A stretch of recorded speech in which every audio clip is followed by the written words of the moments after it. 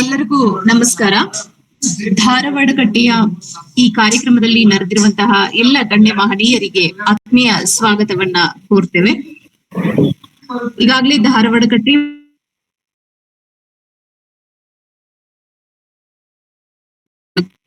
ಭಾಷಣ ಆಗ್ತಾ ಇದೆ. ಶೇಕ್ಸ್ಪಿಯರ್ ನಾಟಕಗಳ ಉಪನ್ಯಾಸ ಮಾಲಿಕೆ ಅಡಿನಲ್ಲಿ ಈಗಾಗಲೇ 36 ನಾಟಕಗಳ ಮೇಲೆ ಚರ್ಚೆಗಳು ನಡೆದು ಇವತ್ತು ಟೈಟಸ್ ಆಂಡ್ರೋನಿಕಸ್ ನಾಟಕದ ಮೇಲೆ ಭೀಮಸೇನ್ ಉಗ್ರದವರು ಮಾತನಾಡಬೇಕಾಗಿತ್ತು. ಅನಿವಾರ್ಯ ಕಾರಣಗಳಿಂದಾಗಿ ಅವರು ಮಾತನಾಡ್ತಾ ಇಲ್ಲ. ಅವರ ಸ್ಥಾನದಲ್ಲಿ ಇವತ್ತು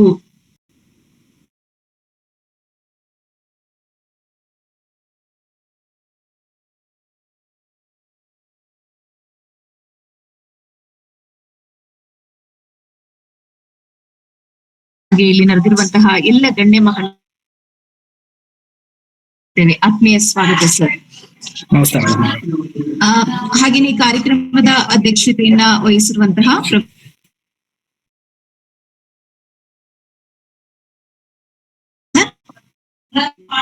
ಹಾಗೇನೆ ಈ ಕಾರ್ಯಕ್ರಮದಲ್ಲಿ ಉಪಸ್ಥಿತ ಇರುವಂತಹ ಎಲ್ಲ ಗಣ್ಯ ಮಹನೀಯರಿಗೆ, ಧಾರವಾಡ ಕಟ್ಟೆಯ ಬಳಗದವರಿಗೆ ಹಾಗೆ ಪದಾಧಿಕಾರಿಗಳಿಗೆ ಆತ್ಮೀಯ ಸ್ವಾಗತವನ್ನ ಕೋರ್ತೇವೆ. ಪ್ರವೀಣ್ ಕೊರ್ಲಳ್ಳಿಯವರು ಸಾಹಿತ್ಯದ ಅತ್ಯಂತ ಗಂಭೀರ ಓದುಗರು, ಸಂಶೋಧನೆಯಲ್ಲಿ ತಮ್ಮನ್ನ ತಾವು ನಿರಂತರವಾಗಿ ತೊಡಗಿಸಿಕೊಂಡವರು. ಸದ್ಯ ಜೆಎಸ್ಎಸ್ ಪದವಿ ಕಾಲೇಜಿನಲ್ಲಿ ಇಂಗ್ಲಿಷ್ ಸಹಾಯಕ ಪ್ರಾಧ್ಯಾಪಕರಾಗಿ ವಿಭಾಗದ ಮುಖ್ಯಸ್ಥರಾಗಿ ಕರ್ತವ್ಯವನ್ನ ನಿರ್ವಹಿಸ್ತಾ ಇದ್ದಾರೆ. ಅವರಿಗೆ ಮತ್ತೊಮ್ಮೆ ನಾನು ಸ್ವಾಗತವನ್ನ ಕೋರ್ತಾ ಈ ವೇದಿಕೆಯಲ್ಲಿ ಅವರು ತಮ್ಮ ಮಾತುಗಳನ್ನ ಆಡ್ಬೇಕು ಅಂತ ನಾನು ಕೇಳ್ಕೊಂಡು ಅವರ ವೇದಿಕೆಯನ್ನ ಅವರ ಮಾತುಗಳಿಗಾಗಿ ಬಿಟ್ಕೊಡ್ತಾ ಇದ್ದೇನೆ. Sir please. Thank you madam. Thank you madam. ನನ್ನ ವಾಯ್ಸ್ ಕೇಳ್ತಾ ಇದೆಯಲ್ಲ ಎಲ್ಲರಿಗೂ? ಸರ್ ಕೇಳಿಸ್ತಿದೆ. Okay okay, thank you madam. ಮೊದಲನೇದಾಗಿ ಧಾರವಾಡ ಕಟ್ಟೆಗೆ ಇಲ್ಲಿರ್ತಕ್ಕಂಥ ಎಲ್ಲ ಸಾಹಿತ್ಯ ಶ್ರೋತೃಗಳಿಗೆ ಶುಭ ಸಂಜೆ. ಹಾಗೂ ನನ್ನ ವಿದ್ಯಾಗುರುಗಳು, ಮಾರ್ಗದರ್ಶಕರು ಹಾಗೂ ಯಾವಾಗಲೂ ನನ್ನ ಶ್ರೇಯಸ್ಸನ್ನ ಬಯಸುತ್ತಕ್ಕಂತಹ ಪ್ರೊಫೆಸರ್ ಬಸವರಾಜ್ ಡೋಣೂರ್ ಸರ್ಗೆ ಶುಭ ಸಂಜೆ. ಅದೇ ರೀತಿ ವಿಜಯಲಕ್ಷ್ಮಿ ಮೇಡಮ್ ಅವ್ರಿಗೂ ಕೂಡ ಶುಭ ಸಂಜೆ. ಬಹಳ ಒಂದು ಜಿಜ್ಞಾಸೆ ಏನಂದ್ರ, ಶೇಕ್ಸ್ಪಿಯರನ್ನ ಇಡೀ ಎಲ್ಲ ನಾಟಕಗಳನ್ನ ಒಂದು ಸಂರಚನೆ ಕೂಡಿಸಿ ಒಬ್ಬ ಕಾಲಾತೀತ ವ್ಯಕ್ತಿತ್ವ ಅಥವಾ ವಿಶ್ವವ್ಯಾಪಿ ವ್ಯಕ್ತಿತ್ವನ ತೋರಿಸಿಕೊಡುವುದು ಒಂದು ತಾಸಿಗೆ ಬಹುಶಃ ಸಾಗ್ಲಿಕ್ಕಿಲ್ಲ ಅನಿಸ್ತದ ನನಗೆ. ಆದ್ರ ನನ್ನ ಪರಿಮಿತ ಗ್ರಹಿಕೆ ಒಳಗ, ನನ್ನ ಜ್ಞಾನದ ಅನುಭವದೊಳಗ ನನ್ನ ಪ್ರಯತ್ನವನ್ನು ನಾನು ಮಾಡ್ತಾ ಹೋಗ್ತೀನಿ.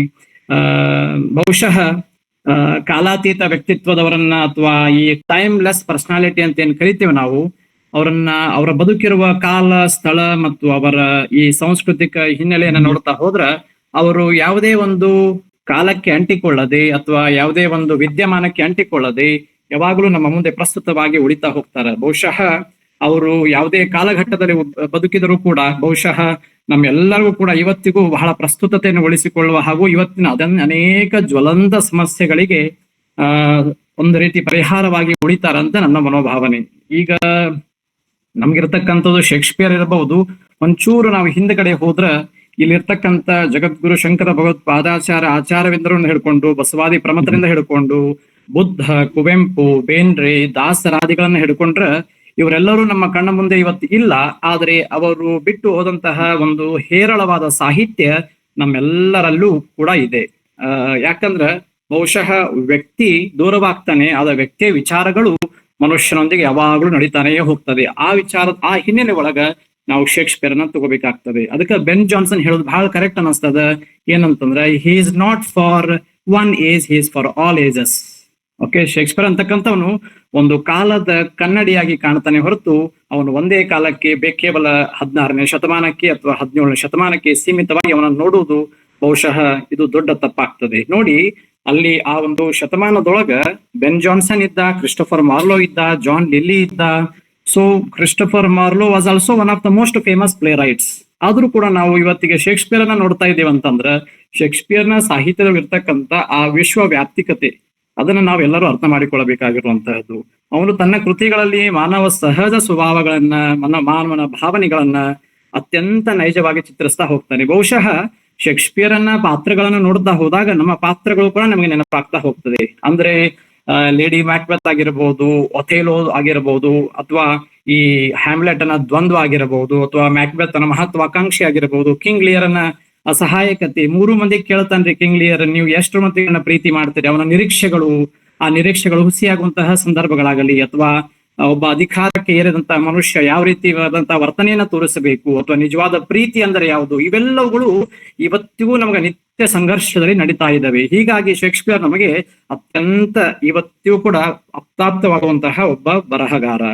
ಅನೇಕ ಶ್ರೇಷ್ಠ ನಾಟಕಕಾರರಲ್ಲಿ ಇವತ್ತು ಶೇಕ್ಸ್ಪಿಯರ್ ಮೊದಲ ಸಾಲಿನಲ್ಲಿ ಯಾಕೆ ನಿಲ್ತಾನೆ ಅಂತಂದ್ರೆ, ಇವತ್ತು ಅವನು ಚಿತ್ರಿಸಕ್ಕಂತಹ ಪ್ರೀತಿ, ದ್ವೇಷ, ಅಸೂಯೆ, ದುರಾಶೆ, ಅಹಂಕಾರ, ಅನುಕಂಪ, ಸಹಾನುಭೂತಿಗಳನ್ನ ಏನ್ ಹೇಳ್ತಾ ಇದ್ದಾನಲ್ಲ, ಇವೆಲ್ಲವೂ ನಮಗೆ ಇತ್ತೀಚೆಗೆ ಮಾನವೀಯ ಮೌಲ್ಯಗಳನ್ನು ಬೇಕಾಗಿರುವಂತಹ ಸಂದರ್ಭಗಳು. ಬಹುಶಃ ಈಗ ನೋಡ್ತಕ್ಕಂತ ಹವಾಮಾನ ಬಿಕ್ಕಟ್ಟುಗಳಾಗಲಿ, ಅಥವಾ ಮಿಲಿಟರಿ ಸಂಘರ್ಷಗಳಾಗಲಿ, ಒಂದ್ ಕಡೆ ಇರಾನ್ ಅಂತೆ, ಒಂದ್ ಕಡೆ ಇನ್ನು US ಗಳಂತೆ ಅಣುಬಾಂಬುಗಳು ನರ್ತನೆ ಮಾಡ್ತಾ ಇದ್ದಾವೆ, ಪರಮಾಣುಗಳು ವೇಟ್ ಮಾಡ್ತಾ ಇದ್ದಾವೆ. ಇಂತಹ ಕಾಲಘಟ್ಟದೊಳಗೆ ನಾವಿದ್ದೇವೆ. ಆಕ್ಚುಲಿ ಈಗ ತಾನೇ ಒಂದು 5-6 ವರ್ಷ ಆಯ್ತು ನಾವು ಕೊರೋನಾ ಬಿಕ್ಕಟ್ಟನ್ನು ಎದುರಿಸಿ ಇಡೀ ಜಗತ್ತು ಇನ್ನೇನು ಎದ್ದು ನಿಲ್ಲಬೇಕು ಅನ್ನೋದ್ರೊಳಗೆ ಮತ್ತಷ್ಟು ಸಂಘರ್ಷಗಳು, ಬಹುಶಃ ಸಾರ್ವಜನಿಕ ಆಡಳಿತದ ಸಮಸ್ಯೆಗಳಾಗಲಿ, ಅಥವಾ ಒಂದ್ ಕಡೆಗೆ ಕಾರ್ಪೊರೇಟಿನ ಸಮಸ್ಯೆಗಳಾಗಲಿ, ಹೀಗೆ ಮನುಷ್ಯ ಹಲವು ಸಮಸ್ಯೆಗಳಿಂದ ನಲುಗುತ್ತಾ ಇರುವಂತಹ ಸಂದರ್ಭದೊಳಗ ಶೇಕ್ಸ್ಪಿಯರ್ನ ಸಾಹಿತ್ಯ ನಮಗೆ ಮತ್ತಷ್ಟು ಸಮಾಜವನ್ನ ಪುಷ್ಟಿಗೊಳಿಸಲು, ಮಾನವೀಯ ಮೌಲ್ಯಗಳನ್ನು ಎತ್ತಿ ಹಿಡಿಯಲು, ಮನುಷ್ಯ ನೈತಿಕ ಪಥದತ್ತ ಸಾಗಲು ಅನುವು ಮಾಡಿಕೊಡುತ್ತದೆ ಅಂತ ನನ್ನ ಅಭಿಪ್ರಾಯ. ಶೇಕ್ಸ್ಪಿಯರನ್ನ ನಾವು ಒಬ್ಬ ನಾಟಕಕಾರನಾಗಿ ಅಷ್ಟೇ ನೋಡದೆ, ಅವನೊಬ್ಬ ಕೇವಲ ನಾಟಕಕ್ಕೆ ಮಾತ್ರ ಸೀಮಿತಗೊಳ್ಳದೆ, ನಾಟಕವನ್ನು ಯಾವ ರೀತಿಯಾಗಿ ಒಂದು ಸ್ಟೇಜ್ ಮೇಲೆ ಎನಾಕ್ಟ್ಮೆಂಟ್ ಮಾಡಬೇಕು ಎನ್ನುವುದರತ್ತ ಗಮನ ಹರಿಸಿದ ಅನಿಸ್ತದೆ. ಆವಾಗಿನ ಸ್ವ್ಯಾನ್ ಥಿಯೇಟರ್ ಆಗಲಿ, ರೋಸ್ ಥಿಯೇಟರ್ ಆಗಲಿ, ಅಥವಾ ಗ್ಲೋಬ್ ಥಿಯೇಟರ್ಗಳಾಗಲಿ ಶೇಕ್ಸ್ಪಿಯರನ್ನ ಬಹಳ ಒಳ್ಳೆ ರೀತಿಯಾಗಿ ಬಳಸಿಕೊಳ್ಳುತ್ತದೆ ಅನ್ನೋದು ನನ್ನ ಅಭಿಪ್ರಾಯ. ಯಾಕಂದ್ರೆ ಒಬ್ಬ ಶೇಕ್ಸ್ಪಿಯರ್ ಮೊದಲಿಗೆ ಅವನೇ ಕೂಡ ಒಬ್ಬ ನಾಟಕಕಾರ ಆಗೋಕಿನ ಮೊದಲಿಗೆ ಒಬ್ಬ ಅಭಿನಯ ಮಾಡ್ತಾ ಇರ್ತಾನೆ. ಒಬ್ಬ ಅಭಿನಯ ಮಾಡ್ತಕ್ಕಂತ ಕೇವಲ ಒಬ್ಬ ಸಾಮಾನ್ಯ ಒಬ್ಬ ಹುಡುಗ, ಅವನ ನಾಟಕಗಳೇ ಒಂದೊಂದು ದಿನ ಕಲಾವಿದರು ಅಭಿನಯ ಮಾಡುವ ಲೆವೆಲ್ಗೆ ಬೆಳೀತಾ ಇದ್ದಾನೆ ಅಂತಂದ್ರೆ ಅದು ಶೇಕ್ಸ್ಪಿಯರ್ನ ವ್ಯಕ್ತಿತ್ವದ ಕೈಗನ್ನಡಿ ಅಂತ ಹೇಳಬಹುದು. ಯಾಕೆ ಹಿಂಗ ಆಗ್ತದೆ ಅಂತ, ಒಬ್ಬ ಡೋರ್ ಕೀಪರ್ ಇರ್ತಾನೆ, ಒಬ್ಬ ನಾಟಕಕಾರನಾಗ್ತಾನೆ, ಒಬ್ಬ ಅಭಿನಯ ಮಾಡ್ತಿರ್ತಾನೆ, ಮುಂದೊಂದು ದಿನ ಜಗತ್ತೇ ಕೊಂಡಾಡುವಂತಹ ಒಬ್ಬ ಗ್ರೇಟ್ ಪ್ಲೇ ರೈಟ್ ಆಗ್ತಾ ಇದ್ದಾನಲ್ಲ, ಈ ಪ್ಲೇ ರೈಟ್ ನ ಸಾಮರ್ಥ್ಯ ಯಾಕೆ ನಾವು ಅರ್ಥ ಮಾಡ್ಕೋತಾ ಇಲ್ಲ ಅನ್ನೋದು ಒಂದು ಜಿಜ್ಞಾಸೆ. ಯಾಕಂದ್ರೆ ಇವತ್ತಿನ ಈ ಎಲ್ಲಾ ಕ್ರಿಟಿಸಿಸಮ್ಗಳನ್ನ ನೋಡ್ತಾ ಹೋದ್ರ ಶೇಕ್ಸ್ಪಿಯರ್ ಅಂತಕ್ಕಂಥ ವ್ಯಕ್ತಿನೇ ಇದ್ದಿದ್ದಿಲ್ಲ, ಅವನು ಬರದೇ ಇಲ್ಲ, ಅದು ಯಾರೋ ಬರೋದ್ರು, ಅವನ ನೇಮನ್ನ ಕೊಡ್ತಾ ಇದ್ದಾರೆ ಅಂತ ಒಂದು ಕಡೆ ಅಭಿಪ್ರಾಯ. ಇನ್ನೊಂದು ಕಡೆಗೆ ಶೇಕ್ಸ್ಪಿಯರ್ ಬೇರೆ ಅಲ್ಲ, ಕ್ರಿಸ್ಟೋಫರ್ ಮಾರ್ಲೋ ಬೇರೆ ಅಲ್ಲ, ಇದು ಕ್ರಿಸ್ಟೋಫರ್ ಮಾರ್ಲೋನೇ ಶೇಕ್ಸ್ಪಿಯರ್ ಆಗಿ ಬರೋದು, ಅವನೇ ತನ್ನ ಕೃತಿಗಳನ್ನು ಎಲ್ಲಾ ಕಡೆ ಪಬ್ಲಿಕೇಶನ್ ಮಾಡ್ತಾನೆ ಅಂತ ಒಂದು ಅಭಿಪ್ರಾಯ. ಇರ್ಲಿ, ಅವೆಲ್ಲಾ ಭಿನ್ನಾಭಿಪ್ರಾಯಗಳಿದ್ರೂ ಕೂಡ ನಮ್ಮ ಮುಂದೆ ಈ ಶೇಕ್ಸ್ಪಿಯರ್ನ ಎಲ್ಲ ನಾಟಕಗಳನ್ನು ಮುಂದೆ ತಂದಿಟ್ಟಾಗ ಅದನ್ನಿರ್ತಕ್ಕಂಥ ವಸ್ತುನಿಷ್ಠತೆ, ತತ್ವಪರತೆ, ನೈತಿಕತೆಯನ್ನು ನೋಡ್ತಾ ಹೋದ್ರೆ ಬಹುಶಃ ನಮ್ಮ ರಾಮಾಯಣ ಮಹಾಭಾರತಗಳು ಏನ್ ನಮಗೆ ಹೇಳ್ಕೊಟ್ಟಾವಲ್ಲ ಅದರ ತುಣುಕುಗಳಾಗಿ ಶೇಕ್ಸ್ಪಿಯರ್ ನಮ್ಮ ಮುಂದೆ ಕಾಣ್ತಾ ಇದ್ದಾನೆ. ನೋಡಿ, ಇವತ್ತಿಗೂ ಮಾನವ ಜನಾಂಗ ಪ್ರೀತಿಗಾಗಿ ಹಾತೊರಿತಾ ಇದೆ, ದಯೆಗಾಗಿ ಹಾತೊರಿತಾ ಇದೆ. ಹೌದಾ? ಈಗ ಬಸವೇಶ್ವರರು ಅಯ್ಯ ಎಂದರೆ ಸ್ವರ್ಗ, ಎಲ್ಲವೋ ಎಂದರೆ ನರಕ ಅಂತ ಅವತ್ತ ಹೇಳಿದ್ರು. ಹೌದಾ? ಅಂದ್ರೆ ನಮ್ಮ ಮಾತುಗಳು ಕೂಡ ನಮ್ಮ ವ್ಯಕ್ತಿತ್ವವನ್ನು ನಿರ್ಧರಿಸುತ್ತದೆ. ನಾವು ಪೊಲೈಟ್ ಇದ್ವಿ ಅಂತಂದ್ರೆ ಜನರು ನಮ್ಮನ್ನ ಬೇರೆ ರೀತಿ ಟ್ರೀಟ್ ಮಾಡ್ತಾರೆ. ನಮ್ಮ ಮಾತಿನೊಳಗ ಒರಟುತನ ಇತ್ತಂದ್ರ ಇವ್ ಮನುಷ್ಯ ಸರಿ ಇರ್ಲಿಕ್ಕಿಲ್ಲ, ಇವನು ಕ್ರೂರತೆ ಇರಬಹುದು ಅಂತ ಟ್ರೀಟ್ ಮಾಡ್ತಾರೆ. ಅಥವಾ ನಮ್ಮ ಬದುಕಿನ ಇರ್ತಕ್ಕಂಥ ಕರ್ತವ್ಯಗಳ ಬಗ್ಗೆ, ನಮ್ಮ ಬಹುಶಃ ನಮ್ಮಲ್ಲಿರ್ತಕ್ಕಂತಹ ಒಳ್ಳೆಯ ಗುಣಗಳ ಬಗ್ಗೆ ನಮ್ಮ ವ್ಯಕ್ತಿತ್ವ ನಿರ್ಧಾರವಾಗ್ತದೆ. ಇದನ್ನೇ ಶೇಕ್ಸ್ಪಿಯರ್ ತನ್ನ ನಾಟಕಗಳಲ್ಲಿ ತಮ್ಮ ಪಾತ್ರಗಳ ಮೂಲಕ ಹೇಳ್ತಾ ಹೋಗ್ತಾನೆ. ಬಹುಶಃ ಈ ಒಂದು ಕಾರಣಕ್ಕೇನೆ ಅವನು ಬಹಳ ಎಲ್ಲ ಸಾಮಾನ್ಯ ಜನರಿಗೂ ಹತ್ತಿರವಾಗ್ತಾನೆ. ಇವತ್ತಿಗೂ ಕೂಡ ಲಂಡನ್ ಒಳಗ ಶೇಕ್ಸ್ಪಿಯರ್ ನಾಟಕಗಳನ್ನು ಏನಾರ ಥಿಯೇಟರ್ ಒಳಗೆ ಎನಾಕ್ಟ್ಮೆಂಟ್ ಮಾಡಿದ್ರ ಎಲ್ಲರೂ ಕೂಡ ಲೈವ್ ಆಗಿ ಅದನ್ನ ನೋಡಲು ಇಷ್ಟಪಡ್ತಾರೆ. ಯಾಕಂತಂದ್ರ ಅವ್ರಿಗೆ ಅನಿಸ್ತದೆ ಬಹುಶಃ ಈ ಜೀವಂತಿಕೆ, ಪಾತ್ರಗಳಿಗೆ ತುಂಬುವ ಜೀವಂತಿಕೆ ಇದೆಯಲ್ಲ, ಅದು ಮನುಷ್ಯನ ಜೀವಂತಿಕೆ ಅಂತ ಅನ್ಕೋತಾರ ಅವರು. ಮನುಷ್ಯನ ಪ್ರತಿಮೆಗಳನ್ನೇ, ಮನುಷ್ಯನ ಈ ಸೂಕ್ಷ್ಮ ಸಂವೇದನೆಗಳನ್ನ ಪಾತ್ರದ ಮೂಲಕ ಶೇಕ್ಸ್ಪಿಯರ್ ತೋರಿಸ್ತಾನಲ್ಲ, ಅದನ್ನ ಅವರು ಕಣ್ಮುನ ತುಂಬಿಸ್ಕೊಂಡು ಅದನ್ನ ತಾವೇ ಭಾವಾವೇಶಕ್ಕೆ ಒಳಗಾಗಿ ಅದನ್ನ ನೋಡ್ತಾ ಹೋಗ್ತಾರೆ. ಅದನ್ನ ಅವರು ತಮ್ಮ ಜೀವನದೊಳಗ ಅಳವಡಿಸಿಕೊಳ್ಳಲು ಸಣ್ಣ ಪ್ರಯತ್ನ ಮಾಡ್ತಾರೆ. ಈ ಒಂದು ನಿಟ್ಟಿನಲ್ಲಿ ಎಲ್ಲರೂ ಪ್ರಯತ್ನ ಮಾಡುವುದು ಇಂದಿನ ಅನಿವಾರ್ಯತೆ ಅನ್ನೋದು ನನ್ನ ಅಭಿಪ್ರಾಯ. ಬದುಕಿನ ಪ್ರತಿ ಹಂತದೊಳಗೂ ಶೇಕ್ಸ್ಪಿಯರ್ ದರ್ಶನ ಆಗ್ತಾನೆ ಹೋಗ್ತದೆ. ಪ್ರತಿಮೆ ಅವನು ಬಹುಶಃ ಅನೇಕ ಪ್ರತಿಮೆಗಳನ್ನ ತನ್ನ ನಮ್ಮ ಮುಂದೆ ನಿಲ್ಲಿಸ್ಬಿಡ್ತಾನೆ. ನೋಡಿ, ಇದು ದಯೆ ಇದೆ, ಇಲ್ಲಿ ಕರುಣೆ ಇದೆ, ಇಲ್ಲಿ ಪ್ರೀತಿ ಇದೆ, ಇಲ್ಲಿ ತ್ಯಾಗವಿದೆ, ಇಲ್ಲಿ ಫ್ರೆಂಡ್ಶಿಪ್ ಅದ, ಇಲ್ಲಿ ಗೆಳೆತನ ಅದ, ಹಿಂಗೆಲ್ಲ ಒಂದಿಷ್ಟು ಪ್ರತಿಮೆಗಳನ್ನ ನಮ್ಮ ಮುಂದೆ ತಂದಿಡ್ತಾನ ಅವನು. ಅದನ್ನ ತಂದಿಟ್ಟು ಇದು ಒಳ್ಳೆಯದು, ಇದು ಕೆಟ್ಟದ್ದು ನಿನಗೆ ಬಿಟ್ಟಿದ್ದು. ಒಬ್ಬ ನೀನು ನಿಜವಾದ ಸಾಹಿತ್ಯದ ಶ್ರೋತೃ ಆಗಿದ್ದರೆ ನಿನಗೆ ಯಾವುದು ಒಳ್ಳೆಯದು, ಯಾವುದು ನೈತಿಕವಾಗಿರುವಂತಹದ್ದು, ಯಾವುದು ಮೌಲ್ಯಯುತವಾಗಿರುವುದು ಅದನ್ನು ನೀನು ಆಯ್ಕೆ ಮಾಡ್ಕೋತೀಯ, ಇಲ್ಲದನ್ನ ಬಿಡ್ತೀಯ. ಬಹುಶಃ ನಿಮ್ಮೆಲ್ಲರಿಗೂ ಶೇಕ್ಸ್ಪಿಯರ್ ಪರಿಚಿತ ಇರೋದ್ರಿಂದ ನಾನು ಶೇಕ್ಸ್ಪಿಯರ್ನ ಯಾವ ಹುಟ್ಟು ಮತ್ತು ಅವನ ಡೀಟೇಲ್ಸ್ ಬಗ್ಗೆ ಹೇಳ್ತಾ ಹೋಗುವುದಿಲ್ಲ. ನಮಗೆಲ್ಲರೂ ಗೊತ್ತಿರುವಂತಹ ಕಾರಣಕ್ಕಾಗಿ ಸ್ಟ್ರಾಟ್ಫೋರ್ಡ್ ಅಪಾನ್ ಏವನ್ ಬಗ್ಗೆ ಆಗಲಿ, ಅವನ 52 ವರ್ಷ ಬದುಕಿದನನ್ನಾಗಲಿ ಅವೆಲ್ಲ ಡೀಟೇಲ್ಸ್ ಇಲ್ಲಿಗೆ ಅಷ್ಟೇನು ಅಪ್ರೋಪ್ರಿಯೇಟ್ ಅನ್ಸಂಗಲ್ಲ ಅನಿಸ್ತದ ನನಗೆ. ಸೊ ಶೇಕ್ಸ್ಪಿಯರ್ನ ನಾಟಕಗಳ ಬಗ್ಗೆ ಒಂದು ಸಣ್ಣ ಮೆಲುಕು ಹಾಕ್ತಾ ಹೋದಾಗ ಇವು ಒಂದೊಂದಾಗಿ ನೋಡ್ತಾ ಹೋದಾಗ ಈ ಹ್ಯಾಮ್ಲೆಟ್ ಅಂತ ತಗೊಂಡ್ರ ಅಲ್ಲಿ ನಮಗೆ ಒಳ ಮನಸ್ಸಿನ ತುಡಿತ, ದ್ವಂದ್ವ, ಒಂದು ರೀತಿಯಾದ ಸಂಶಯ, to be or not to be, that is the question ಅಂತ ಏನ್ ಹೇಳ್ತಾನೆ ಹ್ಯಾಮ್ಲೆಟ್. ಇದು ಕೇವಲ ಹ್ಯಾಮ್ಲೆಟ್ ಅನ್ನ ಕ್ವಶನ್ ಅಲ್ಲ, ಇದು ನಮ್ಮೆಲ್ಲರ ಕ್ವಶನ್, ಇದು ನಮ್ಮೆಲ್ಲರ ತುಡಿತ. ಇದು ಬಹುಶಃ ಈ ಹ್ಯಾಮ್ಲೆಟ್ ಒಳ ಮನಸ್ಸಿನ ತುಡಿತದಲ್ಲಿ ತಾನು ಬಹಳ ಒಬ್ಬ ಒಳ್ಳೆಯ ಪ್ರಿನ್ಸ್ ಇರ್ತಾನೆ, ತನ್ನ ತಂದೆಯ ಸಾವಿನ ಸೇಡಿಗಾಗಿ ಹಾತುರಿತಾ ಇರ್ತಾನೆ, ಪ್ರತೀಕಾರದ ಮನಸ್ಸು ಇರ್ತದೆ, ತನ್ನ ತಂದೆಯ ಗೋಷ್ಠ ಬಂದೇ ಹೇಳ್ತದೆ, ನೋಡು ನಿನ್ನ ಚಿಕ್ಕಪ್ಪನೇ ಅದನ್ನ ಕೊಲೆ ಮಾಡಿದ್ದು, ನೀನು ಅವನ ವಿರುದ್ಧ ನೀನು ಪ್ರತೀಕಾರ ತಗೊಳ್ಬೇಕು ಅಂತಂದಾಗ ಮನಸ್ಸು ಹೇಳ್ತದೆ ನಾನು ಪ್ರತೀಕಾರ ತಗೊಳ್ಬೇಕು ಅಂತ ಅದ್ರ ಬಗ್ಗೆ ಆಳವಾಗಿ ಯೋಚನೆ ಮಾಡ್ತಾನೆ. ಹಂಗ್ ನೋಡಿದ್ರ Shakespeare is a psychological play right. ಅವನ ಮನಸ್ಸಿನ ತುಡಿತಗಳು ಯಾವ ರೀತಿ ಇರ್ತಾನೆ, ಅವನು ಚಿಂತನೆ ಮಾಡ್ತಾನೆ. ಹಿ thinks and thinks and thinks, unfortunately he does nothing. ಅವನು ಎಲ್ಲ ಯೋಚನೆ ಮಾಡ್ತಾನೆ, ಬಹಳಷ್ಟು ಆಳವಾಗಿ ಯೋಚನೆ ಮಾಡ್ತಾನೆ. ನಾನು ಕೊಲ್ಲಬೇಕಾ, ನನ್ನ ಚಿಕ್ಕಪ್ಪನೇ ನಾನು ಕೊಲ್ಲಬೇಕಾ? ಹಾಗಾದ್ರೆ ನನ್ನ ಚಿಕ್ಕಪ್ಪನನ್ನ ನಾನು ಕೊಂದ್ರೆ ಅವನ ಮುಂದಿನ ಜನಾಂಗ ನನ್ನ ಮಗನನ್ನು ಕೊಲ್ಲಂಗಲ್ಲ ಅಂತ ಅನ್ನೋದೇನ್ ಗ್ಯಾರಂಟಿ? ಈ ಕೊಲೆಯ ಪುನರಾವರ್ತನೆ ಆಗ್ತಾನೆ ಹೋಗ್ತದಲ್ಲ.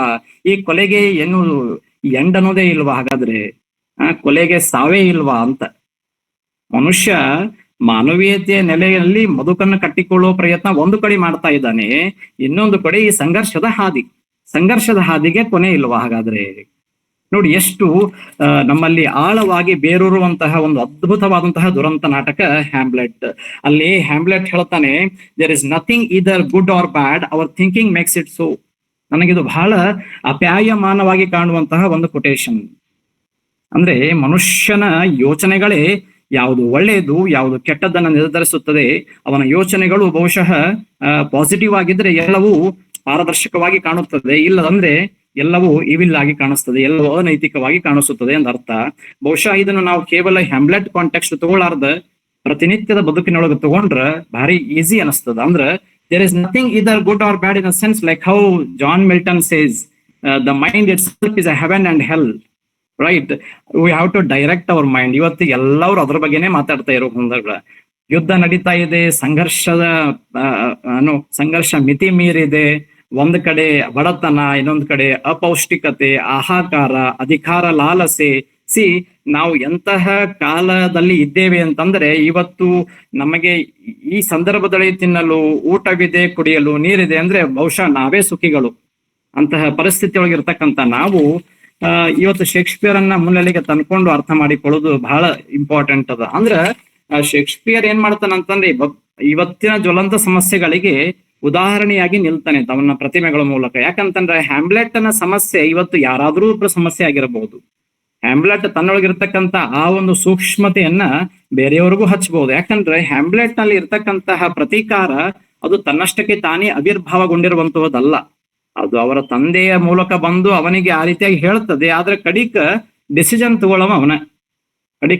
ತಗೊಳ್ಬೇಕಾಗಿರುವಂತಹ ವ್ಯಕ್ತಿ ಅವನೇ ಆಗಿರೋದ್ರಿಂದ ಅವನು ಬಹಳಷ್ಟು ಯೋಚನೆ ಮಾಡಿದ್ರು ಕೂಡ ಕಡಿಕ ಯಾವುದು ಫ್ರೂಟ್ಫುಲ್ ಡಿಸಿಷನ್ ತಗೊಳಂಗಿಲ್ಲ. At the end he collapses. ಯಾಕಂದ್ರ ಅವನಲ್ಲಿ ಅಸಹಾಯಕವಾದಂತ ಮನಸ್ಥಿತಿ ಇರ್ತದೆ, ದ್ವಂದ್ವ ಇರ್ತದೆ. ಆ ದ್ವಂದ್ವನೇ ಅರಿಸ್ಟಾಟಲ್ ಹೇಳ್ತಕ್ಕಂಥ ಹಮಾರ್ಷಿಯ ಅಥವಾ ಒಬ್ಬ ಉನ್ನತ ವ್ಯಕ್ತಿತ್ವದಲ್ಲಿ ಇರ್ತಕ್ಕಂಥ ಒಂದು ಲೋಪದೋಷ. ಒಂದು ದೊಡ್ಡ ಶಿಪ್ ಇರ್ತದ, ದೊಡ್ಡ ಹಡಗಿರ್ತದ, ಆದ್ರೆ ಒಂದು ಸಣ್ಣಾದಂತ ಹೋಲ್ ಕೂಡ ಇಡೀ ಹಡಗನ್ನೇ ಮುಳುಗಿಸಿ ಬಿಡುತ್ತದ. ಹಂಗೆ ಒಬ್ಬ ಹ್ಯಾಮ್ಲೆಟ್ ದೊಡ್ಡ ರಾಜಕುಮಾರ, ಸ್ಕಾಟ್ಲೆಂಡಿನ ರಾಜಕುಮಾರ, ಅವನಲ್ಲಿ ಏನೆಲ್ಲ ವೈಭೋಗವಿತ್ತು, ಯಾರೆಲ್ಲ ಸಜೆಷನ್ ಅನ್ನು ಪಡಿಬಹುದಿತ್ತು, ಆದ್ರೆ ಅವನಲ್ಲಿರ್ತಕ್ಕಂಥ ಸಣ್ಣ ಲೋಪದೋಷ ಅವನನ್ನೇ ಮುಳುಗಿಸಿ ಬಿಡುತ್ತದ. ಒಫೀಲಿಯನನ್ನೂ ಪಡಿಲಿಕ್ಕಾಗಲ್ಲ, ಒಂದೆಡೆ ತನ್ನ ಸೇಡನ್ನೂ ತೀರಿಸಿಕೊಳ್ಳುವುದಿಲ್ಲ. ಮನುಷ್ಯನ ಜೀವನ ಯಾವ ರೀತಿ ಆಗ್ತದೆ ಅಂತ ಹೇಳಿ ಅಂದ್ರೆ ಈ ಸಂಘರ್ಷಗಳಿಂದ ಜೀವನವನ್ನ ಕಟ್ಟಿಕೊಳ್ಳಲು ಸಾಧ್ಯವಿಲ್ಲ. ಮನುಷ್ಯ ಸಹನೆ ಶಾಂತಿಯಿಂದ ಮಾತ್ರ ಸಂಘರ್ಷವನ್ನ ಬದಿಗೊತ್ತಿ ಜೀವನ ಮಾಡಬಹುದು.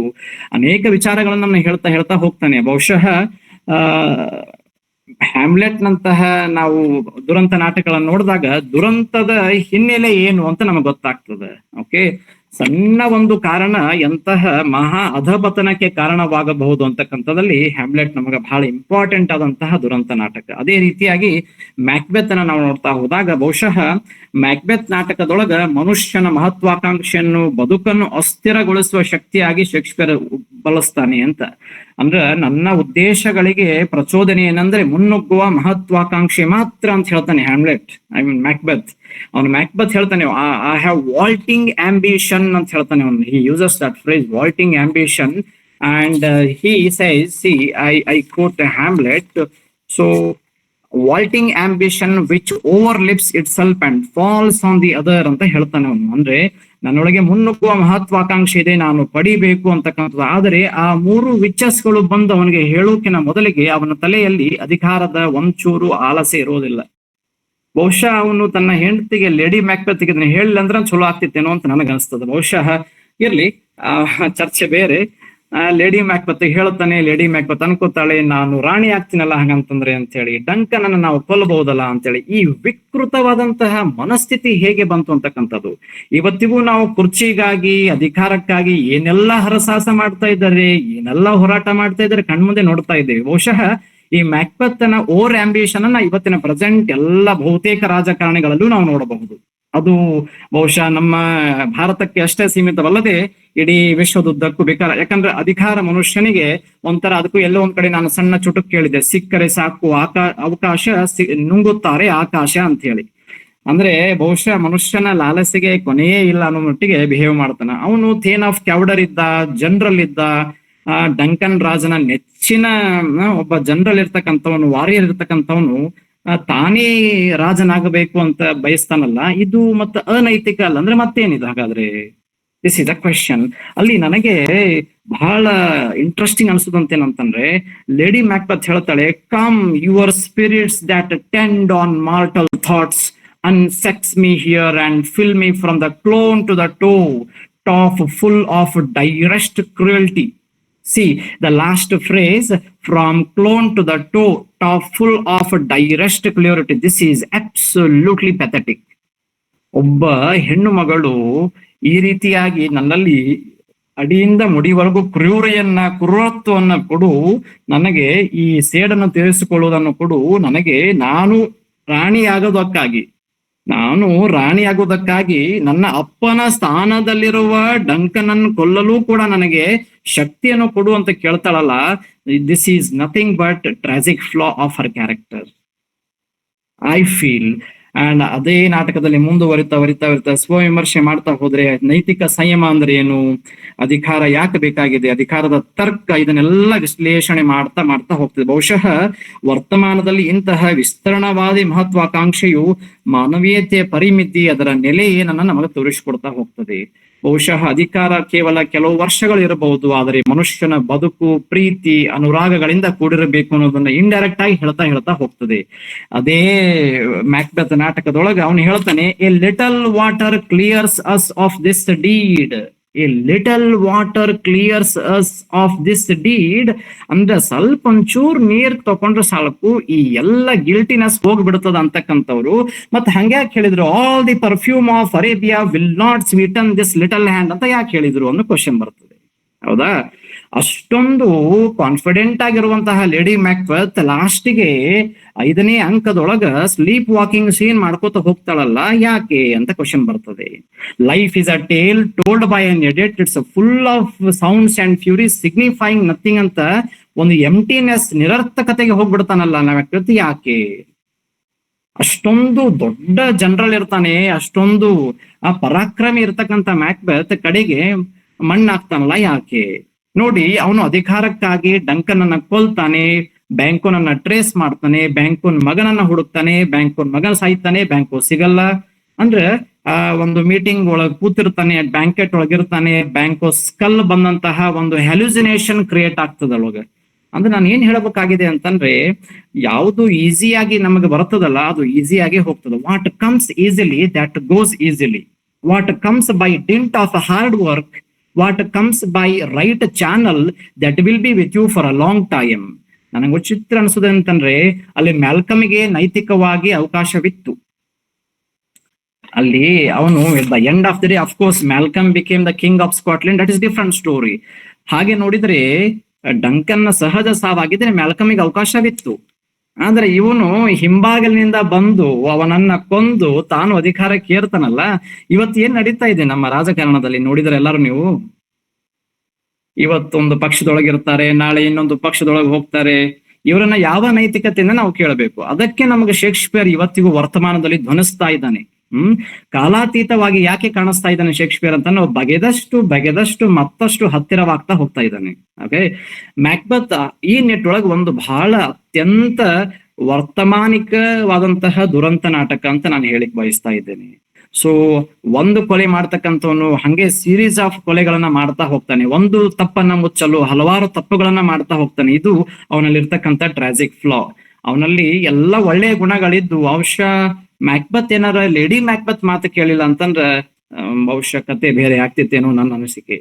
ಅಥವಾ ಲೇಡಿ ಮ್ಯಾಕ್ಬೆತ್ ಅವನಲ್ಲಿ ಆ ರೀತಿಯಾದಂತಹ ಪ್ರಭಾವವನ್ನ ಬೇರೆ ಬಿಡ್ತಾಳೆ ಅವಳು. Okay, she called him so coward and compared him to the poor cat if he doesn't want to kill, and she goes to the extent of whether you are man or not. Are you manly enough to kill or not? See, this might have prompted him. ಇದು ಅವನನ್ನು ಬಹಳ ಕೆಣಕಿರಬಹುದು, ಅಥವಾ ಇವನು ಅವನನ್ನ ಮನಸ್ಸಿಗೆ ಬಹಳ ಆಘಾತವುಂಟು ಮಾಡಬಹುದು. ನನ್ನ ಧರ್ಮ ಪತ್ನಿಯೇ ಈ ರೀತಿಯಾಗಿ ನನಗೆ ಹೇಳುವಾಗ ನಾನ್ಯಾಕೆ ರಾಜನಾಗುವ ಕನಸನ್ನು ಕಾಣಬಾರದು? ಬಹುಶಃ ನಾನು ಹಿಂಗೆ ಕೂತ್ರೆ ಹಿಂಗೆ ಉಳಿತೀನಿ, ಒಂದ್ ದಿವಸ ರಾಜನಾಗಬೇಕು ನಾನು ಅಂತ ಹೇಳಿ. ಇದು ಏನ್ ತೋರಿಸ್ತಾ ಇದೆ ಇವತ್ತಿನ ಬದುಕಿನಲ್ಲಿ ಅಂತಂದ್ರೆ, ನಾನು ಒಂದು ಅಧಿಕಾರವನ್ನ ಪಡೆಯಲು ಅಥವಾ ಒಂದು ಯಾವುದೇ ಒಂದು ಸ್ಥಾನಮಾನವನ್ನು ಪಡೆಯಲು ಯಾವುದೇ ಆದಂತಹ ಪಥವನ್ನು ತುಳಿದರೂ ಕೂಡ ನಡೀತದೆ. ಇದೇ ಶೇಕ್ಸ್ಪಿಯರ್ ಹೆನ್ರಿ IV ನೊಳಗ uneasy lies the head those who wares the crown ಅಂತ ಹೇಳ್ತಾನೆ. ಅಂದ್ರೆ ಯಾರು ಅಧಿಕಾರ ಏರ್ತಾರೆ ಅವ್ರ ಅಧಿಕಾರದಲ್ಲಿ ಉಳಿಯುವುದು ಮತ್ತು ಅಧಿಕಾರದಲ್ಲಿ ಇರುವುದು ಒಂಥರ ಮುಳ್ಳಿನ ಹಾಸಿಗೆ ಮೇಲೆ ನಡೆದಂತೆ. ನೋಡಿ, ಮನುಷ್ಯ ಇವತ್ತಿಗೂ ಕೂಡ ಇಂತಹ ತಾತ್ವಿಕ ನೆಲೆಗಟ್ಟಿನೊಳಗೆ ಬದುಕ್ತಾ ಇರೋ ಕಾರಣಕ್ಕಾಗಿ ಶೇಕ್ಸ್ಪಿಯರ್ ನಮಗೆ ಬಹಳಷ್ಟು ಹತ್ತಿರವಾಗ್ತಾ ಹೋಗ್ತಾ ಇದ್ದಾನೆ. ಇದೇ ರೀತಿ ನೀವು ನೋಡ್ತಾ ಹೋದಾಗ ಅವನ ಇನ್ನೊಂದು ದುರಂತ ನಾಟಕ ಒಥೇಲೋ. ಅಫ್ಕೋರ್ಸ್ ಒಥೇಲೋ ಒಳ ಬಗ್ಗೆ ಧಾರವಾಡ ಕಟ್ಟೆಯೊಳಗೆ ಸಾಕಷ್ಟು ಚರ್ಚೆ ಆಗಿದೆ. ನನ್ನ ಕೆಲವು ಅಭಿಪ್ರಾಯಗಳನ್ನ ನಾನು ಹೇಳ್ತಾ ಹೋಗ್ತೀನಿ. ಒಥೇಲೋ ಒಳಗ ಅಸೂಯೆ, ಅನುಮಾನಗಳು ತನ್ನ ಬಿಯಾಂಡ್ ಲಿಮಿಟ್ ಹೋಗ್ಬಿಡ್ತದೆ. ಅಲ್ಲಿ ಮನುಷ್ಯ ಆತುರದ ನಿರ್ಧಾರವನ್ನು ತಗೊಂಡ್ರ ಏನಾಗ್ತದ ಅನ್ಲಿಕ್ಕೆ ಒಂದು ಕೈಗನ್ನಡಿ ಅನಿಸ್ತದ. ಬಹುಶಃ ನಾನೊಂದು ಕಾಂಟ್ರಾಸ್ಟ್ ಮಾಡಿದ್ರೆ, ಒಂದು ಕಡೆ ಶೇಕ್ಸ್ಪಿಯರ್ನ ಹ್ಯಾಮ್ಲೆಟ್ ತಗೊಳ್ಳೋನು, ಒಂದ್ ಕಡೆಗೆ ಒಥೇಲೋ ತಗೊಳ್ಳೋಣಂತ. ಹ್ಯಾಮ್ಲೆಟ್ ಬಹಳಷ್ಟು ಯೋಚಿಸ್ತಾನೆ, ಒಬ್ಬ ಒಳ್ಳೆಯ ವ್ಯಕ್ತಿ, ಆದ್ರೆ ಅದರಿಂದ ಫಲಪ್ರದವಂತಹ ನಿರ್ಧಾರವನ್ನು ತೆಗೆದುಕೊಳ್ಳುವುದಿಲ್ಲ. ಆದ್ರೆ ಇಲ್ಲಿ ಒಥೇಲೋ ಒಳಗ ಏನು ಯೋಚನೆನೇ ಮಾಡಂಗಿಲ್ಲ. ಯಾಗೋ ಬಂದು ಹೇಳ್ತಾನೆ, he poisoned the mind of Othello that it is a tale of handkerchief ಅಂತ ನಾವು ಹೇಳ್ತೇವೆ. ನೋಡು, ಆ ಹ್ಯಾಂಡ್ ಕರ್ಚಿಪ್ ಅವಳ ಹತ್ರ ಇಲ್ಲ ಅಂತ ಅನ್ನೋತ್ತಿಗೆ ಒಂಚೂರು ಯೋಚನೆ ಮಾಡ್ಲಾರ್ದೆ ನಾನು ನಿನ್ನನ್ನು ಕೊಲ್ತೀನಿ ಅಂತ ಹೇಳ್ತಾನೆ. ಅವಳು ನನಗೊಂದು 5 ನಿಮಿಷ ಅವಕಾಶ ಕೊಡು ಅಂತಾಳೆ. 5 ನಿಮಿಷ ಅವಕಾಶ ಕೊಡಂಗಿಲ್ಲ, ಆತುರದ ನಿರ್ಧಾರ ತಗೋತಾನೆ, ಕೊಲ್ತಾನೆ. ಬಹುಶಃ ರೋಮಿಯೋ ಅಂಡ್ ಜೂಲಿಯಟ್ ಒಳಗ ರೋಮಿಯೋ ಕೂಡ ಆತುರದ ನಿರ್ಧಾರವನ್ನೇ ತೆಗೆದುಕೊಳ್ತಾನೆ ಅಂತಕ್ಕಂಥದ್ದು ನನ್ನ ಅಭಿಪ್ರಾಯ. ಇದೇ ರೀತಿ ನೀವು ಕಿಂಗ್ ಲಿಯರ್ ನೋಡ್ತಾ ಹೋದ್ರ, ಕಾರ್ಡಿಲಿಯಾ ಹೇಳ್ತಾಳೆ, ಒಬ್ಬ ಮಗಳಾಗಿ ತಂದೆಯನ್ನು ಎಷ್ಟು ಪ್ರೀತಿಸಬೇಕು, ನಾನು ಅಷ್ಟು ಪ್ರೀತಿಸ್ತಾ ಇದ್ದೇನೆ ನಿನಗೆ ಅಂತಂದ್ರೆ ಅವನಿಗೆ ಅಪಾರ ನಿರೀಕ್ಷೆ ಇರುವ ಕಾರಣಕ್ಕಾಗಿ ಅದು ಮನಸ್ಸಿಗೆ ಆಘಾತ ಅನಿಸ್ತದೆ. ಹೀಗೆ ಹಲವು ನೀವು ಅವರ ನಾಟಕಗಳನ್ನು ನೋಡ್ತಾ ಹೋದಾಗ ಈ ಆತುರದ ನಿರ್ಧಾರ ಅಂತಕ್ಕಂಥದ್ದು ಬರ್ತಾ ಹೋಗ್ತದೆ. ಬೇಕಾದ್ರೆ ನೀವು ಎಲ್ಲ ನಾಟಕಗಳಲ್ಲಿ ನೋಡ್ತಾ ಹೋಗ್ರಿ, ಕೆಲವೊಂದು ಕಡೆ ಆತುರತೆ ಬೇಕಾಗಿರ್ತದ, ಇನ್ನೊಂದ್ ಕಡೆ ಕಾತುರತೆ ಬೇಕಾಗಿರ್ತದ. ಆದ್ರೆ ಆತುರತೆಯಿಂದ ಅನಾಹುತ ಆಗ್ತಾ ಅನ್ನೋದು ಗೊತ್ತಾಗಂಗಿಲ್ಲ ಅವ್ರಿಗೆ. ಡೆಸ್ಡೆಮೋನನ್ನ ಕೊಲ್ತಾನೆ, ಕೊಂದ ಮೇಲೆ ರಿಪೆಂಟೆನ್ಸ್ ಆಗ್ತದೆ, ಏನ್ ಮಾಡುದು ಉಪಯೋಗ ಇಲ್ಲ. ಮಿಂಚಿ ಹೋದ ಕಾಲಕ್ಕೆ ಚಿಂತಿಸಿ ಫಲವೇನು ಅಂತಕ್ಕಂಥದ್ದು ಆಗ್ಬಿಡ್ತದೆ. ಬಹುಶಃ ನಮ್ಮೆಲ್ಲರ ಬದುಕಿನೊಳಗೂ ಹಿಂಗ ಆಗ್ತಿರ್ತದೆ. ಒಂದ್ ಯಾವ್ದೋ ಡಿಸಿಷನ್ ತಗೊಂಡಿರ್ತೇವಿ, ಆಮೇಲೆ ಆ ಡಿಸಿಷನ್ ರಿಗ್ರೆಟ್ ಪಡ್ತೇವಿ, ಆಮೇಲೆ ನಾವು ತಗೋಬಾರ್ದಾಗಿತ್ತಲ್ಲ, so I wouldn't have taken this decision ಅಂತ ವ್ಯಥೆ ಪಡ್ತೇವಿ. ಬಹುಶಃ ಶೇಕ್ಸ್ಪಿಯರ್ ಇದನ್ನೇ ಹೇಳ್ತಾ ಹೋಗ್ತಾ ಇದ್ದಾನೆ. A decision designs the life, one bright decision can make you conquer the world. ಮನುಷ್ಯನ ಏನೊಂದು ನಿರ್ಧಾರ ಇರ್ತದೆ, ಆ ನಿರ್ಧಾರ ಅವನ ಯಶಸ್ಸನ್ನು ನಿರ್ಧರಿಸುತ್ತದೆ ಅಂತ ಹೇಳ್ತಕ್ಕಂಥದ್ದು. ಸೊ ಈ ನೆರಳೊಳಗ ಒಥೇಲೋ ತಗೊಂಡ್ರ ಒಥೇಲೋ ನಮಗೆ ಬೇರೆ ರೀತಿಯ ದರ್ಶನವನ್ನೇ ಕೊಡ್ತದೆ. ಬಹುಶಃ ಒಥೇಲೋ is a great Moor. He was an African, no doubt. ಅವನೊಬ್ಬ ಕರಿಯ ಜನಾಂಗದವನಿರ್ತಾನೆ. ಅಲ್ಲಿ ಅವನ ಬಗ್ಗೆ ಅಪಾರವಾದಂತ ಅಭಿಮಾನವಿರ್ತದೆ, ಅವನ ಬಗ್ಗೆ ಒಳ್ಳೆ ಅಭಿಪ್ರಾಯ, ಒಳ್ಳೆ ಗುಣದವನಿರ್ತಾನೆ, ಬಲಶಾಲಿಯಾಗಿರ್ತಾನೆ. ಆದ್ರೆ ಒಬ್ಬ ಬಲಶಾಲಿಯಾಗಿದ್ದಂತವನು, ಒಳ್ಳೆ ಗುಣವನ್ನು ಹೊಂದಿದ್ದವನು ಯಾಕೆ ಈ ರೀತಿ ಕೆಟ್ಟ ಕೆಲಸ ಮಾಡ್ತಾನೆ? ಹಂಗ ನೋಡಿದ್ರೆ ಡಿಸ್ಡಮನ ಬಿಟ್ಟು ಅವನ ಇರ್ಲಿಕ್ಕೆ ಆಗ್ತಿರಂಗಿಲ್ಲ. ಅವನ ಬಗ್ಗೆ ಅಪಾರವಾದಂತ ಪ್ರೀತಿ, ಅನುರಾಗ ಇರ್ತದ. ಅಂತವನು ಡಿಸ್ಡಮನನ್ ಕೊಲ್ತಾನಲ್ಲ, ಯಾಕೆ ಇಂತ ನಿರ್ಧಾರ ಬಂತು? ಈ ಹಿನ್ನೆಲೆ ಒಳಗೆ ನಾವು ಥಿಂಕ್ ಮಾಡಿದಾಗ, yes, Shakespeare does not belong to only 16th and 17th century. He is absolutely universal writer.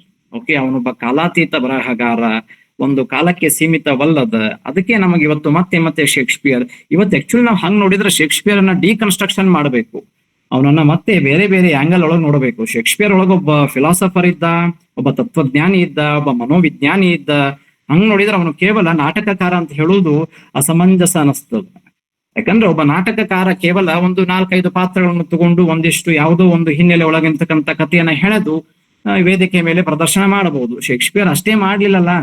ಶೇಕ್ಸ್ಪಿಯರ್ನಿಗೆ ಈ ಯೂನಿವರ್ಸಿಟಿ ವಿಟ್ಸ್ ಅನ್ನು ಬಳಕೆ ಮಾಡ್ಕೋತಾನೆ, ಹಾಲಿನ್ಶೆಡ್ ಕ್ರಾನಿಕಲ್ಸ್ ಅನ್ನು ತಗೋತಾನೆ, ಗ್ರೀಕಿನ ನಾಟಕಗಳನ್ನು ತಗೋತಾನೆ, ಇಂಗ್ಲೆಂಡಿನ ಜಾನಪದ ಕಥೆಗಳನ್ನು ತಗೋತಾನೆ. ಅದೇ ರೀತಿಯಾಗಿ ಶೇಕ್ಸ್ಪಿಯರ್ ಈ ಸೆನೆಕನ್ ಟ್ರಾಜಿಡೀಸ್ ಗಳನ್ನ ಬಹಳ ಚೆನ್ನಾಗಿ ಬಳಸ್ಕೊತಾ ಹೋಗ್ತಾನೆ. ನಾನು ಯಾಕೆ ಇದನ್ನ ಹೇಳ್ತಾ ಇದ್ದೇನೆ ಅಂತಂದ್ರೆ, ಎಲ್ಲರೊಳ ಅಕ್ಷರ ಕಲಿ ಸರ್ವಜ್ಞನಪ್ಪ ಅಂತ ಹೇಳ್ತೀವಿ ನಾವಲ್ಲ, ಅದೇ ರೀತಿ ಶೇಕ್ಸ್ಪಿಯರ್ ಕೂಡ ಅನ್ಕೋತೀನಿ ನಾನು. ಎಲ್ಲರೊಳಗೂ ಒಂದೊಂದು ತಗೋತಾನೆ, ಅದನ್ನು ಮಾಡಿಫೈ ಮಾಡಿ ತನ್ನದೇ ಆದ ನೈಜ ಪ್ರತಿಮೆಯನ್ನ ತಂದು ಇಡ್ತಾನೆ. ಈಗ ಒಂದು ಎಕ್ಸಾಂಪಲ್ ತಗೊಳ್ಳೋದಾದ್ರೆ, ಥಾಮಸ್ ಕಿಡ್ ಇಂದ ರಿವೆಂಜ್ ಥೀಮ್ ಅನ್ನ ತಗೋತಾನಲ್ಲ, ಅದನ್ನೇ ಯಥಾವತ್ತಾಗಿ ಥಾಮಸ್ ಕಿಡ್ ನ ಸ್ಪ್ಯಾನಿಷ್ ಟ್ರಾಜಿಡಿ ತರ ತರಂಗಲ್ಲ ಅವನು. ಹ್ಯಾಮ್ಲೆಟ್ ಒಳಗ ರಿವೆಂಜ್ ಥೀಮ್ ತಗೋತಾನೆ, ಆದ್ರೆ ಹ್ಯಾಮ್ಲೆಟ್ ನೊಳಗೆ ಇರ್ತಕ್ಕಂತ ಆ ಒಂದು ಮನೋವೈಜ್ಞಾನಿಕವಾದ ತುಮುಲಗಳನ್ನ, ಒಳ ಮನಸ್ಸಿನ ಸಂಘರ್ಷಗಳನ್ನ, ದ್ವಂದ್ವತೆಯನ್ನ ತೋರಿಸ್ತಾ ಹೋಗ್ತಾನೆ. Something is rotten in Denmark ಅಂತಕ್ಕಂಥದ್ದು ನೈತಿಕ ಅಧಪತನ ಮನಸ್ಥಿತಿಯನ್ನ ತೋರಿಸ್ತಾ ಹೋಗ್ತದೆ. ಬಹುಶಃ brevity is the soul of wit, ಆದ್ರೆ ಆ ಬ್ರೇವಿಟಿ ಅವನಲ್ಲಿ ಬರಂಗಿಲ್ಲ.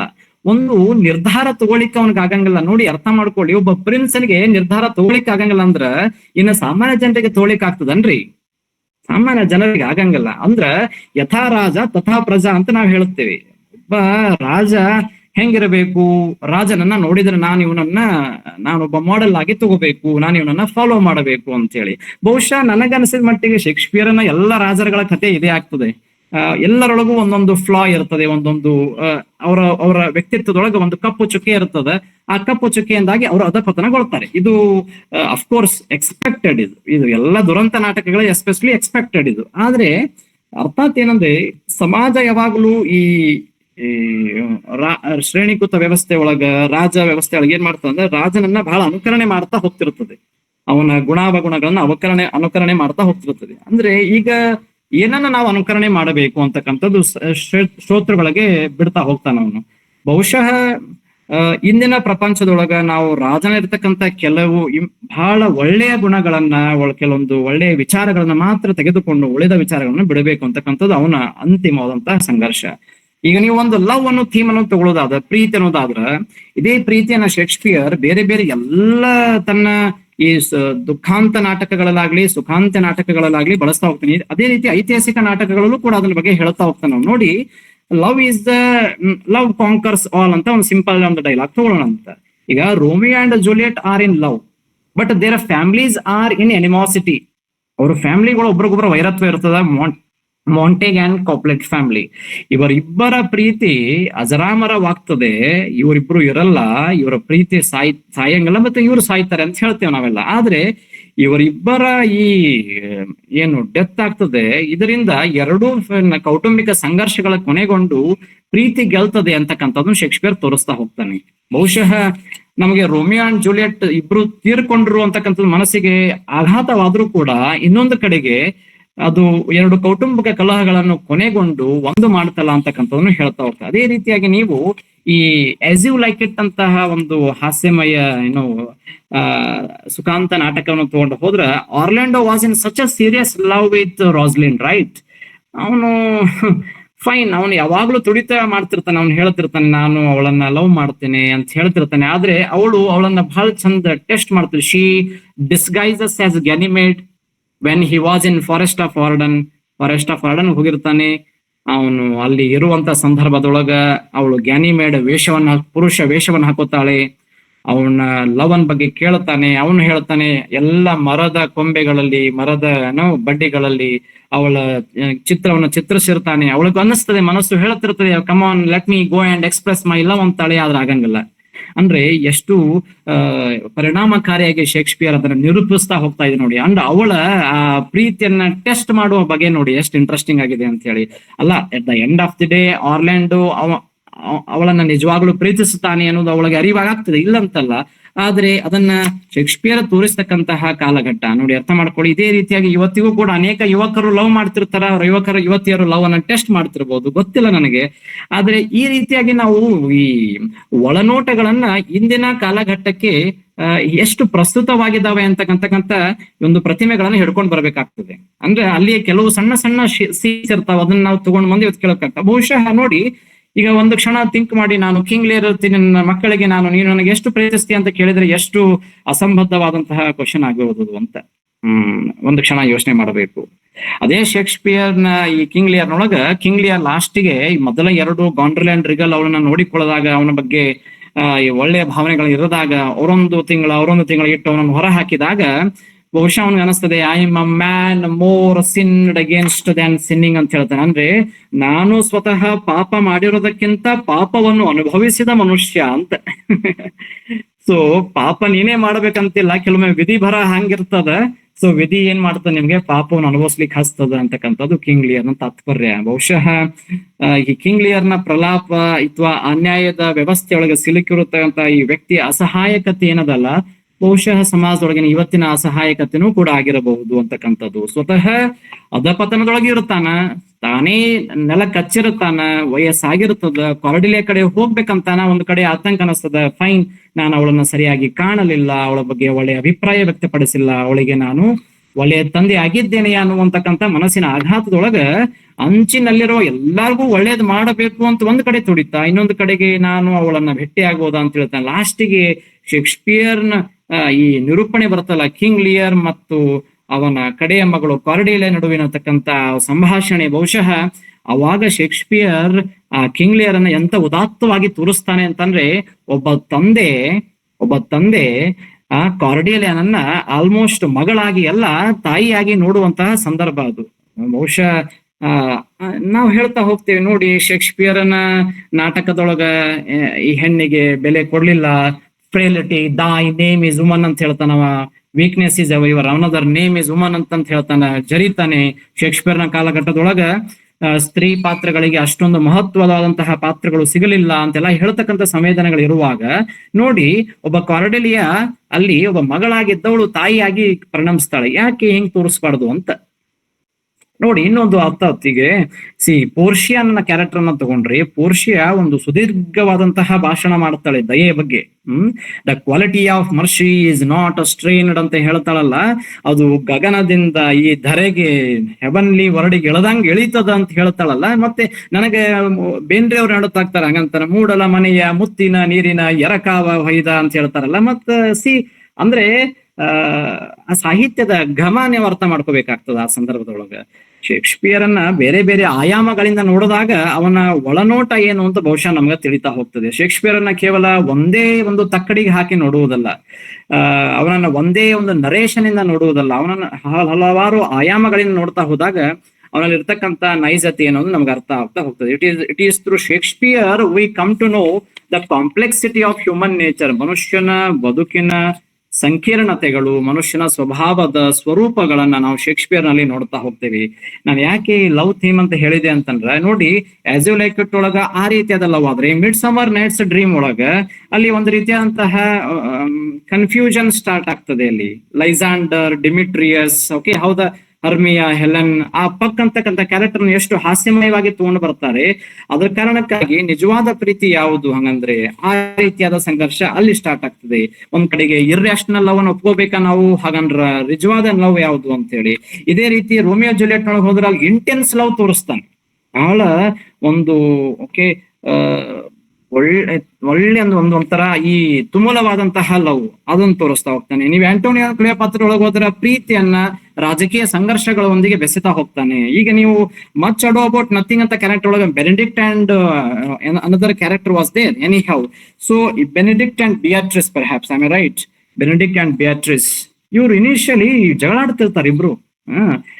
ಮಚ್ ಅಡೋ ಅಬೌಟ್ ನಥಿಂಗ್ ಒಳಗೆ ಇನಿಷಿಯಲಿ ಅವರಿಬ್ರು ಸಂಘರ್ಷಕ್ಕೆ ಒಳಗೊಂಡಿರ್ತಾರೆ. ನಮಗನಿಸ್ತದೆ ಇವರಿಬ್ರು ಪ್ರೀತಿಯೊಳಗೆ ಏನಿಲ್ಲ, ಇವ್ರೊಳಗ ಯಾವುದೇ ರೀತಿಯಾದಂತಹ ಭಾವನೆಗಳು ಇರ್ಲಿಕ್ಕಿಲ್ಲ ಅಂತ ಅನಿಸ್ತದೆ. At the end of the play you come to know there is a beautiful love. See this is Shakespeare. ಎಲ್ಲದಕ್ಕೂ ಹಂಗ್ ನೋಡಿದ್ರ ಲವ್ ಕಾರಣ ಆಗ್ತದೆ ಅಂತಕ್ಕಂಥದ್ದು. ಹಂಗೆ ನೋಡ್ತಾ ಹೋದಾಗ ಈಗ ಒಥೇಲೋ ನಾನು ಯಾಕೆ ಹೇಳಿದೆ ಅಂತಂದ್ರೆ, ಒಥೇಲೋ ಅಷ್ಟು ಲವ್ ಮಾಡ್ತಿರ್ತಾನಲ್ಲ ಡಿಸ್ಡೆಮೋನನ್ನ, ಹಂಗಂದ್ರೆ ಯಾಕೆ ಅವನು ಕೊಲ್ಲುವ ಲೆವೆಲ್ಗೆ ಹೋಗ್ತಾನೆ, ಅದನ್ನ ನಾವು ಟ್ರಾಜಿಕ್ ಫ್ಲಾ ಅಂತ ನಾವು ಅನಲೈಸ್ ಮಾಡಿ ಕೈ ಬಿಡ್ತೀವಿ ಅದನ್ನ. ಆ ರೀತಿ ಟ್ರಾಜಿಕ್ ಫ್ಲಾ ಎಲ್ಲರಲ್ಲೂ ಇರ್ಲಿಕ್ಕೆ ಸಾಧ್ಯನಾ ಅನ್ನೋ ಒಂದು ಕ್ವಶನ್. ಹ್ಯಾಮ್ಲೆಟ್ ನಲ್ಲಿ ಇರ್ತಕ್ಕಂಥ to be or not to be ನಮ್ಮೆಲ್ಲರ ಸಂಘರ್ಷನ ಹಾಗಂದ್ರೆ, ಕಿಂಗ್ ಲಿಯರ್ ಇರ್ತಕ್ಕಂಥ ಅಸಹಾಯಕತೆ ನಮ್ಮೆಲ್ಲರ ಅಸಹಾಯಕತೆನ ಹಾಗಾದ್ರೆ, ರೋಮಿಯೋನಲ್ಲಿ ಇರ್ತಕ್ಕಂಥ ಆತುರದ ನಿರ್ಧಾರ ನಮ್ಮ ನಿರ್ಧಾರನೂ ಕೂಡ ಹೌದಾ ಹಾಗಾದ್ರೆ? ಈಗ ಒಫಿಲಿಯಾ ಯಾವ ರೀತಿ ವಿಕ್ಟಿಮ್ ಆಗ್ತಾಳೆ, ಹಾಗಾಗಿ ಇವತ್ತಿನ ವಿಮೆನ್ ಕೂಡ ವಿಕ್ಟಿಮ್ ಆಗ್ತಾ ಇದಾರ ಹಾಗಾದ್ರೆ? ನೋಡಿ, ಹಲವಾರು ಕ್ವಶನ್ಸ್ಗಳು ಬಹುಶಃ ಇವನ್ನ ರೆಟಾರಿಕಲ್ ಕ್ವಶನ್ಸ್ ಆಗಿ ನಾವು ನೋಡ್ತಾ ಹೋಗ್ಬೋದು. ಬಹುಶಃ ನಾವು ಸುಮ್ಮನೆ ಹಂಗ ಒಂದು ನಾಟಕ ಹಚ್ಚಾರ ಅದನ್ನ ಓದಬೇಕು ಒಂದಷ್ಟು ಪಾತ್ರಗಳು ಅನ್ಕೋತ ಹೋದ್ರೆ ನಮ್ಗೆ ಶೇಕ್ಸ್ಪಿಯರ್ ಏನ್ ದರ್ಶನ ಕೊಡಂಗಿಲ್ಲ. ಸುಮ್ನೆ ಹಂಗ ಒಂದ್ ಏನ್ರಿ ಹ್ಯಾಮ್ಲೆಟ್ ಅದರಿ ಸಿಲೆಬಸ್ಗೆ ಹಚ್ಚಾರ, ನಮ್ ಟೀಚರ್ ಹೇಳ್ತಾರ ನಾವು ಕಲಿಬೇಕು, ನೋ ನೋ ನೋ, ಈ ರೀತಿ ವಿದ್ಯಾರ್ಥಿಗಳು ತಗೋಬಾರದು. ಅಥವಾ ಯಾವ ಅಧ್ಯಾಪಕರು ಕೂಡ ಫೈನ್ ನನಗೊಂಚೂರು ಸ್ಯಾಲ್ರಿ ಬರ್ತದೆ, ನಾವು ಇದನ್ನ ಕಲಿಸ್ಬೇಕು, ನಾವೊಂಚೂರು ಕಲಿಬೇಕು, ಅವ್ರು ಹೇಳ್ಬೇಕು, ಮುಗಿಸ್ಬೇಕು, ಅಷ್ಟಲ್ಲ. ಅದೆಲ್ಲ ಆಚೆಗಾಗಿ ನಾವು ಶೇಕ್ಸ್ಪಿಯರ್ನ ಓದಬೇಕಾಗ್ತದೆ. ಅವಾಗ ನಮಗೆ ಶೇಕ್ಸ್ಪಿಯರ್ ಬಹಳಷ್ಟು ಮನಸ್ಸಿಗೆ ಹತ್ರ ಆಗ್ತಾ ಹೋಗ್ತಾನೆ. ನೋಡಿ, ಈಗ ಅಲ್ಟಿಮೇಟ್ಲಿ ನಾವು ನೋಡ್ತಾ ಹೋದ್ರೆ ಅವನೊಂದು ಐತಿಹಾಸಿಕ ನಾಟಕದೊಳಗೆ ಅವನು ಎಂಡ್ ಮಾಡ್ತಾನೆ, love all, trust a few, do wrong to none. ಎಲ್ಲರನ್ನೂ ಪ್ರೀತಿಸು. ಬಹುಶಃ ನಮ್ಮ ಉಪನಿಷತ್ತುಗಳಾಗ್ಲಿ, ವೇದಗಳಾಗ್ಲಿ, ಪುರಾಣಗಳಾಗ್ಲಿ ಏನ್ ಹೇಳ್ತಾ ಇದಾವೆ ನಮ್ಗೆ? ಎಲ್ಲರನ್ನೂ ಪ್ರೀತಿಸು, ಹೌದಲ್ವೋ? ಎಲ್ಲರನ್ನೂ ಪ್ರೀತಿಸು ಅಂತ ಹೇಳ್ಕೊಡ್ತಾರೆ. ಜಗತ್ತಿನ ಎಲ್ಲ ಧರ್ಮದ ಬೇರದ ಅಲ್ಲ, ಎಲ್ಲರನ್ನೂ ಪ್ರೀತಿಸು ಅಂತ ಹೇಳ್ತದೆ. ಆದ್ರೆ ಶೇಕ್ಸ್ಪಿಯರ್ ಅಲ್ಲಿ ಮಾಡಿಫೈ ಮಾಡ್ತಾನೆ. ನಾನು ಅದಕ್ಕೆ ಹೇಳೋದು, ಶೇಕ್ಸ್ಪಿಯರ್ ಯಾವಾಗ್ಲೂ ಕಾಪಿ ಮಾಡ್ಲಿಲ್ಲ. ಶೇಕ್ಸ್ಪಿಯರ್ ಕಾಪಿ ಮಾಡ್ತಾ ಮಾಡ್ತಾ ತನ್ನದೇ ಆದಂತ ವಿಚಾರವನ್ನ ಬಿತ್ತಾನೆ. ಬಹುಶಃ ಆ ಕಾಲಘಟ್ಟಕ್ಕೆ ಆ ವಿಚಾರಗಳು ಬಹಳ ಪ್ರಸ್ತುತ ಅನಿಸ್ತಾವಂತೆ ನಾವು ಅನ್ಕೊಂಡೇವಲ್ಲ, ಅದು ಈ ಕಾಲಘಟ್ಟಕ್ಕೂ ಪ್ರಸ್ತುತ ಅನಿಸ್ತದೆ. ಅದಕ್ಕೆ ಶೇಕ್ಸ್ಪಿಯರ್ ಒಬ್ಬ ಕಾಲಾತೀತ ವಿಶ್ವವ್ಯಾಪಿ ಬರಹಗಾರ. ಅವ್ನು ಹೇಳ್ತಾನೆ, ಲವ್ ಆಲ್, ಎಲ್ಲರನ್ನೂ ಪ್ರೀತಿಸು, ಕೆಲವರನ್ನ ಮಾತ್ರ ನಂಬು, ಆದ್ರೆ ಯಾರಿಗೂ ಮೋಸ ಮಾಡಬೇಡ ಅಂತಕ್ಕಂಥದ್ದು. ಮನೆಯೊಳಗೆ ಹಿರಿಯರು ಇವತ್ತು ಹೇಳ್ತಾರೆ, ಯಾರಿಗೂ ಮೋಸ ಮಾಡಬೇಡ, ಕೆಟ್ಟದನ್ನ ಆಡಬೇಡ. ಅದಕ್ಕೆ ಬಸವಣ್ಣ ಹೇಳ್ತಾನಲ್ಲ, ಫೈನ್ ಏನಂತಂದ್ರೆ, ಕಳಬೇಡ, ಕೊಲಬೇಡ, ಎದುರು ಹಳಿಯಲು ಬೇಡ, ತನ್ನ ಅನ್ನ ಬಣ್ಣಿಸಬೇಡ ಹೇಳ್ತಾನಲ್ಲ. ನೋಡಿ, ಎಷ್ಟು ಇಂಟ್ರೆಸ್ಟಿಂಗ್ ಆದಂತಹ ಸಿನಾರಿಯೋ ಅಲ್ಲಿ. ನಾವು ಅದೊಂದಕ್ಕೊಂದು ಬೆಸದು ನೋಡ್ಬೇಕು. ಅವಾಗ ಶೇಕ್ಸ್ಪಿಯರ್ ಮತ್ತೆ ಮತ್ತೆ ನಮಗೆ ಮುಂದೆ ಮುಂದೆ ಕಾಣಿಸ್ತಾ ಹೋಗ್ತಾನೆ. ನಾನು ಅವನ ಕೆಲವೊಂದು ಈ Julius Caesar, Henry fifth and King Lear ಅನ್ನು ಎಲ್ಲ ಒಟ್ಟಾರೆಯಾಗಿ ನೋಡಿದಾಗ ಇವತ್ತಿನ ರಾಜಕೀಯ ಅಧಿಕಾರದ ನೈತಿಕ ಅಡಿಪಾಯ, ಅವತ್ತಿನ ರಾಜಕೀಯದ ನೈತಿಕ ಅಡಿಪಾಯಗಳನ್ನ ಬಹಳ ವಿಮರ್ಶಾತ್ಮಕವಾಗಿ ಚರ್ಚಿಸ್ತಾ ಹೋಗ್ತದೆ. ಇವತ್ತಿನ ಈ ಅರಿಷಡ್ವರ್ಗಗಳ ಕಾರ್ಯವಾಗಿರ್ಬಹುದು, ಅವತ್ತಿನ ಅರಿಷಡ್ವರ್ಗಗಳ ಕಾರ್ಯಗಳಾಗಿರ್ಬಹುದು. ನೋಡಿ, ಮನುಷ್ಯ ಅಧಿಕಾರಕ್ಕಾಗಿ, ಸ್ಥಾನಮಾನಕ್ಕಾಗಿ ನಡೆಸುವ ಸಂಘರ್ಷಗಳು ಇವತ್ತು ನಿನ್ನೆದಲ್ಲ. ಅದು ಶತಶತಮಾನಗಳಿಂದ ಹಲವಾರು ಆಯಾಮಗಳಿಂದ ನಡೀತಾನೇ ಬರ್ತಾ ಇದೆ. ಒಬ್ಬರಿಗೆ ಒಂದು ಸ್ಥಾನಮಾನ, ಮತ್ತೊಬ್ಬರಿಗೆ ಇನ್ನೊಂದು ಸ್ಥಾನಮಾನಕ್ಕಾಗಿ ಹೋರಾಟ. ಇದು ನಿಜವಾಗ್ಲೂ ಬಹಳ ಜಿಜ್ಞಾಸೆಗೊಳಪಡಿಸುವ, ಅಥವಾ ನಾನು ಹೇಳ್ಬೇಕಂದ್ರೆ ಇದು ಬಹಳ ಐರಾನಿಕಲ್ ಆಗಿರುವಂತಹ, ವಿಡಂಬನಾತ್ಮಕವಾಗಿರುವಂತಹ ಒಂದು ಕಲ್ಪನೆ. ಅಲ್ಲಿ ರಾಜಕೀಯ ಅಧಿಕಾರದೊಳಗಿರ್ತಾನೆ, ಜನರಿಗೆ ಒಳ್ಳೆಯ ಮಾಡಬೇಕನ್ನೋ ಮನೋಭಾವನೆ ಒಂದ್ ಕಡೆ ಇರ್ತದೆ, ಇನ್ನೊಂದು ಕಡೆಗೆ ತಾನು ಕುರ್ಚಿಯನ್ನ ಬಿಡಬಾರದು ಅನ್ನಕ್ಕಂತ ಮನೋಭಾವನೆ ಇರ್ತದೆ. ಇವತ್ತಿಗೆ ನಾವು ನೋಡ್ತಾ ಇದ್ದೇವೆ ಇವುಗಳನ್ನೆಲ್ಲ. ಅದೇ ರೀತಿ ಯುದ್ಧದ ಆಹ್ವಾನದ ಕರೆಗಳು, ಮಿಲಿಟರಿಯ ಮಹತ್ವಾಕಾಂಕ್ಷೆ, ಅನಿಯಂತ್ರಿತ ಪರಿಣಾಮಗಳು, ಇವೆಲ್ಲವನ್ನ ಶೇಕ್ಸ್ಪಿಯರ್ ಬಹಳ ಸಾಂಕೇತಿಕವಾಗಿ ತನ್ನ ಪಾತ್ರಗಳ ಮೂಲಕ ಚಿತ್ರಿಸ್ತಾ ಹೋಗ್ತಾನೆ. ಈಗ ನೀವು ಶೇಕ್ಸ್ಪಿಯರ್ ಅನ್ನ ನಾಟಕಗಳನ್ನ ನೋಡಿದ್ರೆ, ಮನುಷ್ಯ ಎಲ್ಲೇ ಇದ್ರಲ್ಲಿ ಮನುಷ್ಯನಿರ್ತಕ್ಕಂತಹ ಕೆಲವೊಂದು ಮೂಲಭೂತ ಗುಣಗಳನ್ನ ಅವನು ಬಿಡಬಾರದು ಅಂತಕ್ಕಂಥದ್ದು. ಅವನಲ್ಲಿರ್ತಕ್ಕಂಥ ಒಳ್ಳೆಯತನ, ಪ್ರೀತಿ, ಧಾರ್ಮಿಕತೆ, ಅವನಲ್ಲಿರ್ತಕ್ಕಂಥ ಒಂದು ಮಾನವೀಯ ಮನೋಧರ್ಮಗಳನ್ನ ಅಥವಾ ಸಹಾನುಭೂತಿಗಳನ್ನ, ಇನ್ನೊಬ್ಬಗೆ ಇರ್ತಕ್ಕಂಥ ಕರುಣೆ, ತ್ಯಾಗದ ಗುಣಗಳನ್ನ ಅವನ ಬಿಡಬಾರದು, ಮಾನವೀಯ ಮೌಲ್ಯಗಳನ್ನ ಎತ್ತಿ ಹಿಡಿಬೇಕು ಅಂತಕ್ಕಂಥದ್ದು ನಾವು ಹೇಳ್ತೇವೆ. ಹಾಗಾದ್ರೆ ಇಂದಿನ ಬದುಕಿನೊಳಗ ನಾವು ಸ್ಪರ್ಧಾತ್ಮಕ ಯುಗದೊಳಗೆ ಇರ್ತಕ್ಕಂಥ ನಾವು ಇವುಗಳನ್ನೆಲ್ಲ ಅಳವಡಿಸಿಕೊಂಡ್ರೆ ಉತ್ತಮವಾದ ಜೀವನ ಸಾಧನೆ ಮಾಡ್ಲಿಕ್ಕೆ ಆಗ್ತದ ಅಂತಕ್ಕಂಥ ಕ್ವಶನ್ಸ್. ನೋಡಿ, ಎಷ್ಟೋ ಸ್ಪರ್ಧಾ ಆಕಾಂಕ್ಷಿಗಳು ಇವತ್ತಿರ್ತಾರೆ, ಒಂದು 3-4 ವರ್ಷ ಯಾವ ಸ್ಪರ್ಧೆಗಳು ನಡೀಲೇ ಇರಿದ್ರೆ ಅವ್ರ ಮನಕ್ಕೂ ಹತಾಶೆ ಬಂದ್ಬಿಡ್ತಾರ. ಅವ್ರಿಗೆ ಎಷ್ಟು ಹತಾಶೆಗೊಂಡ್ಬಿಡ್ತಾರಲ್ಲ, ಆ ಹತಾಶೆಯ ಮನಸ್ಥಿತಿ ಏನ್ ಬೇಕಾದ್ ಮಾಡಿಸ್ತದ, ಎಲ್ಲಿ ಬೇಕಾದ್ರೂ ಹೋಗ್ಬೋದು. ಕೆಲವೊಬ್ರು unfortunately they end the life only. Shakespeare ನಮ್ ಮುಂದೆ ಕಣ್ಮುಂದೆ ಇದಾನ, ಡೆಸ್ಡೆಮೋನ್ ಅನ್ನು ಕೊಂದಂತ ಒಥೆಲೋಗೋ ರಿಪೆಂಟೆನ್ಸ್ ಆಗ್ತದಲ್ಲ, ಅವ್ನಿಗೆ ಅನಿಸ್ತದಲ್ಲ ನಾನು ಒಂದು ಕ್ಷಣ ಯೋಚನೆ ಮಾಡ್ಲಿಲ್ಲಲ್ಲ ಅಂತ ಹೇಳಿ. ಹ್ಯಾಮ್ಲೆಟ್ಗೆ ಅನಿಸ್ತಲ್ಲ ನಾನು ಯೋಚನೆ ಮಾಡಿದ್ರ ಪರಿಣಾಮ ಏನಾಯ್ತು, ನಾನು ಯಾವುದೋ ಒಂದು ಡೆಸಿಷನ್ ತಗೊಳ್ಳಿಲ್ಲಲ್ಲ. ಕಿಂಗ್ ಲಿಯರ್ಗೆ ಅನಿಸ್ತದೆ ನಾನು ಎಂತ ಕ್ವಶನ್ ಕೇಳ್ಬಿಟ್ಟಲ್ಲ, ನಾ ಎಂತವ್ರ ನಂಬಿಕೆ ಅಂತೇಳ. ನೋಡಿ ಕಿಂಗ್ ಲಿಯರ್ ನಲ್ಲಿ ಕೌಟುಂಬಿಕ ಶಾಂತಿಯನ್ನು ಕೂಡ ಅದು ಹೇಳುತ್ತದೆ. ಕೌಟುಂಬಿಕ ಬದುಕು ಯಾವ ರೀತಿ ಕಟ್ಕೋಬೇಕು ಅಂತ ಹೇಳುತ್ತದೆ. ನೋಡಿ ಅವನು ಗಾಂಡ್ರಿಲ್ ರಿಗಲ್ ಮಾತನ್ನ ಯಾವ ತಳಹದಿ ಮೇಲೆ ನಂಬಿಸ ನನಗೆ ಗೊತ್ತಾಗ್ಲಿಲ್ಲ. ಅದು ಒಬ್ಬ ತಂದೆ ಹುಟ್ಟಿನಿಂದ ನೋಡ್ತಾ ಹೋಗಿರ್ತಾನಲ್ಲ ಅವ್ರನ್ನ, ಯಾವ ತಳಹದಿ ಮೇಲೆ ಅವರನ್ನು ನಂಬಿದ ಅಂತಕ್ಕಂಥದ್ದು ನಮ್ಮ ಮನಸ್ಸಿಗೆ ಬಹಳ ಕಾಡ್ತದೆ. ಇದೆಲ್ಲ ನಾವು ನೋಡ್ತಕ್ಕಂಥ ನಾವು ಕೆಲವೊಂದು ಹಾರ್ಶ್ ಡಿಸಿಷನ್ಸ್ ಗಳನ್ನ ತಗೋತೀವಿ ಲೈಫ್ ಒಳಗ. ಯಾಕೆ ಅಂತಕ್ಕಂಥ ಕ್ವಶನ್ಸ್. ಬಹುಶಃ ಇಲ್ಲಿ ರಾಬರ್ಟ್ ಫ್ರಾಸ್ಟ್ ನನ್ನ ಮನಸ್ಸಿಗೆ ನೆನಪಾಗ್ತಾ ಇದ್ದಾನೆ ಈಗ. ಏನಂದ್ರೆ ರೋಡ್ ನಾಟ್ ಟೇಕನ್. ಓಕೆ, ಇತ್ಲ ಕಡೆ ಎಡದಲ್ಲಿ ಒಂದು ರೋಡ್ ಇದೆ, ಬಲದಲ್ಲಿ ಒಂದು ರೋಡ್ ಇದೆ, ಯಾವ್ದು ತಗೊಳ್ಳಿ ಹಾಗಾದ್ರೆ? ಎಲ್ರು ಇಲ್ಲಿ ಹೋಗ್ತಾ ಇದಾರಂತ ನಾನು ಅಲ್ಲಿ ಹೋಗ್ಲಾ, ಅಥವಾ ಇಲ್ಲಿ ಯಾರು ಹೋಗಿಲ್ಲ ಅಂತ ಅಲ್ಲಿ ನಾನು ಹೋಗ್ಲಾ? ಹಂಗ ಶೇಕ್ಸ್ಪಿಯರ್ ಏನ್ ಮಾಡಿದ ಅಂತಂದ್ರೆ, ಸೊ ಶೇಕ್ಸ್ಪಿಯರ್ ಎಲ್ಲರೂ ಹೋಗಿದ್ದನ್ನ ನೋಡ್ತಾನೆ, ತಾನು ತನ್ನದೇ ಆದಂತ ಹಾದಿಯನ್ನ ಸೃಷ್ಟಿ ಮಾಡ್ತಾನೆ. ಹೀಗಾಗಿ ಶೇಕ್ಸ್ಪಿಯರ್ ಯಾವಾಗ್ಲೂ ಪ್ರಸ್ತುತವಾಗಿ ಉಳಿತಾನೆ.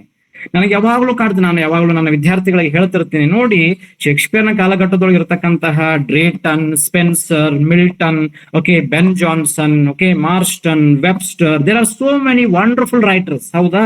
ಇವೆಲ್ಲರೆಲ್ಲನೂ ನಾವು ನೋಡಿದಾಗ ಶೇಕ್ಸ್ಪಿಯರ್ ಅನ್ನ ಮತ್ತೆ ಮತ್ತೆ ಯಾಕೆ ನಾವು ನೆನಪು ಮಾಡ್ಕೋತೀವಿ ಅನ್ನೋ ಕ್ವಶನ್ ಈಗ. ಯಾಕಂದ್ರೆ ಆ ಶೇಕ್ಸ್ಪಿಯರ್ ಅನ್ನ ಲೇಡಿ ಮ್ಯಾಕ್ಬೆತ್ ಅನ್ನ ನೀವು ಸಮಾಜದೊಳಗೆ ನೋಡ್ತೀರಿ, ಒಥೆಲೋವನ್ನ ಕಾಣ್ತೀರಿ, ಹ್ಯಾಮ್ಲೆಟ್ ಅನ್ನ ನೋಡ್ತೀರಿ, ಒಫಿಲಿಯಾನ ಕಾಣ್ತೀರಿ. ಬಹುಶಃ ಈ ಮಿಡ್ ಸಮ್ಮರ್ ನೈಟ್ಸ್ ಇರ್ತಕ್ಕಂಥ ಕನ್ಫ್ಯೂಷನ್ ನಮ್ಮ ಜೀವನದ ಕನ್ಫ್ಯೂಷನ್ ಆಗಿರಬಹುದು. ಹೌದಲ್ರಿ? ಅದೇ ರೀತಿಯಾಗಿ ಈ 12th ನೈಟ್ ಒಳಗೆ ಇರ್ತಕ್ಕಂಥ 12th ನೈಟ್ ಒಂದು ಇಂಪಾರ್ಟೆಂಟ್ ಸ್ಟೇಟ್ಮೆಂಟ್ ಅನ್ನು ತಗೋಬೇಕಾಗಿದೆ. ಅದನ್ನ ಹೆಂಗ ಇವತ್ತಿನ ಮನೋವಿಜ್ಞಾನಿಗಳ ಹೇಳ್ತಕ್ಕಂತಹ ಈ ಮನಸ್ಸಿನ ರೋಗ ಅಂತಕ್ಕಂಥದ್ದು, ವಯೋಲಾ ಅಂತ ಅವಳು ಹೇಳ್ತಾಳೆ, I am not what I am. Very simple statement. I am not what I am. ನಾನು ಯಾರು, ನಾನದು ಅಲ್ಲ ಅಂತ. ಹಂಗ ನಾ ಯಾರು ಅಂತಕ್ಕಂಥದ್ದು ಬಹುಶಃ KP ಪೂರ್ಣಚಂದ್ರ ತೇಜಸ್ವಿ ಅವರು ಮಿಸ್ಸಿಂಗ್ ಲಿಂಕ್ ಒಳಗ ನಾನು ಯಾರು ಅಂತಕ್ಕಂಥದ್ದೇ ಹೇಳ್ತಾರ ಅವ್ರು. ಅದು ಎಲ್ಲೋ ತಗೊಂಡು ಹೋಗಿ ಮಾನವಶಾಸ್ತ್ರ ಅಧ್ಯಯನಕ್ಕೆ ತಗೊಂಡು ಹೋಗ್ತದೆ. ನಾನು ಯಾರು ಅಂತಕ್ಕಂಥದ್ದು ಅದೇ ಮೊದಲಿಂದ ಹೇಳ್ಕೊಂಡು ಅದು ಬಹಳ ದೊಡ್ಡ ಪ್ರಶ್ನೆ, ಯಕ್ಷ ಪ್ರಶ್ನೆ. ನಾನು ಯಾರು ಹಂಗಂದ್ರೆ ನಾನು ಇವರ ಮಗ ಅಂತ ಹೇಳಿಕೊಳ್ಳು, ಅಥವಾ ನಾನು ಇಂತಹ ವಿದ್ಯಾರ್ಥಿ ಅಂತ ಹೇಳಿಕೊಳ್ಳಲು ನಾನು ಯಾರು? ಬಹುಶಃ ಮನುಷ್ಯನ ಅಂತರಂಗದ ಜಿಜ್ಞಾಸೆ ಏನಂತಂದ್ರೆ ನಾನು ಯಾರು. I am not what I M. ನಾನು ಮೇಲ್ನೋಟಕ್ಕೆ ಹಿಂಗ್ ಹೇಳ್ತಾ ಇದ್ದಾರೆ, ಆದ್ರೆ ನಾನು ಬೇರೆ ಇರ್ತೇನೆ. ಅದು ಎಲ್ಲರ ಐಡೆಂಟಿಟಿ ಕ್ರೈಸಿಸ್ ಕೂಡ ಹೌದು. ಇದನ್ನ ಶೇಕ್ಸ್ಪಿಯರ್ ಬಹಳ ಮನೋಜ್ಞವಾಗಿ ಧ್ವನಿಸ್ತಾ ಹೋಗ್ತಾನೆ. ಓವರ್ ಥಿಂಕಿಂಗ್ ಮಾಡೋದ್ರಿಂದ ಏನಾಗಬಹುದು, ಪ್ರೊಕ್ರಾಸ್ಟಿನೇಷನ್ ನೋಡಿ ಮುಂದೂಡುವುದರಿಂದ ಏನಾಗ್ಬೋದು. ಬಹಳಷ್ಟು ಸಂದರ್ಭಗಳಲ್ಲಿ ನಾವು ಕೂಡ ಇವತ್ತಿನ ಪರಿಸ್ಥಿತಿಗಳು ಮುಂದೋಡ್ತಾ ಹೋಗ್ತೇವೆ. ಈಗ ಹ್ಯಾಮ್ಲೆಟ್ ಮುಂದೋಡ್ತಾ ಹೋಗ್ತಾನೆ. Procrastination is an epitome of ಹ್ಯಾಮ್ಲೆಟ್ಸ್ character, isn't it? ಇದು ಸೇಮ್ ವೇ ನಮ್ಮ ಬದುಕಿನೊಳಗೂ ಕೆಲವೊಂದು ನಿರ್ಧಾರಗಳನ್ನು ನಾವು ತೆಗೆದುಕೊಳ್ಳಂಗಿಲ್ಲ. ನೋಡುನ್ ತಗೊಳ್ರಿ, ನೋಡುನ್ ತಗೊಳ್ರಿ, ಇನ್ನೊಂದ್ ಸ್ವಲ್ಪ ದಿವಸ ಹೋಗ್ಲಿ, ಇನ್ನೊಂದು ತಿಂಗಳು ಹೋಗ್ಲಿ ಅಂತ ಹೋಗ್ತೇವಿ. ಕಡಿಗೆ ಒಂದು ದಿವಸ ಹ್ಯಾಮ್ಲೆಟ್ ನಂಗ ವ್ಯತೆ ಪಡ್ತೇವೆ. ಇಷ್ಟ ಜೀವನ. ಅಥವಾ ಒಂದೊಂದ್ ಕ್ಷಣ ಏನ್ ಮಾಡ್ಬಿಡ್ತೀವಿ ಅಂತ ಬಹಳ ಯೋಚನೆ ಮಾಡಂಗಿಲ್ಲ, ಒಮ್ಮೆಲೆ ಡಿಸಿಷನ್ ತಗೊಂಡ್ಬಿಡ್ತೀವಿ, ಆಮೇಲೆ ಒಥೆಲೋ ನಂಗ ರಿಪೆಂಟೆನ್ಸ್ ಪಡ್ತೀವಿ. ಸೊ ಒಂದೊಂದ್ ಸಲ ಏನ್ ಮಾಡ್ತೀವಿ ನಾವು, ಮ್ಯಾಕ್ಬೆತ್ನಂತೆ ಜೀವನ ಮಾಡ್ತಿರ್ತೀವಿ, ಎಲ್ಲ ಸುಸ್ಥಿರವಾಗಿ ನಡೀತಿರ್ತದೆ. ಆದ್ರೆ ಯಾರದೋ ಮಾತು, ಲೈಕ್ ಲೇಡಿ ಮ್ಯಾಕ್ಬೆತ್ ವರ್ಡ್ಸ್ ಹಿ ಲಿಸನ್ಡ್, ನಾನು ಬೇರೆ ಯಾರ್ದೋ ಮಾತು ಕೇಳ್ತೇವೆ. ಇಲ್ಲ ನಾನು ಏನಾದ್ರೂ ಮಾಡಿ ಮಹತ್ವಾಕಾಂಕ್ಷೆಯನ್ನು ಮಾಡಬೇಕು. ಹೆಂಗೆ ಅಲೆಕ್ಸಾಂಡರ್ ಇಡೀ ವಿಶ್ವವನ್ನೇ ಗೆಲ್ಲಬೇಕು ಅಂತ ಹೋದಲ್ಲ, ಇಡೀ ವಿಶ್ವವನ್ನೇ ಗೆಲ್ಲಬೇಕು ಅಂತ ಹೋದಂತ ಅಲೆಕ್ಸಾಂಡರ್ ಕಡೆಗೆ ನಮ್ಗೆಲ್ಲರಿಗೂ ತೋರಿಸಿದ್ದು ಏನಂತಂದ್ರೆ, ಸಿ ಮೈ ಎಂಪ್ಟಿ ಹ್ಯಾಂಡ್ಸ್. ನಾನೇನು ಕೊಂಡು ಹೋಳಿಲ್ ಬಂದೇ ಇಲ್ಲ, ಬರುವಾಗ ಬೆತ್ತಲೆ ಹೋಗುವಾಗ ಬೆತ್ತಲೆ ಅಂತಕ್ಕಂಥ ನಾವು ನೆನಪಿಟ್ಕೋಬೇಕಾಗ್ತದೆ. ಅಂದ ಅರ್ಥಾತ್ ಇಲ್ಲಿ ಫಿಲಾಸಫಿಕಲ್ ಅಸೋಸಿಯೇಷನ್ ಕೂಡ ನಾವು ವಹಿಸ್ಬೇಕಾಗ್ತದೆ.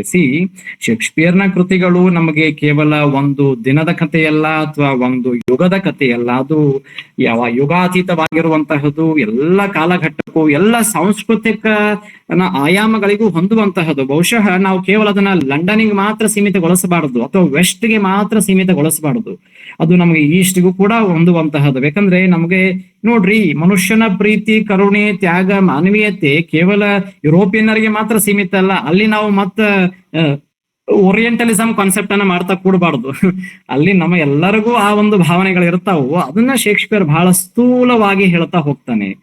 ಇನ್ನ ಶೇಕ್ಸ್ಪಿಯರ್ನ ಕೃತಿಗಳ ಮಹಿಳಾ ಪಾತ್ರಗಳನ್ನು ಒಂದು ಕ್ಷಣ ಗಮನಿಸೋದಾದ್ರೆ, ಅಲ್ಲಿ ಒಥೆಲೋದೊಳ ಎಮಿಲಿಯಾ ಹೇಳ್ತಾಳೆ, ಗಂಡಂತರಿಗೆ ಗೊತ್ತಾಗಲಿ ಅವರ ಹೆಂಡತಿಯರಿಗೆ ಅವರಂತೆಯೇ ಪ್ರಜ್ಞೆ ಇರುತ್ತದೆ ಅಂತ ಒಂದು ಮಾತು ಹೇಳ್ತಾಳು. Emilia, she tells they too have consciousness. In other words, she must be talking about identity. ನಾವೇನು ವಿಕ್ಟಿಮ್ ಅಲ್ಲ, we too have an identity. ಅದೇ ರೀತಿ ಶೇಕ್ಸ್ಪಿಯರ್ ಮರ್ಚೆಂಟ್ ಆಫ್ ವೆನಿಸ್ ನೊಳಗ ಪೋರ್ಷಿಯಾನ ಸಂವಾದ ಏನಿರ್ತದಲ್ಲ, ಆ ಸಂವಾದದೊಳಗ ಬೌದ್ಧಿಕ ಮತ್ತು ನೈತಿಕ ಅಧಿಕಾರವನ್ನು ಹೇಗೆ ಆತ್ಮವಿಶ್ವಾಸದಿಂದ ಒಬ್ಬ ಮಹಿಳೆ ಪ್ರದರ್ಶನ ಮಾಡಬಹುದು, ಹಂಗ್ ನೋಡಿದ್ರ ಈ ಮರ್ಚೆಂಟ್ ಆಫ್ ವೆನಿಸ್ ಒಳಗೆ ಇರ್ತಕ್ಕಂಥ ನೈಜ ಸಂವಾದ ಏನಂತಂದ್ರ, ಒಂದ್ ಕಡೆ ದಯೆ ಅದ, ಇನ್ನೊಂದ್ ಕಡೆಗೆ ನ್ಯಾಯ ಅದ. ಹಂಗಾರ ನ್ಯಾಯದ ಹಿಂದೆ ಬೆನ್ನತ್ತೋಣು ಅಥವಾ ದಯೆ ಹಿಂದೆ ಬೆನ್ನತ್ತೋಣು?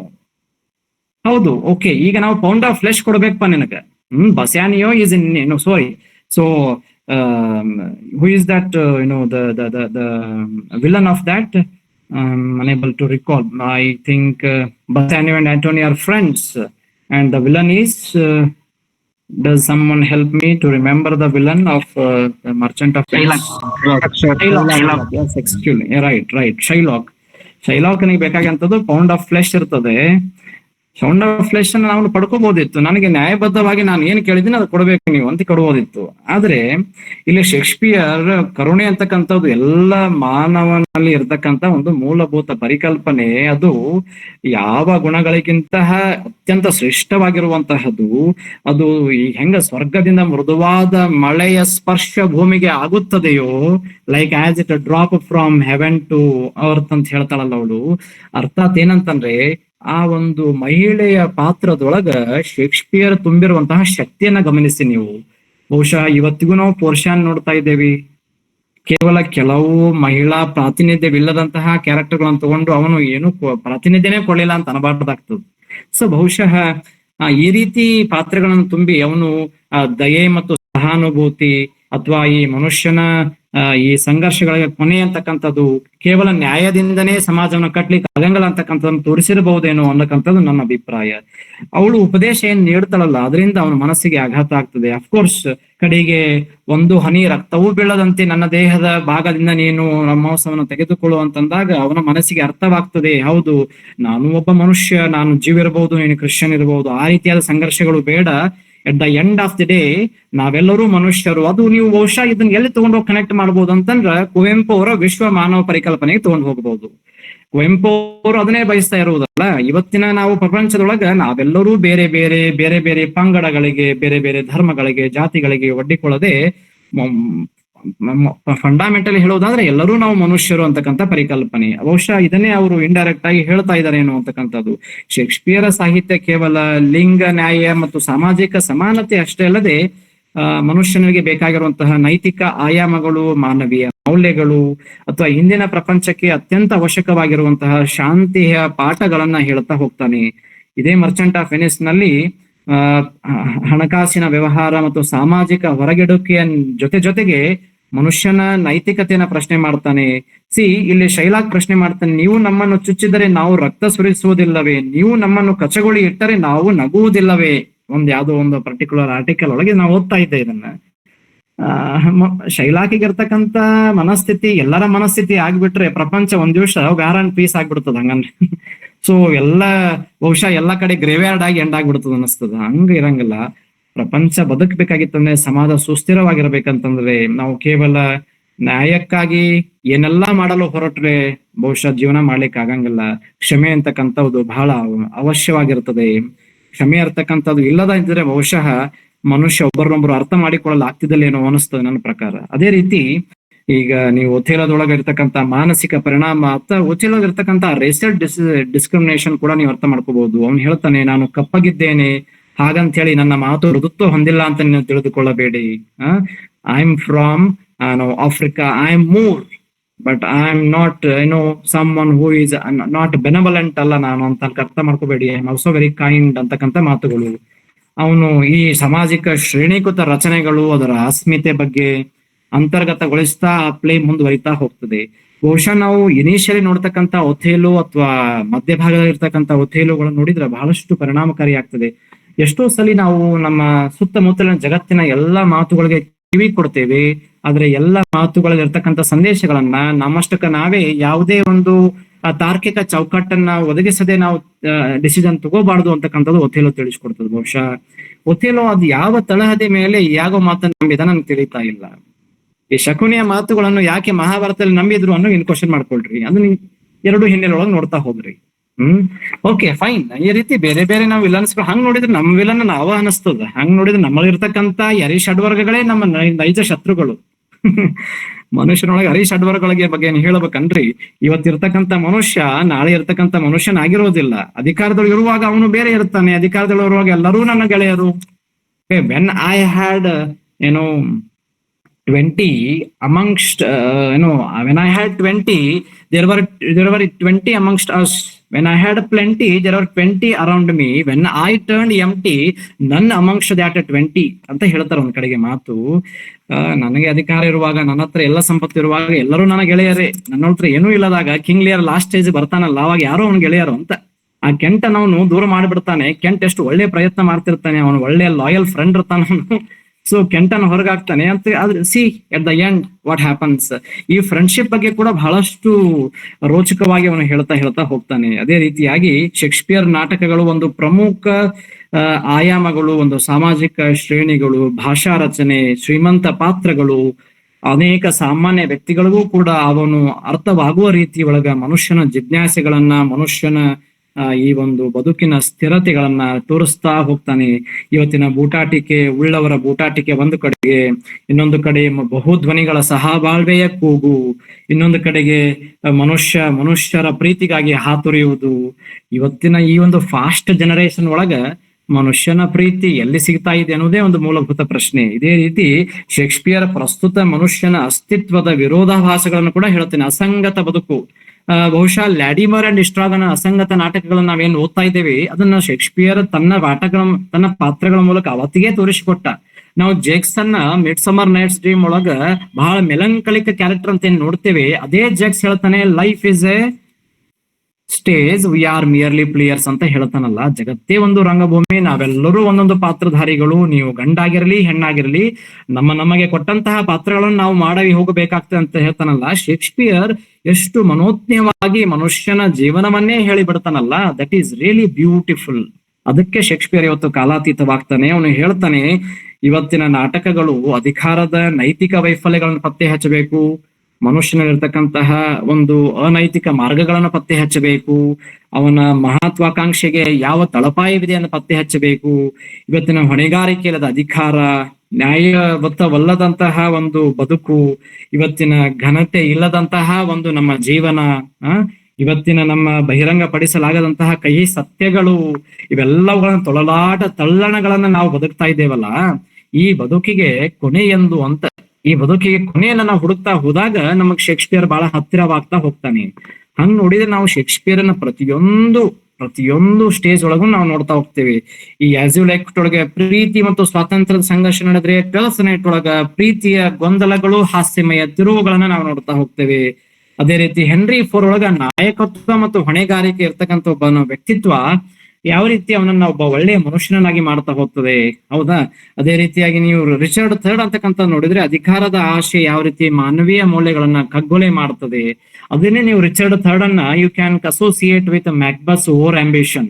ಓಕೆ, ಅದಕ್ಕೆ ನಾನು ಹೇಳಿದೆ ಏನಂತಂದ್ರೆ, ಯಾವುದು ನಮಗೆ ನೈಜವಾಗಿ ಬಹಳ ಸ್ವಾಭಾವಿಕವಾಗಿ ಸಿಗುತ್ತದೆಯೋ ಅದು ನಮ್ಗೆ ಯಾವಾಗ್ಲೂ ನಮ್ ಜೋಡಿ ಇರ್ತದ. ಯಾವ್ದು ಸ್ವಾಭಾವಿಕವಾಗಿ ಸಿಗಂಗಿಲ್ಲ ಅದಕ್ಕೆ ನಾವೇ ಹೊಣೆಗಾರ ಆಗ್ತೇವೇನೋ ಅಂತ ನನಗನಿಸ್ತದೆ. Nothing comes out of nothing ಅಂತ ಒಂದು ಮಾತು ಬರ್ತದೆ. Nothing comes out of nothing and rightness is all ಅಂತ ಬರ್ತದೆ ಕಿಂಗ್ ಲಿಯರ್ ಒಳಗೆ. ಬಹುಶಃ ಬಹಳ ಒಳ್ಳೆ ಸ್ಟೇಟ್ಮೆಂಟ್. ರೈಟ್ನೆಸ್ is all. ಬಹಳ ಪಕ್ವತೆ, ನಮ್ಮಲ್ಲಿರ್ತಕ್ಕಂತಹ ಒಂದು ಮೆಚೂರಿಟಿ ಅಂತೇನೆ ಕರಿತೇವೆ, ಅದೇ ಕೂಡ ಇವತ್ತಿನ ಎಲ್ಲ ಸಂಘರ್ಷಗಳಿಗೆ ಉತ್ತರವಾಗ್ತದೆ. ಅವಳು ಈಗ ಹೊರಗೆ ಮುಗ್ಧವಾದ ಹೂವಿನಂತೆ ಕಾಣು, ಅದರೊಳಗೆ ಹಾವಿನಂತಿರು ಅಂತ ಹೇಳ್ತಾಳಲ್ಲ Lady Macbeth. Look like the innocent flower, be the serpent under it ಅಂತ ಹೇಳ್ತಕ್ಕಂಥ ಈ ಮಾತು ಇವತ್ತಿನ ಕಾಲಘಟ್ಟಕ್ಕೆ ಧ್ವನಿಸ್ತದೆ ಅಂತ ನನ್ನ ಮಾತು. ಯಾಕಂದ್ರೆ ನಾವು ಎಕ್ಸ್ಟರ್ನಲಿ ಒಂದು ಕಾಣುತ್ತೇವೆ, ಇಂಟರ್ನಲಿ ಇನ್ನೊಂದಿರುತ್ತೇವೆ. ಅಂತರಂಗ ಶುದ್ಧಿ ಬಹಿರಂಗ ಶುದ್ಧಿ ಅಂತ ಬಸವಣ್ಣ ಹೇಳಿ ಹೋಗ್ತಾನೆ. ನಾವು ಅಂತರಂಗದಲ್ಲಿ ಶುದ್ಧಿಯಾಗಿ ಕಾಣುತ್ತೇವೆ, ಬಹಿರಂಗದಲ್ಲಿ ಶುದ್ಧಿಯಾಗಿ ಕಾಣುತ್ತೇವೆ. ಅಂತರಂಗದೊಳಗ ಅನೇಕ ಷಡ್ವರ್ಗಗಳ ಕೂಪದಿಂದ ನಮ್ಮ ಮನಸ್ಸನ್ನ ಕೆಡಿಸಿಕೊಳ್ತಾ ಇದ್ದೇವೆ. ಇದನ್ನೇ ಶೇಕ್ಸ್ಪಿಯರ್ ಹೇಳ್ತಕ್ಕಂಥದ್ದು ನಮ್ಮ ಮನಸ್ಸಿಗೆ. ಅದಕ್ಕೆ ಶೇಕ್ಸ್ಪಿಯರ್ ನಮಗೆ ಮತ್ತೆ ಹತ್ತಿರವಾಗಿ ಕಾಣುತ್ತಾನೆ. ಅವನಲ್ಲಿರ್ತಕ್ಕಂಥ ಈ ಒಂದು ಐಡೆಂಟಿಟಿ ಕ್ರೈಸಿಸ್ಗಳಾಗಲಿ ಅಥವಾ ಮನುಷ್ಯನ ಈ ನಾಟಕೀಯ ಬದುಕು, ಅದನ್ನ ಹೇಳ್ಬೇಕಾಗಿದೆ. Pretentious life, pretentious life is most dangerous thing. ಇವತ್ತು ನಾವೆಲ್ಲರೂ ಅದೇ ಬದುಕಿನೊಳಗೆ ಅಥವಾ ಆ ಬದುಕಿನ ಕೂಪದೊಳಗೆ ನಡೀತಾ ಇದೀವಿ ಅಂತ ಹೇಳಿ. ನೋಡ್ರಿ, ಹೊರೇಶಿಯೋ ಎಷ್ಟು ಫೇತ್ಫುಲ್ ಫ್ರೆಂಡ್ ಆಗಿರ್ತಾನೆ ಹ್ಯಾಮ್ಲೆಟ್, ಅವನನ್ನ ನಮ್ಮಂಗಲ್ಲವ. ಸೊ ಮರ್ಚೆಂಟ್ ಆಫ್ ಫಿನಿಶ್ ನೊಳಗ ಆಂಟೋನಿಯೋ ತನ್ನ ಫ್ರೆಂಡಿಗಾಗಿ ಎಷ್ಟು ರಿಸ್ಕ್ ಮಾಡ್ತಾನೆ, ಅವನ ಗೆಳೆತನವನ್ನು ನೀವು ಸಾಕ್ಷೀಕರಿಸಬಹುದು. ಅಂತಹ ಆಂಟೋನಿಯೋ ಇವತ್ತು ಇದಾನ ಅಂತ ಒಂದು ಕ್ವಶನ್. ನೀವು ಕೇಳುವೊಳಗೆ 5,000 ಬಳದಿ 10,000 ರೂಪಾಯಿ ಕೇಳಿದ್ರೆ ನಿಮ್ಮ ಫ್ರೆಂಡ್ ದೂರ ಆಗ್ತಾನೆ, ಮೊಬೈಲ್ ಸ್ವಿಚ್ ಆಫ್ ಆಗ್ತದೆ, ನೀವು ಕರೆ ಮಾಡಿದ ಚಂದಾರು ವ್ಯಾಪ್ತಿ ಪ್ರದೇಶ ಹೊರಗಿದ್ದಾರೆ. ಹಾಗಾದ್ರೆ ಹೇಗೆ ನೋಡ್ಬೇಕು ಇದನ್ನ ನಾವು ಅರ್ಥ ಮಾಡಿಕೊಳ್ಳಿ. ಬ್ರುಟಸ್ ಮತ್ತು ಸೀಸರ್ ಗುಡ್ ಫ್ರೆಂಡ್ಸ್ ಇರ್ತಾರ, ಆದ್ರೆ ಬ್ರುಟಸ್ ಕಡಿಕೆ ಎಂತ ಕಾನ್ಸ್ಪಿರಸಿ ಮಾಡ್ತಾನಲ್ಲ ಜೂಲಿಯಸ್ ಸೀಸರ್ ಒಳಗ. ಮತ್ತೆ ಇದನ್ನ ಏನ್ ಹೇಳ್ಬೇಕು ನಾವು? ಈಗ ಕೆಂಟನ ನಾವು ನಂಬಂಗಲ್ಲ ಅವನು ಕಿಂಗ್ ಲಿಯರ್ ನೊಳಗ, ಅದನ್ನ ಅರ್ಥ ಮಾಡ್ಕೊಳ್ಳಿ. ಆಸ್ ಯು ಲೈಕ್ ಇಟ್ ಒಳಗ Rosalind and Celia are good friends, and when Rosalind leaves for forest, Celia also leaves with her, right? ಅಲ್ಲಿ ಡ್ಯೂಕ್ ಫ್ರೆಡ್ರಿಕ್ ಇರ್ತಾನ, ನೋಡ್ತಾ ಹೋಗ್ತೀನಿ ನಾನು. ಯಾವುದನ್ನು ಪ್ಲಾಟ್ ಹೇಳ್ತಾ ಹೋಗಿರೋದಿಲ್ಲ, ಕೆಲವೊಂದು ನನ್ನ ಮನಸ್ಸಿನ ಜಿಜ್ಞಾಸೆಗಳನ್ನು ನಿಮ್ಮ ಮುಂದೆ ಇಡ್ತಾ ಇದ್ದೀನಿ ಅಷ್ಟೇ. ಈಗ ಅವಳು ಅಷ್ಟೆಲ್ಲ ವೈಭವ ಇರುವಾಗ ಅಲ್ಲೇ ಇರ್ಬೋದಿತ್ತಲ್ಲ, ಅವಳು ಯಾಕೆ ಅವಳನ್ನ ಹಿಂಬಾಲಿಸ್ತಾಳೆ? Because of their friends. Friend in need is friend in deed ನಿಜವಾಗ್ಲೂ ಹೇಳಿರುವಂತಹದ್ದು. ಬಹುಶಃ ಶೇಕ್ಸ್ಪಿಯರ್ ಅದನ್ನ ಈ ಮೂಲಕ ತೋರಿಸ್ತಾ ಹೋಗ್ತಾನೆ ನಮ್ಮೆಲ್ಲರೊಳಗೂ. ಅದಕ್ಕಾಗಿ ಇವತ್ತು ಶೇಕ್ಸ್ಪಿಯರ್ ಮತ್ತಷ್ಟು ಹತ್ತಿರವಾಗ್ತಾ ಹೋಗ್ತಾನೆ. ಬಹುಶಃ ಅದಕ್ಕೆ ಈ ಹಿನ್ನೆಲೆ ಒಳಗ ಏನು ಟಿ.ಎಸ್. ಸಿಲೆಟ್ ಒಂದು ಕೊಟೇಶನ್ ಹೇಳ್ತಾನೆ, ನನಗೆ ಮತ್ತೆ ಹತ್ತಿರವಾಗ್ತದೆ. ಅದನ್ನೇ ಹೇಳ್ತಾನೆ, Dante and Shakespeare divide the modern world between them, there is no third. ಒಂದ್ ಕಡೆ ಡಾಂಟೆ, ಇನ್ನೊಂದ್ ಕಡೆ ಶೇಕ್ಸ್ಪಿಯರ್. ಇವರಿಬ್ಬರು ಈ ಆಧುನಿಕ ಸಮಾಜವನ್ನ ಎರಡು ಭಾಗಗಳಾಗಿ ವಿಂಗಡಿಸಿದ್ದಾರೆ. ಒಂದ್ ಕಡೆ ಡಾಂಟೆ ಕಾಣುತ್ತಾನೆ ನನಗೆ, ಇನ್ನೊಂದು ಕಡೆಗೆ ಶೇಕ್ಸ್ಪಿಯರ್ ಕಾಣುತ್ತಾನೆ. ಇವರಿಬ್ಬರನ್ನು ಹೊರತುಪಡಿಸಿದ್ರೆ ಬೇರೆ ಇನ್ನೊಂದು ವರ್ಗವೇ ಇಲ್ಲ, ಇನ್ನೊಂದು ಯಾರು ರೈಟರ್ ಕಾಣ್ತಾ ಇಲ್ಲ ನನಗೆ ಅಂತಕ್ಕಂಥದ್ದು. ಬಹುಶಃ ಇದು ಶೇಕ್ಸ್ಪಿಯರ್ನ ಕಾಲಾತೀತ ಸಾಹಿತ್ಯಕ್ಕೆ ಹಿಡಿದ ಕೈಗನ್ನಡಿ. ಅದಕ್ಕೆ ಕಾರಣ ಅನಿಸ್ತದೆ Dryden, I admire Jonson but I love Shakespeare. ನಾನು ಒಪ್ಕೊಳ್ತೇನೆ ಜಾನ್ಸನ್, ನೀನ್ ಒಪ್ಕೋತೀನಪ್ಪ, ನೀನು sense of humour, Bartholomew Fair, every man out of his humour ಬರೀತೀಯಾ, ವೋಲ್ಫೋನ್ ಬರೀತೀಯಾ, ಸಮಾಜವನ್ನ ವಿಡಂಬನಾತ್ಮಕವಾಗಿ ಚಿತ್ರಿಸ್ತೀಯಾ, ಒಪ್ಕೋತೀನಿ. ಆದ್ರೆ ನೀನು ಶೇಕ್ಸ್ಪಿಯರ್ ಅಂತೆ ನನಗೆ ಲವ್ ಮಾಡ್ಲು ಯಾಕೋ ಹೇಳ್ತಾ ಇಲ್ಲ. ನಾನೇನಾದ್ರೂ ನನ್ನ ಅನುರಾಗವನ್ನ ವ್ಯಕ್ತಪಡಿಸಿ ಅದು ಶೇಕ್ಸ್ಪಿಯರ್ಗೆ ಮಾತ್ರ. ಆದ್ರೂ ನಾನು ಒಪ್ಕೋತೇನೆ ನಾನು ಅಂತೇಳಿ. ಅದೊಂಥರ ಹೆಂಗಂತಂದ್ರ I like you but I love someone else ಅನ್ನಂಗ ಆಯ್ತಿದ್ದು. ಆದ್ರೆ ನಾನು ಏನ್ ಹೇಳ್ಬೇಕಾಗಿದೆ ಅಂತಂದ್ರೆ, ಶೇಕ್ಸ್ಪಿಯರ್ ಅನ್ನ ಈಗ ನೋಡಿ, ನಾನು ನೀವೆಲ್ಲರೂ ಕೇಳಿರುವಂತಹ ಕೊಟೇಶನ್ ಇದು. ಇವತ್ತಿನ ಪ್ರಪಂಚದೊಳಗ ನಾವು ಎಷ್ಟೆಲ್ಲಾ ರ್ಯಾಷನಲ್ ಆಗಿರ್ತೇವೆ, ಮುಂದುವರೆದಿರ್ತೇವೆ, ಆದ್ರೂ ಕೂಡ ಗ್ರಹಗತಿಯನ್ನ ಥಿಂಕ್ ಮಾಡ್ತೇವಿ, ನಕ್ಷತ್ರ ಬಗ್ಗೆ ನೋಡ್ತೇವಿ, 108 ತಲೆಗೆ ತರ್ಕೋತೇವಿ. ಇವತ್ತಿಗೂ ಬೆಕ್ಕು ಅಡ್ಡ ಆಶಿ ಹೋದ್ರೆ ನಾನು 4 ಕ್ಷಣ ಥಿಂಕ್ ಮಾಡ್ತೀನಿ, ನಾನು ಮುಂದೆ ಹೋಗ್ಲೋ ಬೇಡ, ಬೇರೆದವ್ರು ಹೋಗ್ಲಿ ತಡ್ರಿ, ನಾವು ಆಮೇಲೆ ಹೋಗೋಣ ಅಂತ ಅನ್ಕೋತೇವಿ. ಯಾಕೆ ಏನಂತ ತಿಳಿತಾ ಇಲ್ಲ. See, the fault dear Brutus is not in our stars but in ourselves. ನಮ್ಮ ತಪ್ಪುಗಳು ನಮ್ಮೊಳಗೆ ಇವೆ ಹೊರತು ನಮ್ಮ ತಪ್ಪುಗಳು ಗ್ರಹಗತಿಗಳಲ್ಲಿ ಇಲ್ಲ, ನಕ್ಷತ್ರಗಳಲ್ಲಿ ಇಲ್ಲ. 4ನೇ ಮನೆಯ ಚಂದ್ರ 3ನೇ ಮನೆಯ ಗುರುವಿಗೆ ಹೋದ್ರೆ ಏನಾಗ್ತದ ಅಂತಕ್ಕಂಥ ಕ್ವಶನ್ ಅಲ್ಲ. ಆಗತಿರ್ಬೋದು, ನನಗೆ ಅವರ ಬಗ್ಗೆ ಆಕ್ಷೇಪಣೆ ಇಲ್ಲ. ಆದ್ರೆ ನನ್ನ ಕ್ವಶನ್ ಏನಂತಂದ್ರೆ, ಮನುಷ್ಯ ತನ್ನ ಬಗ್ಗೆ ತಾನೇ ಅರ್ಥ ಮಾಡಿಕೊಳ್ಳದೆ, ತನ್ನ ಲೋಪದೋಷಗಳನ್ನೇ ಅರ್ಥ ಮಾಡಿಕೊಳ್ಳದೆ ಅಥವಾ ತಿದ್ದದೆ ಜೀವನ ಮಾಡ್ತಾ ಇದ್ದಾನಲ್ಲ. ಮತ್ತೆ ಇಂಥ ಮನುಷ್ಯನಿಗೆ ಶೇಕ್ಸ್ಪಿಯರ್ ಅಂತ ಬರಹಗಾರ ಆತ್ಮೀಯ ನನಸಿಲ್ಲ ಅಂದ್ರೆ ಮತ್ತೆ ಯಾವ ಬರಹಗಾರ? ಶೇಕ್ಸ್ಪಿಯರ್ನ ಎಲ್ಲಾ ನಾಟಕಗಳನ್ನು ನೀವು ನೋಡ್ತಾ ಹೋದ್ರ ಆ ನಾಟಕದೊಳಗೆ ಬರೀ ಸಾರ್ವತ್ರಿಕತೆಯ ಹಿನ್ನೆಲೆ ಒಳಗೆ ಅಷ್ಟೇ ಅಲ್ಲದ ಮನೋವೈಜ್ಞಾನಿಕವಾಗಿ ಕೂಡ ನಮಗೆ ಶೇಕ್ಸ್ಪಿಯರ್ ಹತ್ತಿರವಾಗ್ತಾ ಹೋಗ್ತಾನೆ. ಈ ಹ್ಯಾಮ್ಲೆಟ್ ನೊಳಗಿನ ತೊಳಲಾಟ ಏನು ಬರ್ತದಲ್ಲ ಆಕ್ಚುಲಿ ಲಾಸ್ಟಿಗೆ, ಆ ತೊಳಲಾಟ ನಮ್ಮೆಲ್ಲರ ತೊಳಲಾಟ ಹೌದು. ಒಂದು ಕ್ಷಣ ನಾವೇ ಹೇಳ್ತೇವೆ ಲೈಫ್ ಈಸ್ ಬ್ಯೂಟಿಫುಲ್ ಅಂತೇವೆ, ಅದೇ ಮ್ಯಾಕ್ಬೆತ್ ಹೇಳ್ತಕ್ಕಂತ life is but walking shadow ಅಂತ ಹೇಳ್ಬೋದಲ್ಲ ನಾವು. ಇವತ್ತು ಬಹಳ ನಮ್ಗೆ ಹತ್ತಿರವಾಗುವಂತಹ ಬದುಕು ಒಂದು ಕ್ಷಣ ಬದುಕನ್ನೇ ಬಿಡಬೇಕು ಅನ್ನಿಸ್ಬಿಡ್ತದಲ್ಲ, ಅದು ಶೇಕ್ಸ್ಪಿಯರ್. ಈ ಹಿನ್ನೆಲೆಯೊಳಗೆ ನಾವು ಶೇಕ್ಸ್ಪಿಯರ್ ಅನ್ನ ಮತ್ತೆ ತೆಗೆದುಕೊಳ್ಬೇಕು. ಶೇಕ್ಸ್ಪಿಯರ್ ನಾವು ಗಣನೆಗೆ ಯಾವ ರೀತಿ ತೆಗೆದುಕೊಳ್ಳಬೇಕು ಅಂತಂದ್ರೆ, ಬರೇ ನಾಟಕಕಾರನಾಗಿ ಮಾತ್ರವಲ್ಲದೆ ಅವನೊಬ್ಬ ನಿಜವಾದ ಚಿಂತಕನಾಗಿ, ಈ ಸಮಾಜವನ್ನು ಕಟ್ಟುವ ನಿಜವಾದ ದಾರ್ಶನಿಕನಾಗಿ, ಒಬ್ಬ ವಿಜನರಿಯಾಗಿ ನಾವು ಶೇಕ್ಸ್ಪಿಯರ್ ಅನ್ನ ತಗೋತಾ ಹೋಗ್ಬೇಕು. ಅವಾಗ ನಮಗ ಶೇಕ್ಸ್ಪಿಯರ್ ಅನ್ನ ಸಾಹಿತ್ಯ ನಿಜವಾದ ದರ್ಶನ ಆಗ್ತದೆ. Literature is a mirror to society. ಸಾಹಿತ್ಯ ಸಮಾಜವನ್ನ ಧ್ವನಿಸುತ್ತದೆ, ಸಮಾಜದ ಆಗುಹೋಗಳ ಬಗ್ಗೆ ಚಿತ್ರಿಸುತ್ತದೆ ಅಂತ ಹೇಳ್ತಕ್ಕಂಥ ನಾವು ಶೇಕ್ಸ್ಪಿಯರ್ನ ಸಾಹಿತ್ಯ ಏನು ಅಂತಕ್ಕಂಥ ಗಮನಿಸ್ಬೇಕಂತಂದ್ರೆ, ಶೇಕ್ಸ್ಪಿಯರ್ನ ಸಾಹಿತ್ಯ ಇವತ್ತಿನ ಈ ಕಾರ್ಪೊರೇಟ್ ಬಂಡವಾಳಶಾಹಿ ನೀತಿ, ಒಂದು ಕಡೆಗೆ ಆಧುನಿಕ ಸಮಾಜದ ಅಸಂಗತ ಬದುಕು, ಇನ್ನೊಂದು ಕಡೆ ಸಾಮಾನ್ಯ ಜನರು ವಾಸ್ತವದಿಂದ ಹೇಗೆ ದೂರ ಉಳಿತಾ ಇದ್ದಾರೆ, ಅದೇ ರೀತಿ ಯುದ್ಧದ ಭೀತಿ, ಇನ್ನೊಂದು ಕಡೆಗೆ ಜನರು ಒಬ್ಬರನ್ನೊಬ್ಬರು ಯಾವ ರೀತಿಯಾದಂತಹ ಅಸಹನೆಯಿಂದ ನೋಡ್ತಾ ಇದ್ದಾರೆ, ಅದರ ಜೊತೆಗೆ ನಟನೆಯ ನಾಟಕೀಯ ಬದುಕು, ನೀನೇನಿದೆಯಾ ನೀನ್ ಅದನ್ನ ಬದುಕ್ತಾ ಇಲ್ಲ, ಯಾರೋ ಒಂದು ಬಲವಂತಕ್ಕೆ ನೀನು ಅದನ್ನ ಆಗ್ತಾ ಇದೀಯಾ. ಬಹುಶಃ ನನಗೆ ಏನ್ ನೆನಪಾಗ್ತಾ ಇದೆ ಅಂತಂದ್ರೆ, your children are not your children, they are sons and daughters of tomorrow ಅಂತಕ್ಕಂಥ ಪ್ರೊಫೆಟ್ ಒಳಗೆ ಏನ್ ಬರ್ತದಲ್ಲ, ಅದು ಅಕ್ಷರಶಃ ಸತ್ಯ. ನಾನು ಪ್ರೊಫೆಸರು, ನನ್ನ ಮಗ ಪ್ರೊಫೆಸರ್ ಆಗಬೇಕು ಅಂತಕ್ಕಂಥ ಏನ್ ಕರಿಬೇಕು ಇದಕ್ಕೆ, ಅದೊಂಥರ ಹಠ ಅಥವಾ ಎಲ್ಲರನ್ನೂ ನೋಡಿ ಅವರಂತೆ ನಾನು ಬದುಕಬೇಕಂತಕ್ಕಂಥ ಏನ್ ಮನಸ್ಥಿತಿ ಇದೆಯಲ್ಲ, ಬಹುಶಃ ಇದಕ್ಕೆಲ್ಲವೂ ಶೇಕ್ಸ್ಪಿಯರ್ ಉತ್ತರ ಕೊಡ್ತಾನೆ ನಮ್ಗೆ. ಈಗ ಕಿಂಗ್ ಲಿಯರ್ ಇದ್ದಂಗೆ ನಾವು ಬದುಕಲಿಕ್ಕೆ ಆಗಂಗಿಲ್ಲ, ಅಥವಾ ನಾವು ಹ್ಯಾಮ್ಲೆಟ್ ನಂಗೆ ಬದುಕಲಿಕ್ಕೆ ಆಗಂಗಿಲ್ಲ, ಆದ್ರೆ ಆ ಒಂದು ಝಲಕ್ ನಮ್ಮೊಳಗೆ ಬಂದ್ ಹೋಗ್ತದೆ. ಓಕೆ, ನಾವೆಲ್ಲ ಎಂತಹ ಪರಿಪೂರ್ಣ ವ್ಯಕ್ತಿತ್ವ ಇದ್ರೂ ಕೂಡ ನಮ್ಮೊಳಗಿರ್ತಕ್ಕಂಥ ಒಂದು ಸಣ್ಣ ಲೋಪದೋಷ ನಮ್ಮನ್ನ ಯಾವ ರೀತಿ ಅಧಪತನಕ್ಕೆ ಕೊಂಡು ಹೋಗ್ತದೆ ಅಂತಕ್ಕಂಥವನ್ನ ಫಾರ್ಚೂನ್ಸ್ ಹೆಂಗ್ ಸ್ವಿಂಗ್ ಆಗ್ತದೆ, ಪೆರಿಪೇಟಿಯಾ ಅಂಡ್ ಅನಾಗ್ನೋಸಿಸ್ ಟ್ರಾಜಿಡಿ ಹೇಳ್ತಾನಲ್ಲ ಇವನು ಹ್ಯಾರಿಸ್ಟಾಟಲ್, ಅದು ಶೇಕ್ಸ್ಪಿಯರ್ನ ಎಲ್ಲ ದುರಂತ ನಾಟಕಗಳು ನಮಗೆ ಕಾಣಿಸ್ತದೆ. ಈ ಹಿನ್ನೆಲೆ ಒಳಗೆ ನಾವು ಅವನ ನಾಟಕಗಳನ್ನು ಪ್ರಶ್ನಿಸ್ತಾ ಹೋಗ್ಬೇಕು. ಬಹುಶಃ ನಾವು ಪ್ರಶ್ನೆ ಮಾಡ್ತಾ ಹೋದ್ರೆ ಅವನ ನಾಟಕ ಬಹಳ ನಮ್ಗೆ ಕ್ವಶನ್ ಮಾಡ್ತದೆ. ನಾವು ಹಂಗೆ ಸುಮ್ಮನೆ ಪ್ಯಾಸಿವ್ ಆಗಿ ಓದ್ತಾ ಹೋದ್ರೆ ಬಹುಶಃ ನಮ್ಗೆ ಶೇಕ್ಸ್ಪಿಯರ್ ಏನು ಹತ್ತಿರವಾಗಿ ಕಾಣಂಗಿಲ್ಲ.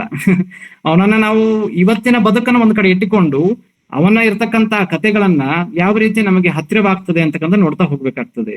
ಕಡೆಗೆ ನಮಗೆ at the end fine no doubt Shakespeare ಒಬ್ಬ ಎಲಿಜಬೆತ್ತನ್ ಏಜ್ ಅಥವಾ ಜೊಕೋಬಿಯನ್ ಏಜ್ಗೆ ಸೀಮಿತವಾಗದೆ ಇವತ್ತಿನ ವರ್ತಮಾನಕ್ಕೆ ಸ್ಪಂದಿಸುವ, ಇವತ್ತಿನ ಸಮಕಾಲೀನ ಸಮಸ್ಯೆಗಳಿಗೆ ಧ್ವನಿಯಾಗಿ ನಿಲ್ಲುವ, ಇವತ್ತಿನ ಜ್ವಲಂತ ಅನೇಕ ಸಮಸ್ಯೆಗಳಿಗೆ ಒಂದು ಅತ್ಯದ್ಭುತವಾದ ಪರಿಹಾರವಾಗುವಂತಹ, ಈ ಜಗತ್ತು ಕಂಡಂತಹ ನಿಬ್ಬೆರಗಾಗುವಂತಹ ಒಬ್ಬ ಅದ್ವಿತೀಯ ನಾಟಕಕಾರನಾಗಿ ನಮ್ಮ ಮುಂದೆ ಕಾಣ್ತಾನೆ.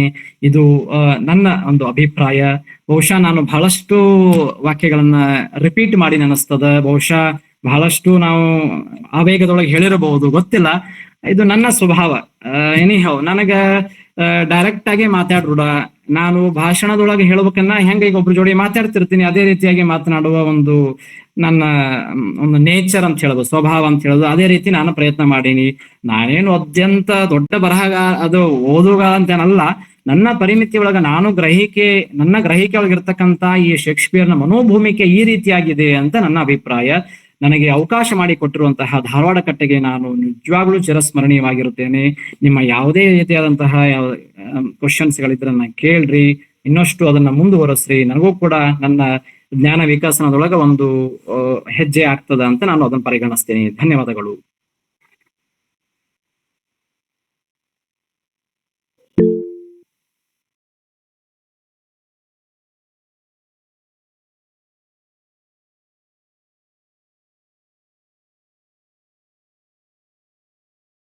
ಮೇಡಮ್,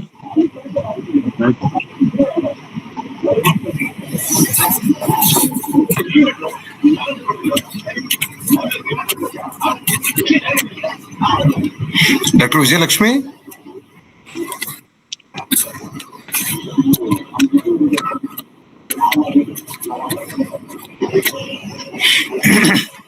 ಏನೋ ತಾಂತ್ರಿಕ ತೊಂದರೆ ಇರಬಹುದು ಅಂತ ಕಾಣುತ್ತದೆ. ಕಾರ್ಯಕ್ರಮ ನಾವು ಮುಂದುವರಿಸೋಣ.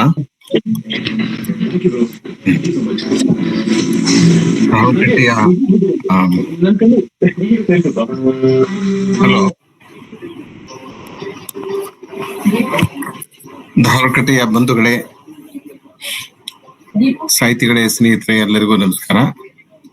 ಇಲ್ಲಿಯವರೆಗೆ ASS ಮಹಾವಿದ್ಯಾಲಯದಲ್ಲಿ ಇಂಗ್ಲಿಷ್ ಸಹಾಯಕ ಪ್ರಾಧ್ಯಾಪಕರಾಗಿ ಸೇವೆ ಸಲ್ಲಿಸುತ್ತಿರುವ ನನ್ನ ಪ್ರೀತಿಯ ವಿದ್ಯಾರ್ಥಿ ಪ್ರವೀಣ್ ಕೋರ್ಲಹಳ್ಳಿ ಅವರ ಮಾತುಗಳನ್ನ ಕೇಳಿದ್ದೇವೆ. ಶೇಕ್ಸ್ಪಿಯರ್ ಕಾಲಾತೀತ ಮತ್ತು ವಿಶ್ವವ್ಯಾಪಿ ನಾಟಕಕಾರ ಎಂಬ ವಿಷಯದ ಕುರಿತು ಇಲ್ಲಿಯವರೆಗೆ ಸುಮಾರು 65-70 ನಿಮಿಷಗಳ ಕಾಲ ಕೋಲ್ಹಳ್ಳಿ ಮಾತನಾಡಿದ. ನನಗೆ ಕೋಲ್ಹಳ್ಳಿಯವರ ಈ ಉಪನ್ಯಾಸ ಬಹಳ ಹಿಡಿಸಿತು. ಬಹಳ ನಿರಗ್ನವಾಗಿ ಒಂದು ಗಂಟೆ ಸಮಯ, 60-65 ನಿಮಿಷಗಳ ಕಾಲ ಶೇಕ್ಸ್ಪಿಯರ್ನ ಅನೇಕ ನಾಟಕಗಳ ಬಗ್ಗೆ ಬಹಳ ವಿದ್ವತ್ಪೂರ್ಣವಾಗಿ ಮಾತನಾಡಿದ್ರು. ಶೇಕ್ಸ್ಪಿಯರ್ನ ಮಹತ್ವದ ನಾಟಕಗಳನ್ನ ಆಧಾರವಾಗಿಟ್ಟುಕೊಂಡು ಏಕೆ ಶೇಕ್ಸ್ಪಿಯರ್ ವಿಶ್ವದ ಮಹತ್ವದ ನಾಟಕಕಾರನಾಗ್ತಾನೆ ಮತ್ತು ಅವನ ನಾಟಕದಲ್ಲಿರುವ ವಿಶ್ವಾತ್ಮಕತೆಯ ಸ್ವರೂಪ ಹೇಗಿದೆ, ಯಾವ ಕಾರಣಕ್ಕಾಗಿ ಶೇಕ್ಸ್ಪಿಯರ್ನ ನಾಟಕಗಳನ್ನ ಜಗತ್ತಿನಾದ್ಯಂತ ಓದುಗರು ಓದುತ್ತಾರೆ, ಮತ್ತು ನಾಟಕ ರಂಗಕರ್ಮಿಗಳು ಅವನ ನಾಟಕಗಳನ್ನ ಆಡ್ತಾರೆ. ಇಂತ ಅನೇಕ ಪ್ರಶ್ನೆಗಳನ್ನ ಇಟ್ಟುಕೊಂಡು ಕೋರ್ಲಹಳ್ಳಿ ಮಾತನಾಡಿದ್ರು. ಬಹಳ ಮಹತ್ವದ ಉಪನ್ಯಾಸ. ನನಗೆ ಒಬ್ಬ ಶಿಕ್ಷಕನಾಗಿ ಕೋರ್ಲಹಳ್ಳಿಯ ಮಾತುಗಳು ನನಗೆ ಬಹಳ ಇಷ್ಟ ಆದವು. ಶೇಕ್ಸ್ಪಿಯರ್ನ ನಾಟಕಗಳ ಬಗ್ಗೆ ಮಾತನಾಡುವುದು ಸಾಹಸದ ಕೆಲಸ. ಒಂದೇ ಒಂದು ಉಪನ್ಯಾಸದಲ್ಲಿ ಶೇಕ್ಸ್ಪಿಯರ್ನ ಹೆಚ್ಚು ಕಡಿಮೆ ಎಲ್ಲಾ ಮಹತ್ವದ ನಾಟಕಗಳನ್ನ ಆಧಾರವಾಗಿ ಇಟ್ಕೊಂಡು ಆ ನಾಟಕಗಳ ಮುಖ್ಯ ಧ್ವನಿಯನ್ನು ಗುರುತಿಸುವ, ಆ ನಾಟಕಗಳ ಕಾಳಜಿಗಳನ್ನು ಗುರುತಿಸುವ, ಅವನ ಲೋಕಜ್ಞಾನವನ್ನು ಗುರುತಿಸುವ ಕೆಲಸ ತುಂಬಾ ಕಷ್ಟಕರವಾದಂತ ಕೆಲಸ. ಇಂಥ ಕಷ್ಟಕರವಾದ ಕೆಲಸವನ್ನ ಕೋರ್ಲಹಳ್ಳಿ ಬಹಳ ಸರಳವಾಗಿ ಮಾಡಿ ಮುಗಿಸಿದ್ರು. ನನಗೆ ಬಹಳ ಹೆಮ್ಮೆ ಅನಿಸ್ತು ಮತ್ತು ಅಭಿಮಾನ ಅನಿಸ್ತು. ಇವತ್ತು ನಾನು ಹೆಚ್ಚಿಗೆ ಮಾತನಾಡ್ಲಿಕ್ಕೆ ಹೋಗೋದಿಲ್ಲ, ಯಾಕಂದ್ರೆ ಬಹಳ ಒಳ್ಳೆಯ ಉಪನ್ಯಾಸವನ್ನ ನಾವು ಕೇಳಿದ್ದೇವೆ. ನೀವು ಕೋರ್ಲಹಳ್ಳಿಯೊಂದಿಗೆ ಸಂವಾದವನ್ನ, ಚರ್ಚೆಯನ್ನ ಮುಂದುವರಿಸಬಹುದು. ಸುಮ್ಮನೆ ಕೋರ್ಲಹಳ್ಳಿಯ ಮಾತಿಗೆ ಕೆಲವು ಮಾತುಗಳನ್ನ ನಾನು ಸೇರಿಸುವ ಪ್ರಯತ್ನವನ್ನ ಮಾಡ್ತೇನೆ. ಒಂದು, ಶೇಕ್ಸ್ಪಿಯರ್ನ ನಾಟಕಗಳು ನಾವು ತಿಳಿದಷ್ಟು ಸುಲಭವಾಗಿಲ್ಲ, ಬಹಳ ಜಟಿಲವಾಗಿವೆ ಮತ್ತು ಬಹಳ ಸಂಕೀರ್ಣವಾಗಿವೆ. ಶೇಕ್ಸ್ಪಿಯರ್ನ ನಾಟಕಗಳ ಸಂಕೀರ್ಣತೆಯನ್ನ, ಜಟಿಲತೆಯನ್ನ ನಾವು ಸಾಮಾನ್ಯೀಕರಿಸಲಿಕ್ಕೆ ಸಾಧ್ಯ ಆಗೋದಿಲ್ಲ. ಯಾಕಂದ್ರೆ ಮನುಷ್ಯನ ಸ್ವಭಾವ, ಮನುಷ್ಯನ ಮನಸ್ಸು, ಮನುಷ್ಯನ ಸಮಸ್ಯೆಗಳು ಅಷ್ಟೇ ಜಟಿಲವಾಗಿವೆ ಮತ್ತು ಸಂಕೀರ್ಣವಾಗಿವೆ. ಮನುಷ್ಯನ ಮನಸ್ಸು ಇದು ಬಹಳ ಮಹತ್ವದ್ದು. ಪ್ರತಿಯೊಬ್ಬ ಶ್ರೇಷ್ಠ ಲೇಖಕ ಮನುಷ್ಯನ ಮನಸ್ಸಿನ ಅನೇಕ ಸ್ತರಗಳನ್ನ ಹಿಡಿದಿಡುವ ಪ್ರಯತ್ನವನ್ನ ಮಾಡ್ತಾನೆ. ಬಸವಣ್ಣನ ಹೆಚ್ಚು ಕಡಿಮೆ ಬಸವಣ್ಣನ ಪ್ರತಿಯೊಂದು ವಚನದಲ್ಲಿ ಬಸವಣ್ಣ ಮನುಷ್ಯನ ಮನಸ್ಸಿನ ಬಗ್ಗೆ ಮಾತನಾಡ್ತಾನೆ, ತನ್ನ ಮನಸ್ಸಿನ ಬಗ್ಗೆ ಮಾತನಾಡ್ತಾನೆ. ಸೊ ಶೇಕ್ಸ್ಪಿಯರ್ನಂತ ನಾಟಕಕಾರರಿಂದ ಅಥವಾ ಬಸವಣ್ಣನಂತ ವಚನಕಾರರಿಂದ ನಾವು ಏನನ್ನ ಕಲಿಯಬಹುದು ಅಂತಂದ್ರೆ, ನಮ್ಮನ್ನ ನಾವು ಪರೀಕ್ಷೆಗೆ ಒಡ್ಡಿಕೊಳ್ಳುವುದು. ಶೇಕ್ಸ್ಪಿಯರ್ ಒಬ್ಬ ಲೇಖಕನಾಗಿ, ಒಬ್ಬ ಕಲಾವಿದನಾಗಿ, ಒಬ್ಬ ಲೇಖಕನಾಗಿ, ಒಬ್ಬ ನಾಟಕಕಾರನಾಗಿ ತನ್ನನ್ನು ತಾನು ಒಂದು ಭೀಕರವಾದ ಪರೀಕ್ಷೆಗೆ ಒಡ್ಡಿಕೊಳ್ತಾನೆ. ಹೆಮ್ಲೆಟ್ ಏನ್ ಮಾಡ್ತಾನೆ? ಹೆಮ್ಲೆಟ್ ಪ್ರಾರಂಭದಿಂದ ಕೊನೆಯವರೆಗೂ ಹೆಮ್ಲೆಟ್ ತನ್ನನ್ನು ತಾನು ಒಂದು ಪರೀಕ್ಷೆಗೆ ಒಡ್ಡಿಕೊಳ್ತಾನೆ. ಅನೇಕ ಪ್ರಶ್ನೆಗಳನ್ನ ಮಾಡ್ತಾನೆ. ಅವನಲ್ಲಿ ಸಂದೇಹಗಳಿವೆ, ಅವನಲ್ಲಿ ಪ್ರಶ್ನೆಗಳಿವೆ, ಅವನಲ್ಲಿ ತಾಕಲಾಟ ಇದೆ, ಅವನಲ್ಲಿ ಗೊಂದಲ ಇದೆ, ಅವನಲ್ಲಿ ಸ್ಪಷ್ಟತೆ ಇಲ್ಲ, ನಿಖರತೆ ಇಲ್ಲ, ಅನೇಕ ಸಮಸ್ಯೆಗಳು ಅವನಲ್ಲಿವೆ. ಯಾಕಂದ್ರೆ ಮೂಲಭೂತವಾಗಿ ಹ್ಯಾಮ್ಲೆಟ್ ಈಸ್ ಎ ಮ್ಯಾನ್.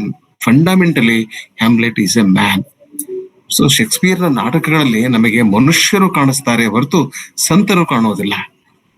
ಒಬ್ಬ ಸಂತನಲ್ಲಿ ಈ ತಾಕಲಾಟ ಇರೋದಿಲ್ಲ, ಈ ಸಮಸ್ಯೆ ಇರೋದಿಲ್ಲ, ಒಬ್ಬ ಮನುಷ್ಯನಲ್ಲೇ ಇರ್ತಾನೆ. ಹೀಗಾಗಿ ಯಾವ ನಾಟಕಕಾರ ಮನುಷ್ಯ ಜಗತ್ತಿನ ಬಗ್ಗೆ ಮಾತನಾಡುತ್ತಾನೆಯೋ, ಯಾವ ಲೇಖಕ ಮನುಷ್ಯನ ಮನಸ್ಸಿನ ಬಗ್ಗೆ, ಮನುಷ್ಯನ ಭಾವನೆಗಳ ಬಗ್ಗೆ, ಮನುಷ್ಯನ ವ್ಯಕ್ತಿತ್ವದಲ್ಲಿರ್ತಕ್ಕಂಥ ದೋಷಗಳ ಬಗ್ಗೆ ಮಾತನಾಡ್ತಾನೆಯೋ, ಆ ನಾಟಕಕಾರ, ಆ ಲೇಖಕ ದೊಡ್ಡ ನಾಟಕಕಾರನಾಗಿ, ದೊಡ್ಡ ಲೇಖಕನಾಗಿ ಕಾಣ್ತಾನೆ. ಯಾಕೆ ಶೇಕ್ಸ್ಪಿಯರ್ನ ನಾಟಕಗಳು ಯೂನಿವರ್ಸಲ್ ಆಗಿವೆ? ಯಾಕೆ ಶೇಕ್ಸ್ಪಿಯರ್ ಒಬ್ಬ ಯೂನಿವರ್ಸಲ್ ನಾಟಕಕಾರನಾಗಿದ್ದಾನೆ? ಎಲ್ಲ ಕಾಲವನ್ನ ಮೀರಿದ್ದಾನೆ, ಎಲ್ಲ ಪ್ರದೇಶಗಳನ್ನು ಮೀರಿದ್ದಾನೆ. ಈ ಕಾಲದ ಮಿತಿ, ಯುಗದ ಮಿತಿ ಅವನನ್ನ ಬಾಧಿಸುವುದೇ ಇಲ್ಲ. He is above all. ಅಂತ ಒಂದು ಶಕ್ತಿ ಶೇಕ್ಸ್ಪಿಯರ್ಗೆ ಹೇಗೆ ಬಂತು ಅನ್ನೋದು ಒಂದು ದೊಡ್ಡ ವಿಸ್ಮಯ. ಶೇಕ್ಸ್ಪಿಯರ್ ಅಂದ್ರೆ ಒಂದು ವಿಸ್ಮಯ, ಶೇಕ್ಸ್ಪಿಯರ್ ಅಂದರೆ ಒಂದು ಆಶ್ಚರ್ಯ, ಶೇಕ್ಸ್ಪಿಯರ್ ಅಂದ್ರೆ ಜಗತ್ತಿನ ಎಲ್ಲಾ ಪ್ರತಿಭಾವಂತ ಲೇಖಕರಿಗೆ ದೊಡ್ಡ ಸವಾಲು ಒಡ್ಡುವಂತ ಒಂದು ಪ್ರತಿಭೆ. ಶೇಕ್ಸ್ಪಿಯರ್ನ ಪ್ರತಿಭೆಯನ್ನ ಅರ್ಥ ಮಾಡಿಕೊಳ್ಳೋದು ಸಾಮಾನ್ಯರಿಗೆ ಸಾಧ್ಯವೇ ಇಲ್ಲ. ಅಂತ ಒಂದು ಅದ್ಭುತವಾದಂತಹ ಪ್ರತಿಭೆ. ಸೊ ಓದುಗರಾಗಿ ಆ ಶೇಕ್ಸ್ಪಿಯರ್ನ ಪ್ರತಿಭೆಯ ಸ್ವರೂಪವನ್ನ ಅರ್ಥ ಮಾಡಿಕೊಳ್ಬೇಕು, ಶೇಕ್ಸ್ಪಿಯರ್ನ ನಾಟಕಗಳ ಸ್ವಭಾವವನ್ನು ಅರ್ಥ ಮಾಡಿಕೊಳ್ಬೇಕು. ಇಂಥ ಒಂದು ಪ್ರಯತ್ನವನ್ನ ಕೋರ್ಲಹಳ್ಳಿ ಇವತ್ತು ಸುಮಾರು 60 ನಿಮಿಷಗಳ ಕಾಲ ಮಾಡಿದ. ಹೀಗಾಗಿ ಆತನ ಉಪನ್ಯಾಸದ ಬಗ್ಗೆ ನನಗೆ ಇಂದು ಬಹಳ ಅಭಿಮಾನ ಮತ್ತು ಹೆಮ್ಮೆ ಅನಿಸಿತು. ಶೇಕ್ಸ್ಪಿಯರ್ನ ಹೆಸರಿನ ಬಗ್ಗೆ, whether Shakespeare wrote this place or somebody wrote this place in his name is very irrelevant. ಈಗ ನಾಟಕಗಳಿವೆ, ಅದಕ್ಕೊಬ್ಬ ಲೇಖಕ ಇದ್ದಾನೆ, ಅವನು ಶೇಕ್ಸ್ಪಿಯರ್ ಆಗಿರ್ಬೋದು, ಮಿಲ್ಟನ್ ಆಗಿರ್ಬೋದು, ಯಾವನಾದ್ರೂ ಆಗಿರ್ಬೋದು, ತಲೆ ಕೆಡಿಸ್ಕೊಳ್ಬೇಕಾದ ಅಗತ್ಯ ಇಲ್ಲ.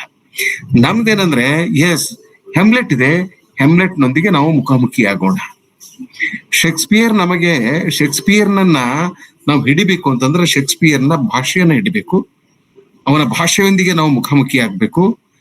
ಅವನು ಸೃಷ್ಟಿಸಿರುವ ಅದ್ಭುತವಾದ, ಅನನ್ಯವಾದ, ವೈಶಿಷ್ಟ್ಯಪೂರ್ಣವಾದ, ಅದ್ಭುತವಾದ ಜೀವ ಜಗತ್ತನ್ನು, ಮನುಷ್ಯ ಜಗತ್ತನ್ನ, ಆ ಮನುಷ್ಯ ಜಗತ್ತಿನೊಂದಿಗೆ, ಜೀವ ಜಗತ್ತಿನೊಂದಿಗೆ ನಾವು ಸಂವಾದವನ್ನ ನಡೆಸಬೇಕು. ಆಗ ನಮಗೆ ಅವನ ನಾಟಕಗಳು ಅರ್ಥ ಆಗ್ತವೆ. We should be able to speak to his characters. ಸೀಸರ್ನೊಂದಿಗೆ ನಾವು ಸೀಸರ್ನ ಬಗ್ಗೆ ಮಾತಾಡ್ತೇವೆ, ಸೀಸರ್ನೊಂದಿಗೆ ನಾವು ಮಾತನಾಡುವುದಿಲ್ಲ. ಸೀಸರ್ನೊಂದಿಗೆ ಮಾತನಾಡದೆ ಹೋದ್ರೆ ಸೀಸರ್ನ ಸಮಸ್ಯೆಗಳು ನಮಗೆ ಅರ್ಥ ಆಗುವುದಿಲ್ಲ. ಯಾಕೆ? Why did Brutus stab, why did he stab me et tu Brute then fall Caesar ಅನ್ನೋ ಒಂದು ಇದು ಇದೆಯಲ್ಲ, ಆ ಒಂದು ಸಾಲು ಇದೆಯಲ್ಲ, ಅದು ಅದ್ಭುತವಾದಂತ ಸಾಲು. ನೀನು ನನ್ನನ್ನ ಕೊಲ್ತೀಯಾ ಅನ್ನೋದೇನಿದೆಯಲ್ಲ, ಅದರಲ್ಲಿ ಏನೆಲ್ಲ ಇದೆ, ಮೋಸ, ವಂಚನೆ, ದ್ರೋಹ, ಇದಕ್ಕೆಲ್ಲ ಒಂದು ದೊಡ್ಡ ಮೆಟಫರ್ ಅಂದ್ರೆ et tu Brute then fall Caesar ಅಂತಕ್ಕಂಥದ್ದು. ಹೀಗೆ ಪ್ರತಿಯೊಂದು ನಾಟಕದಲ್ಲೂ ಕೂಡ ಇಂಥ ಸಾಲುಗಳು, ಇಂಥ ಸಮಸ್ಯೆಗಳು ನಮಗೆ ಸಿಗ್ತವೆ. ಶೇಕ್ಸ್ಪಿಯರ್ನಲ್ಲಿ ಪ್ರೀತಿ ಇದೆ. ಪ್ರೀತಿಯ ಬಗ್ಗೆ ಅವನಿಗೆ ಸಾವಿರ ಪ್ರಶ್ನೆಗಳಿವೆ, ಒಂದಲ್ಲ ಎರಡಲ್ಲ. ಅವನಿಗೆ ಪ್ರೀತಿಯಲ್ಲಿ ವಿಶ್ವಾಸ ಇದೆ, ಪ್ರೀತಿಯ ಬಗ್ಗೆ ಸಂದೇಹ ಕೂಡ ಇದೆ. ಅವನ ಯಾವ ನಾಟಕಗಳಲ್ಲೂ ಪ್ರೇಮಿಗಳು ಒಂದಾಗುವುದಿಲ್ಲ, ಸುಖ ಸಂಸಾರ ಮಾಡೋದೇ ಇಲ್ಲ. ಕಾಮಿಡೀಸ್ಗಳಲ್ಲಿ ಆಗ್ತದೆ, ಹಿಸ್ಟಾರಿಕಲ್ ಪ್ಲೇಸ್ದಲ್ಲಿ ಆಗೋದಿಲ್ಲ, ಈ ದುರಂತ ನಾಟಕಗಳಲ್ಲಿ ಆಗೋದಿಲ್ಲ. He wrote 10 tragedies, almost 10 tragedies and 10 historical plays. ರೊಮಾನ್ಸಸ್ ಅಲ್ಲಿ ಮತ್ತು ಕಾಮಿಡೀಸ್ಗಳಲ್ಲಿ ನಾಟಕದ ಕೊನೆಗೆ ಏನೆಲ್ಲ ತಾಪತ್ರಯಗಳನ್ನು ಅನುಭವಿಸಿ ಅವರು ಒಂದಾಗ್ತಾರೆ. ಇಲ್ಲೆಲ್ಲೂ ಒಂದಾಗೋದಿಲ್ಲ. ನೀವು ರೋಮಿಯೋ ಜೂಲಿಯಟ್ ಅಂತ ಬಿಟ್ಬಿಡಿ, ನೀವು ಮ್ಯಾಕ್ಬೆತ್, ಕಿಂಗ್ ಲಿಯರ್, ಯಾವುದೇ ನಾಟಕವನ್ನ, ಆಂಟನಿ ಕ್ಲಿಯೋಪಾಟ್ರಾ, ಈ ಯಾವ ನಾಟಕಗಳಲ್ಲೂ ಅದು ಹಾಕೋದೇ ಇಲ್ಲ. ಸೊ ಈ ಪ್ರೀತಿಯ ನಿಜವಾದ ಪ್ರೀತಿಯ ಬಣ್ಣ, ಪ್ರೀತಿಯ ಸ್ವರೂಪ, ಪ್ರೀತಿಯ ಬಣ್ಣ, ಪ್ರೀತಿಯ ಚೆಹರೆ ನಮಗೆ ಶೇಕ್ಸ್ಪಿಯರ್ ನಾಟಕದಲ್ಲಿ ಕಾಣ್ತದೆ. ಆ ಪ್ರೀತಿಯ ಬಣ್ಣ ಯಾವುದು ಅನ್ನೋದು ಒಂದು ಮುಖ್ಯವಾದ ಪ್ರಶ್ನೆ. ನೀವು ಅವನ ಸುನೀತಿಗಳನ್ನ ಓದಿದ್ರೆ ನಮಗೆ ಅದೆಲ್ಲ ಸಿಗ್ತದೆ. ಹಾಗೆ ಮತ್ಸರದ ಬಗ್ಗೆ, ಮಹತ್ವಾಕಾಂಕ್ಷೆಯ ಬಗ್ಗೆ, ವಂಚನೆಯ ಬಗ್ಗೆ, ಪ್ರತಿಕಾರದ ಬಗ್ಗೆ ರಿಚರ್ಡ್ III ನಾಟಕದ ಮೊದಲ ಸೊಲಿಲಿಕೆನ ನಾವು ಓದಿದ್ರೆ ಅವನೇನ್ ಹೇಳ್ತಾನೆ, ನಾನು ನಿಮ್ಮ ಹಾಗೆ ನಾನು ನಡೆಯಲಾರೆ, ನಿಮ್ಮ ಹಾಗೆ ನಾನು ಓಡಾಡಲಾರೆ, ನಿಮ್ಮ ಹಾಗೆ ಹಾಡಲಾರೆ, ಕುಣಿಯಲಾರೆ, ಯಾಕಂದ್ರೆ ನಾನು ಕುಂಟನಿದ್ದೇನೆ. I am lame in one leg, therefore I decide to be a villain. ಅವನ್ ಏನಂತ ಟೈಟಾನಿಕ್ ವಿಲನ್ ಅಂತ ಕರಿತೀವಿ ನಾವು. Richard III titanic villain. So ಈ ಪ್ರಭುತ್ವವನ್ನ ಅರ್ಥ ಮಾಡಿಕೊಳ್ಬೇಕು, ಅಧಿಕಾರವನ್ನ ಅರ್ಥ ಮಾಡಿಕೊಳ್ಬೇಕು, ಅಧಿಕಾರದ ಮಿತಿಗಳನ್ನ ಅರ್ಥ ಮಾಡಿಕೊಳ್ಬೇಕು. ಏನೆಲ್ಲ ಅಧಿಕಾರವನ್ನು ಪಡೆದುಕೊಂಡ ಮನುಷ್ಯ, ಇಡೀ ದೇಶವನ್ನೇ ತನ್ನ ಕಪಿಮುಷ್ಟಿಯಲ್ಲಿ ಹಿಡಿದಂತ ಮನುಷ್ಯ, ನಾಟಕದ ಕೊನೆಗೆ ಅವನಿಗೆ ಯುದ್ಧ ಭೂಮಿಯಿಂದ, ಯುದ್ಧ ರಣರಂಗದಿಂದ ಹೊರಗೆ ಹೋಗೋದಕ್ಕೆ ಒಂದು ಕುದುರೆ ಸಿಗೋದಿಲ್ಲ. A horse my empire for horse ಅಂತೇಳಿ ಚಿರಾಡ್ತಾನೆ ಅವನು, ಸತ್ತು ಹೋಗ್ಬಿಡ್ತಾನೆ. ಸೊ ಅನೇಕ ನೈತಿಕ ಪ್ರಶ್ನೆಗಳನ್ನ ಅನೇಕ ನೈತಿಕ ಪ್ರಶ್ನೆಗಳೊಂದಿಗೆ, ತಾತ್ವಿಕ ಪ್ರಶ್ನೆಗಳೊಂದಿಗೆ, ಬಹಳ ಸೂಕ್ಷ್ಮವಾದಂತಹ ಧಾರ್ಮಿಕ ಪ್ರಶ್ನೆಗಳೊಂದಿಗೆ ನಾವು ಮುಖಾಮುಖಿ ಆಗದ ಹೊರತು ನಮಗೆ ಶೇಕ್ಸ್ಪಿಯರ್ ಅರ್ಥ ಆಗೋದಿಲ್ಲ. ಎಲ್ಲಕ್ಕಿಂತ ಹೆಚ್ಚಾಗಿ ಶೇಕ್ಸ್ಪಿಯರ್ನ ಭಾಷೆ ಅರ್ಥ ಆಗ್ಬೇಕು. ಆಗ್ಲೇ ಪ್ರವೀಣ್ ಒಂದ್ ಮಾತು ಹೇಳಿದ್ನು, ಯಾರು ಹೇಳಿದ್ರು ಗೊತ್ತಾಗ್ಲಿಲ್ಲ. ಅನ್ಸೆಕ್ಸ್ ಮೀ ಅಂತಂದಾಳಕ್ಕಿ, ಅನ್ಸೆಕ್ಸ್ ಮೀ. ಲೇಡಿ ಮ್ಯಾಕ್ಬೆತ್ ಹೇಳ್ತಾಳ, what is this unsex? Unsex me ಅನ್ನೋದು ಒಂದು ಶಬ್ದ ಇದೆಯಲ್ಲ, ಇದರ ಕುರಿತು ಸುಮಾರು 2 ಗಂಟೆ ಉಪನ್ಯಾಸವನ್ನ ನೀಡ್ಬೇಕದು. ಮನಃಶಾಸ್ತ್ರೀಯ ನೆಲೆಯಿಂದ, ತತ್ವಶಾಸ್ತ್ರದ ನೆಲೆಯಿಂದ, ಬೇರೆ ಬೇರೆ ಆಯಾಮಗಳಿಂದ ಅದನ್ನ ನೋಡ್ಕೋಬೇಕು. ಈ ಅನ್ಸೆಕ್ಸಿಂಗ್ ಪ್ರೊಸೆಸ್ ಏನಿದೆಯಲ್ಲ, ಅದ್ರ ಬಗೆಗೆ ನಾವು ಗಾಢವಾದ ಚಿಂತನೆಯನ್ನ ಮಾಡ್ಬೇಕು. ಅವಳಿಗೆ ಡಂಕನ್ನ ಕೊಲೆ ಆಗ್ಬೇಕು ಅಂತಂದ್ರೆ ನಾನು ಕೊಲೆ ಮಾಡೋದಿಲ್ಲ, ಯಾಕಂದ್ರೆ I am a woman, I am not suppose to kill, I can not kill, or I do not have the necessary ability to kill him. ಆ ಸಾಮರ್ಥ್ಯ ಇಲ್ಲ, ಆ ಶಕ್ತಿ ಇಲ್ಲ. ಸೊ ಅಂತ ಒಂದು ಸಾಮರ್ಥ್ಯ, ಶಕ್ತಿ ನನ್ನಲ್ಲಿ ಬರ್ಬೇಕಾಗಿತ್ತಂದ್ರೆ ನಾನು ಮೊದಲು ಹೆಣ್ಣಿನ ಒಂದು ಆಕಾರದಿಂದ ಅಲ್ಲ, ಹೆಣ್ಣಿನ ಆಕಾರದಿಂದ ಹೊರಗೆ ಬರೋದಲ್ಲ, ಆಕಾರ ಬದಲಾಗ್ಬಿಡ್ತದೆ. ವೇಷ ಬದಲು ಮಾಡ್ಕೊಂಡ್ರೆ ಆಕಾರ ಬದಲಾಗ್ಬಿಡ್ತದೆ. ಆ ಹೆಣ್ತನ ಅನ್ನೋದೇನಿದೆಯಲ್ಲ, ವುಮನ್ಲಿನೆಸ್ ಅಥವಾ ವುಮನ್ನೆಸ್ ಅನ್ನೋದು ಹೋಗ್ಬೇಕು. ಆ ವುಮನ್ನೆಸ್ ಹೋಗ್ಬೇಕು ಅಂತಂದ್ರ ಅನ್ಸೆಕ್ಸ್ ಮೀ ಅಂತ ಅವಳು. ಎಲ್ಲ ಕಿತ್ತು ಹಾಕ್ಬಿಡು ನೀನು, ನನ್ನಲ್ಲಿ ಎಲ್ಲ ಕಿತ್ತು ಹಾಕ್ಬಿಡೋದು. ಅದೇ ಅದೇ ದೃಶ್ಯದಲ್ಲಿ ಆಕೆ ಇನ್ನೊಂದು ಮಾತೇನ್ ಹೇಳ್ತಾಳ ಅಂತಂದ್ರೆ, ಮ್ಯಾಕ್ಬೆತ್ನಿಗೆ ಹೇಳ್ತಾಳ, ನೋಡು ನಿನ್ನ ಹಾಗೆ ನಾನು ಪ್ರತಿಜ್ಞೆ ಮಾಡಿದ್ರೆ, ಅಂದ್ರೆ ನಿನ್ನ ಹಾಗೆ ನಾನು ಡಂಕನನ್ನ ಕೊಲ್ಲುತ್ತೇನೆ ಎಂದು ಪ್ರತಿಜ್ಞೆ ಮಾಡಿದ್ರೆ ಆ ಕೆಲಸವನ್ನ ನಾನು ಮಾಡಿ ಬಿಡ್ತಾ ಇದ್ದೆ. ನಾನು ಹೆಣ್ಣು, ಒಬ್ಬ ತಾಯಿ ಹೇಗಿರ್ತಾಳೆ ಅನ್ನೋದು ನನಗೆ ಚೆನ್ನಾಗಿ ಗೊತ್ತು. ಒಂದು ವೇಳೆ ನನ್ನ ಕೈಯಲ್ಲಿ ಒಂದು ಮಗು ಇರೋದಾದ್ರೆ, ಆ ಮಗು ನನ್ನ ಮೊಲೆಯಿಂದ ಹಾಲನ್ನ ಕುಡಿಯುತ್ತಿರ್ಬೇಕಾದ್ರೆ ನಾನು ಆ ಮಗುವನ್ನ ಮೊಲೆಯಿಂದ ಬಿಡಿಸಿ ಅದನ್ನ ಗೋಡೆಗೆ ಎಸೆದು ಅದನ್ನ ಕೊಂದು ಹಾಕ್ಬಿಡ್ತಿದ್ದೆ ಅಂತ ಹೇಳ್ತಾಳೆ ಆಕೆ. ಎಂತ ವೈಲೆನ್ಸ್ ಅದನ್ನ!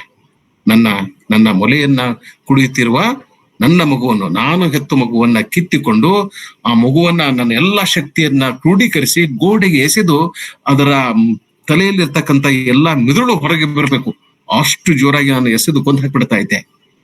ಆದ್ರೆ ನಾನು ನಿನ್ನ ಹಾಗೆ ಪ್ರತಿಜ್ಞೆ ಮಾಡಿಲ್ಲ ಅಂತ ಹೇಳ್ತಾಳೆ.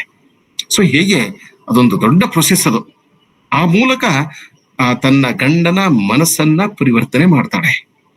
ಎಷ್ಟರ ಮಟ್ಟಿಗೆ ಪರಿವರ್ತನೆ ಮಾಡ್ತಾಳೆ ಅಂತಂದ್ರೆ, ಅವನು ಒಬ್ಬ ಏನು ಬಹಳ ಪ್ರೀತಿಯ ಮನುಷ್ಯ, ಮ್ಯಾಕ್ಬೆತ್ ಪ್ರೀತಿಯ ಮನುಷ್ಯ, ವಿಶ್ವಾಸದ ಮನುಷ್ಯ, ಸ್ವಾಭಿಮಾನದ ಮನುಷ್ಯ, ಎಲ್ಲಕ್ಕೂ ಮಿಗಿಲಾಗಿ ಒಬ್ಬ ಯೋಧ, ಹಿ ಈಸ್ ಎ ಸೋಲ್ಜರ್. ಅದನ್ನೆಲ್ಲ ಬೆರೆತು ಅದನ್ನೆಲ್ಲ ಬಿಟ್ಟುಕೊಟ್ಟು ಒಬ್ಬ ಕೊಲೆಗಾರನಾಗ್ತಾನೆ.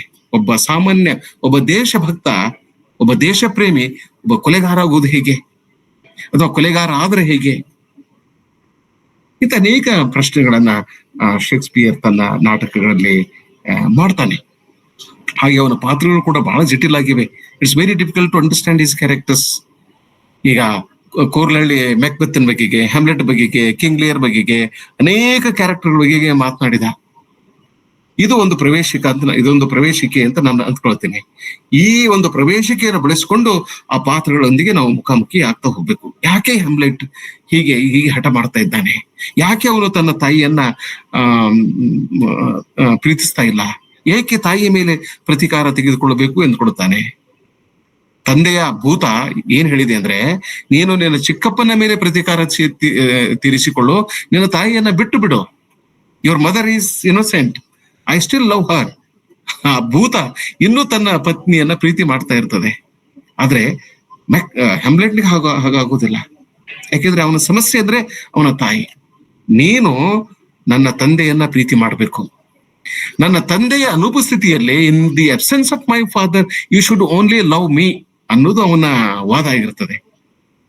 ನನ್ನನ್ನ ನೀ ಪ್ರೀತಿ ಮಾಡ್ಬೇಕು, ಬಿಟ್ಟು ನನ್ನ ಅಂಕಲ್ ನನ್ನ ಯಾಕೆ ಪ್ರೀತಿ ಮಾಡ್ತಾ ಇದ್ದೀಯಾ ಅನ್ನೋ ಒಂದು ಪ್ರಶ್ನೆಯಲ್ಲಿ ಆಕೆ ಹೇಳ್ತಾಳೆ, ನೋಡು, ನಾನು ನಿನ್ನ ತಾಯಿ, I am your mother, but I am not merely your mother.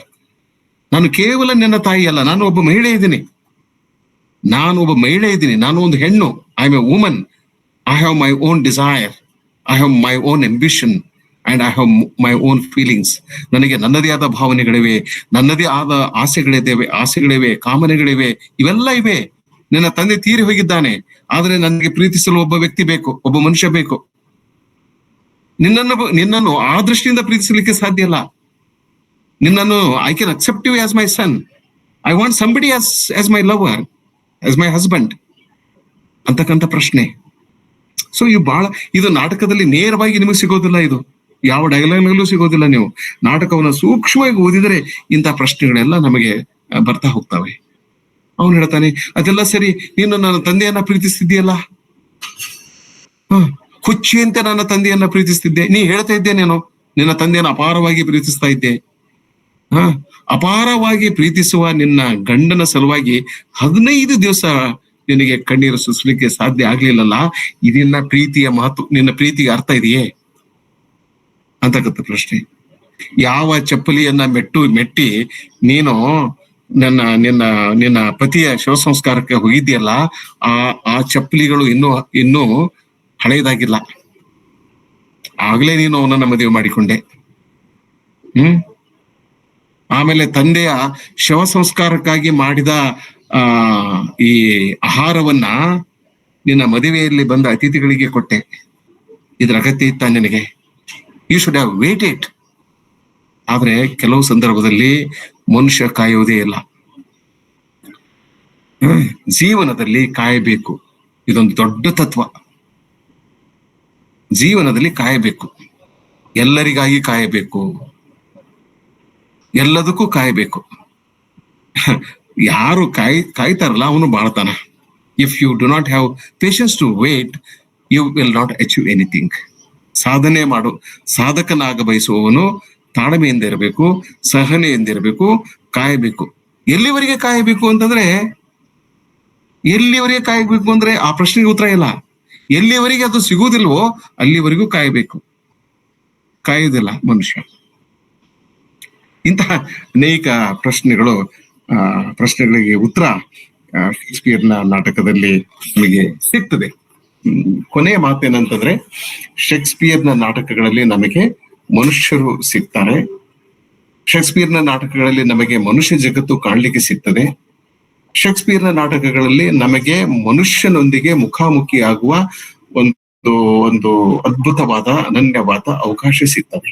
ಈ ಅವಕಾಶಕ್ಕಾಗಿ ನಾವು ಶೇಕ್ಸ್ಪಿಯರ್ಗೆ ಕೃತಜ್ಞತೆಗಳನ್ನ ಹೇಳ್ಬೇಕು ಮತ್ತು ಅವನ ನಾಟಕಗಳನ್ನ ಓದುವುದರ ಮೂಲಕ, ಅವನ ಪಾತ್ರಗಳೊಂದಿಗೆ ಮುಖಾಮುಖಿ ಆಗುವುದರ ಮೂಲಕ, ಅವನ ಲೋಕದರ್ಶನವನ್ನ ಅರ್ಥ ಮಾಡಿಕೊಳ್ಳುವುದರ ಮೂಲಕ ನಾವು ನಮ್ಮ ವ್ಯಕ್ತಿತ್ವದಲ್ಲಿರ್ತಕ್ಕಂಥ ಕೆಲವು ದೋಷಗಳನ್ನ, ಅತ್ಯಂತ ಬಹಳ ದೊಡ್ಡ ದೊಡ್ಡ ದೋಷಗಳನ್ನ ನಾವು ತಿದ್ದಿಕೊಳ್ಳುವ ಪ್ರಯತ್ನವನ್ನ ಮಾಡಬಹುದು. ಎಷ್ಟು ಮಾತುಗಳು ಈ ಸಂದರ್ಭದಲ್ಲಿ ಸಾಕು. ನೀವು ಪ್ರವೀಣ್ನೊಂದಿಗೆ ನಿಮ್ಮ ಚರ್ಚೆಯ ಸಂವಾದವನ್ನ ಮುಂದುವರಿಸಬಹುದು. ಎಲ್ಲರಿಗೂ ನಮಸ್ಕಾರ ಸರ್. ಧನ್ಯವಾದಗಳು ಸರ್. ಈಗ ಚರ್ಚೆಗೆ ಅವಕಾಶ ಇದೆ. ಏನಾದ್ರೂ ಪ್ರಶ್ನೆಗಳಿದ್ರೆ ಅಥವಾ ಪೂರಕವಾಗಿ ಮಾತನಾಡೋ ಹಾಗಿದ್ರೆ ತಮ್ಮ ಆಡಿಯೋನ ಅನ್ಮ್ಯೂಟ್ ಮಾಡಿಕೊಂಡು ತಾವು ನೇರವಾಗಿ ಪ್ರವೀಣ್ ಸರ್ ಜೊತೆಗೆ ಮಾತನಾಡಬಹುದು.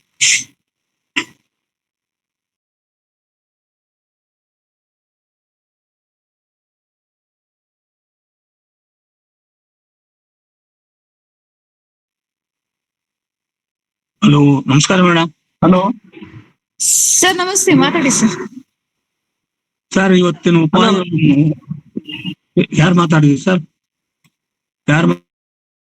ಇಲ್ಲ, ಮಾತಾಡ್ರಿ ಸರ್, ಮಾತಾಡ್ರಿ ಸರ್. ಉಪನ್ಯಾಸ ಮಾತ್ರ ಬಹಳ ಚೆನ್ನಾಗಿತ್ತು ಸರ್ ಇವತ್ತು. ಅದು ಹೆಂಗಿತ್ತು ಅಂದ್ರೆ, ಈ ನೀರಿನ ಜಲಪಾತ ನೀರು ಬೀಳ್ತದಲ್ಲ ಜಲಪಾತದಲ್ಲಿ, ಹಂಗೆ ಬಹಳ ಬಹಳ ಸರಳವಾಗಿ ಸುಂದರವಾಗಿ ಮನೋಹರವಾಗಿತ್ತು ಸರ್. ನಮ್ಗೆ ಏನಾಯ್ತಂದ್ರೆ, ನನಗೆ ಹೆಚ್ಚು ಕಡಿಮೆ ಎಲ್ಲಾ ನಾಟಕಗಳನ್ನು ಕೇಳಿದೆ ಸರ್. ಇಲ್ಲಿ ಒಂದು ಅಥವಾ ಎರಡು ನಾಟಕ ಬಂದಿಲ್ಲ ನಾನು ಉಪನ್ಯಾಸಕ್ಕೆ. ಈ ನಿಮ್ಮ ಉಪನ್ಯಾಸ ಕೇಳಿದ್ಮೇಲೆ ನನಗೆ ಆ ಶೇಕ್ಸ್ಪಿಯರ್ನ ಬಗ್ಗೆ ಒಂದೊಂದು ಸಣ್ಣ ನನ್ನ ಸಾಹಿತ್ಯ, ಇಂಗ್ಲಿಷ್ ಸಾಹಿತ್ಯ ವಿದ್ಯಾರ್ಥಿ ಅಲ್ಲ ನಾನು. ಸಣ್ಣ ಪಿಕ್ಚರ್ನ ಒಂದು ತುಂಡಿದೆ ಓದು ಸೇರಿಸಿ ಏನೋ ಒಂದು ಮಸುಕಾದ ಆ ಶೇಕ್ಸ್ಪಿಯರ್ನ ಚಿತ್ರ ಮಾಡ್ಕೊಟ್ಟಂಗಾಯ್ತು ಸರ್. ನನಗೆ ಒಂದು ಪೂರ್ತಿ ಅವರ ನಾಟಕಗಳಾದ ಆ ಮನುಷ್ಯ ಸಂಕೀರ್ಣತೆಯ, ಅವನ ಭಾವನೆಗಳ, ಅವನ ಸೈಕಾಲಜಿಗಳ ಇದನ್ನ ಒಂದು ಸಂಕ್ಷಿಪ್ತವಾಗಿ ತಲೆಯಲ್ಲಿ ತುಂಬಿದಾಗ ಸರ್. ಒಂದು ಮಾತು ಹೇಳಿದ್ರಿ, ಶೇಕ್ಸ್ಪಿಯರ್ನ ಹತ್ರ ಮಾಡ್ಬೇಕು ಅಂತ. ನೀವು ನಮ್ಗೆ ಹತ್ರ ಮಾಡಿದಂಗ ಆಯ್ತು ಸರ್. ನಮಸ್ಕಾರ sir. Thank you sir. Thank you.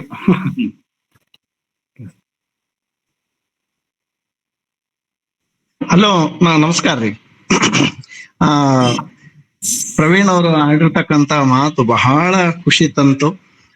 ನಿಜವಾಗಿ ಹೇಳ್ಬೇಕಪ್ಪ ಅಂದ್ರೆ, ಶೇಕ್ಸ್ಪಿಯರ್ನ ಬಗ್ಗೆ ಗೊತ್ತಿಲ್ಲದವರು ಸಹಿತ, ಶೇಕ್ಸ್ಪಿಯರ್ ನಾಟಕ ಓದಲಾರದವರು ಸಹಿತ ಶೇಕ್ಸ್ಪಿಯರ್ ನಾಟಕ ಓದಬೇಕು ಅನ್ನುವಂತ ಹುಚ್ಚು ಹಿಡಿಸುವಂತಹ ರೀತಿಯಲ್ಲಿ ಇಡೀ ನಾಟಕಗಳನ್ನ ಬಹಳ ಚಂದ ಹೇಳಿದ್ರು. ಆಮೇಲೆ ವಿಶೇಷತೆ ಏನಪ್ಪಾ ಅಂದ್ರೆ, ಆ ನಾಟಕಗಳನ್ನ ನಾಟಕವಾಗಿ ನೋಡ್ಲಿಲ್ಲ. ಆ ನಾಟಕದಲ್ಲಿರುವ ವಸ್ತುಗಳು, ವಿಷಯಗಳು ನಮ್ಮ ಪ್ರಸ್ತುತ ಜೀವನದಲ್ಲಿ ಹೆಂಗ್ ನಡೀತದ, ನಮ್ಮ ವೇದ ಉಪನಿಷತ್ತಿನಲ್ಲೂ ಅದ, ನಮ್ಮ ವಚನಗಳಲ್ಲೂ ಅದ ಶೇಕ್ಸ್ಪಿಯರ್ನ ವಿಚಾರಧಾರೆಗಳು ಅನ್ನೋದನ್ನ ಬಹಳ ಸರಳವಾಗಿ ತಿಳಿಸ್ಕೊಟ್ರು. ಆಮೇಲೆ ನಾನು ಯಾರು ಅಂತಕ್ಕಂತಹ ವಿಚಾರದಲ್ಲಿ ಹೇಳ್ಬೇಕಾದಾಗ ಎಲ್ಲ ನಮ್ಮ ವೇದಾಂತಿಗಳೆಲ್ಲ ಅದನ್ನೇ ಹೇಳಿದ್ರು. ನಾನು ಯಾರು ಅನ್ನೋದನ್ನ ಕಂಡಿಡ್ಲಿಕ್ಕೆ ಸಾಕಷ್ಟು ಪ್ರಯತ್ನ ಪಟ್ರು.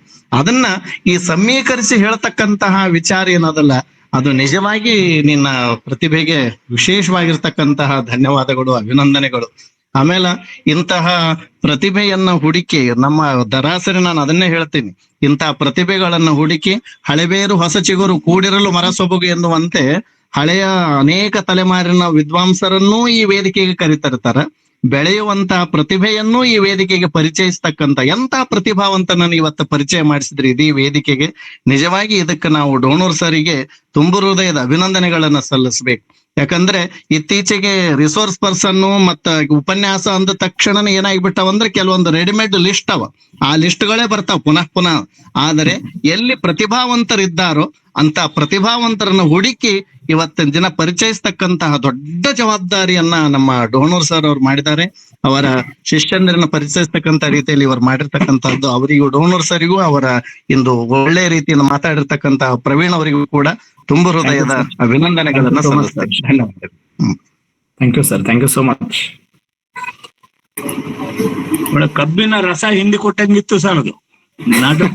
ನೋಡ್ ಸರ್, ಇನ್ನು ಹಲವು ವಿಷಯಗಳನ್ನ ತಗೋಬೇಕು ಸರ್, ಇನ್ನು ಹಲವು ವಿಷಯಗಳ ಬಗ್ಗೆ ಬಹಳ ಚೆನ್ನಾಗಿತ್ತು ಸರ್. ನನ್ಗೊಂದು ಬಹಳ ಚೆನ್ನಾಗಿ ಕಾಣ್ತು. ಜೋಶಿ ಅವರು ಮತ್ತು ಕಲಂದರ್ ಅವರು ಹೇಳಿದ ಮಾತುಗಳು ಸಂಪೂರ್ಣ ಸತ್ಯವಾಗಿವೆ.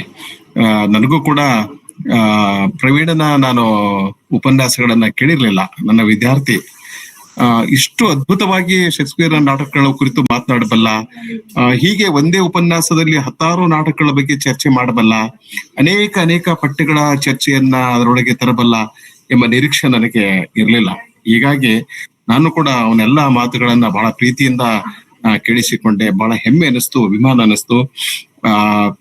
ಅದ್ಭುತವಾದ ಒಂದು ಶಕ್ತಿ ಪ್ರವೀಣ್ ನಿನ್ನಲ್ಲಿದೆ. ಈ ಶಕ್ತಿಯನ್ನ ನೀನು ಇನ್ನೂ ಬೆಳೆಸ್ಕೊಳ್ಬೇಕು ಮತ್ತು ಧಾರವಾಡಕಟ್ಟೆಯ ಮೇಲೆ ಆಗಾಗ ಬಂದು ಉಪನ್ಯಾಸಗಳನ್ನ ನೀಡ್ತಾ ಹೋಗ್ಬೇಕು. ನನಗೆ ಒಳ್ಳೇದಾಗ್ಲಿ. You have very bright future. ಶೇಕ್ಸ್ಪಿಯರ್ನ ಸ್ಕಾಲರ್ಸ್ ಕಡಿಮೆ ಆಗ್ತಾ ಇದ್ದಾರೆ ಕರ್ನಾಟಕದಲ್ಲೂ ಮತ್ತು ಇಡೀ ದೇಶದಲ್ಲೂ ಕೂಡ. People are losing their interest in Shakespeare. They have lost their interest in everything. Classic ಅನ್ನೋದ್ರಲ್ಲೇ ಅವ್ರಿಗೆ ಆಸಕ್ತಿ ಹೋಗ್ಬಿಟ್ಟಿದೆ. ಯಾಕಂದ್ರೆ ಈ ಮೊಬೈಲ್ ಮತ್ತು ಈ ಸೋಷಿಯಲ್ ಮೀಡಿಯಾ ಏನಿದೆಯಲ್ಲ, ಫೇಸ್ಬುಕ್ ಬಿಟ್ರೆ ಇನ್ಸ್ಟಾಗ್ರಾಮ್ ಬಿಟ್ರೆ ಜಗತ್ತಿಲ್ಲ ಅಷ್ಟೇ. ಹಿಂದಿಲ್ಲ, ಮುಂದಿಲ್ಲ, ಮತ್ತೊಂದಿಲ್ಲ, ಏನಿಲ್ಲ. ಹೀಗಾಗಿ ಈಗ ಒಂದು ದುರ್ದೈವಗಳಲ್ಲಿ ಶೇಕ್ಸ್ಪಿಯರ್ನ ಬಹುತೇಕ ಎಲ್ಲಾ ನಾಟಕಗಳನ್ನ ಓದಿ ಅವುಗಳನ್ನ ಸರಿಯಾಗಿ ಅರ್ಥ ಮಾಡಿಕೊಂಡು ಅಂತರ್ಗತ ಮಾಡಿಕೊಂಡು ಅವುಗಳ ಸೂಕ್ಷ್ಮತೆಯನ್ನ ಸರಿಯಾಗಿ ಗುರುತಿಸಿ ಅದನ್ನ ಸರಿಯಾದ ರೀತಿಯಲ್ಲಿ ಹೇಳುವುದೇನಿದೆಯಲ್ಲ, ಅದು ಯಾವಾಗ ಸಾಧ್ಯ ಆಗ್ತದೆ ಅಂತಂದ್ರೆ so only when you are able to engage yourself with the author. ಅವನಿಗೆ ಶೇಕ್ಸ್ಪಿಯರ್ನೊಂದಿಗೆ ಮುಖಾಮುಖಿ ಆಗುವ, ಶೇಕ್ಸ್ಪಿಯರ್ನ ಧ್ವನಿಯನ್ನ ಕೇಳುವ, ಶೇಕ್ಸ್ಪಿಯರ್ನ ಅರ್ಥನಾದವನ್ನ ಕೇಳುವ ಒಂದು ಸೂಕ್ಷ್ಮತೆ ಇದ್ದ ಲೇಖಕನಿಗೆ ಮಾತ್ರ ಈ ಎಲ್ಲ ಸಂಗತಿಗಳು ಅನುಭವಕ್ಕೆ ಬರ್ಲಿಕ್ಕೆ ಸಾಧ್ಯವಿದೆ. ಹೀಗಾಗಿ ಮತ್ತೊಮ್ಮೆ ನನಗೆ ನಾನು ಅಭಿನಂದನೆಗಳನ್ನ, ಕೃತಜ್ಞತೆಗಳನ್ನ ಸಲ್ಲಿಸ್ತೇನೆ ಮತ್ತು ಶುಭವನ್ನ ಕೋರ್ತೇನೆ. Thank you sir, thank you so much sir. Sir, ಆಮೇಲೆ ಈ ಇಂಗ್ಲಿಷ್ ಪ್ರಾಧ್ಯಾಪಕರಾದ್ರೂ ಸಹಿತ ಕನ್ನಡಕ್ಕೆ ವಿಶೇಷತೆ ಕೊಡ್ತಕ್ಕಂತಹದ್ದು. ಯಾಕಂದ್ರೆ ನಮ್ಮ ಕನ್ನಡ ಸಾಹಿತ್ಯದಲ್ಲೇ ಹಾಗೆ ಇದೆ ರೀ. ಕನ್ನಡ ಸಾಹಿತ್ಯಕ್ಕೆ ಇಂಗ್ಲಿಷ್ ಪ್ರಾಧ್ಯಾಪಕರ ಕೊಡುಗೆ ಬಹಳ ಅಂದ್ರೆ ಬಹಳ ಅದ ಕನ್ನಡ ಪ್ರಾಧ್ಯಾಪಕರಿಗಿಂತ. ಅಂತಹ ನಿಟ್ಟಿನಲ್ಲಿ ಡೋಣೂರ್ ಸರ್ ಇದ್ದಾರೆ. ಆ ನಿಟ್ಟಿನಲ್ಲಿ ತಮ್ಮ ಶಿಷ್ಯ ಪ್ರವೀಣನ್ನು ಮುಂದುವರಿಸ್ತಾ ಇದ್ದಾರೆ. ಅದು ಬಹಳ ವಿಶೇಷ ಅಂತ. ಅದ್ರ ಜೊತೆ ಯಾಕಂದ್ರೆ ಇಂಗ್ಲಿಷ್ ನಲ್ಲಿ ಮಾತಾಡ್ತಾರೆ, ಆದ್ರೆ ಅದನ್ನ ಇಂಗ್ಲಿಷ್ ಅನ್ನ ತಿಳ್ಕೊಂಡು ಕನ್ನಡದಲ್ಲಿ ಅಷ್ಟೇ ಅಸ್ಖಲಿತವಾಗಿ ಮಾತಾಡ್ತಕ್ಕಂತಹ ಜನ ಬಹಳ ಕಡಿಮೆ. ಎರಡೂ ಭಾಷೆಯಲ್ಲಿ ಪಾಂಡಿತ್ಯವನ್ನು ಹೊಂದಿರತಕ್ಕಂಥವರು ವಿರಳ.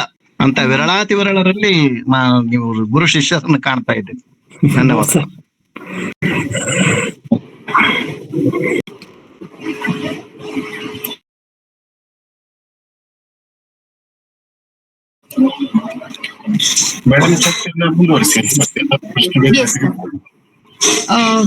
ಮತ್ತೆ ಬೇರೆ ಏನಾದ್ರೂ ಚರ್ಚೆ ಪ್ರಶ್ನೆಗಳಿದ್ರೆ ಸರ್ ಜೊತೆಗೆ ಮಾತನಾಡ್ಬೋದು.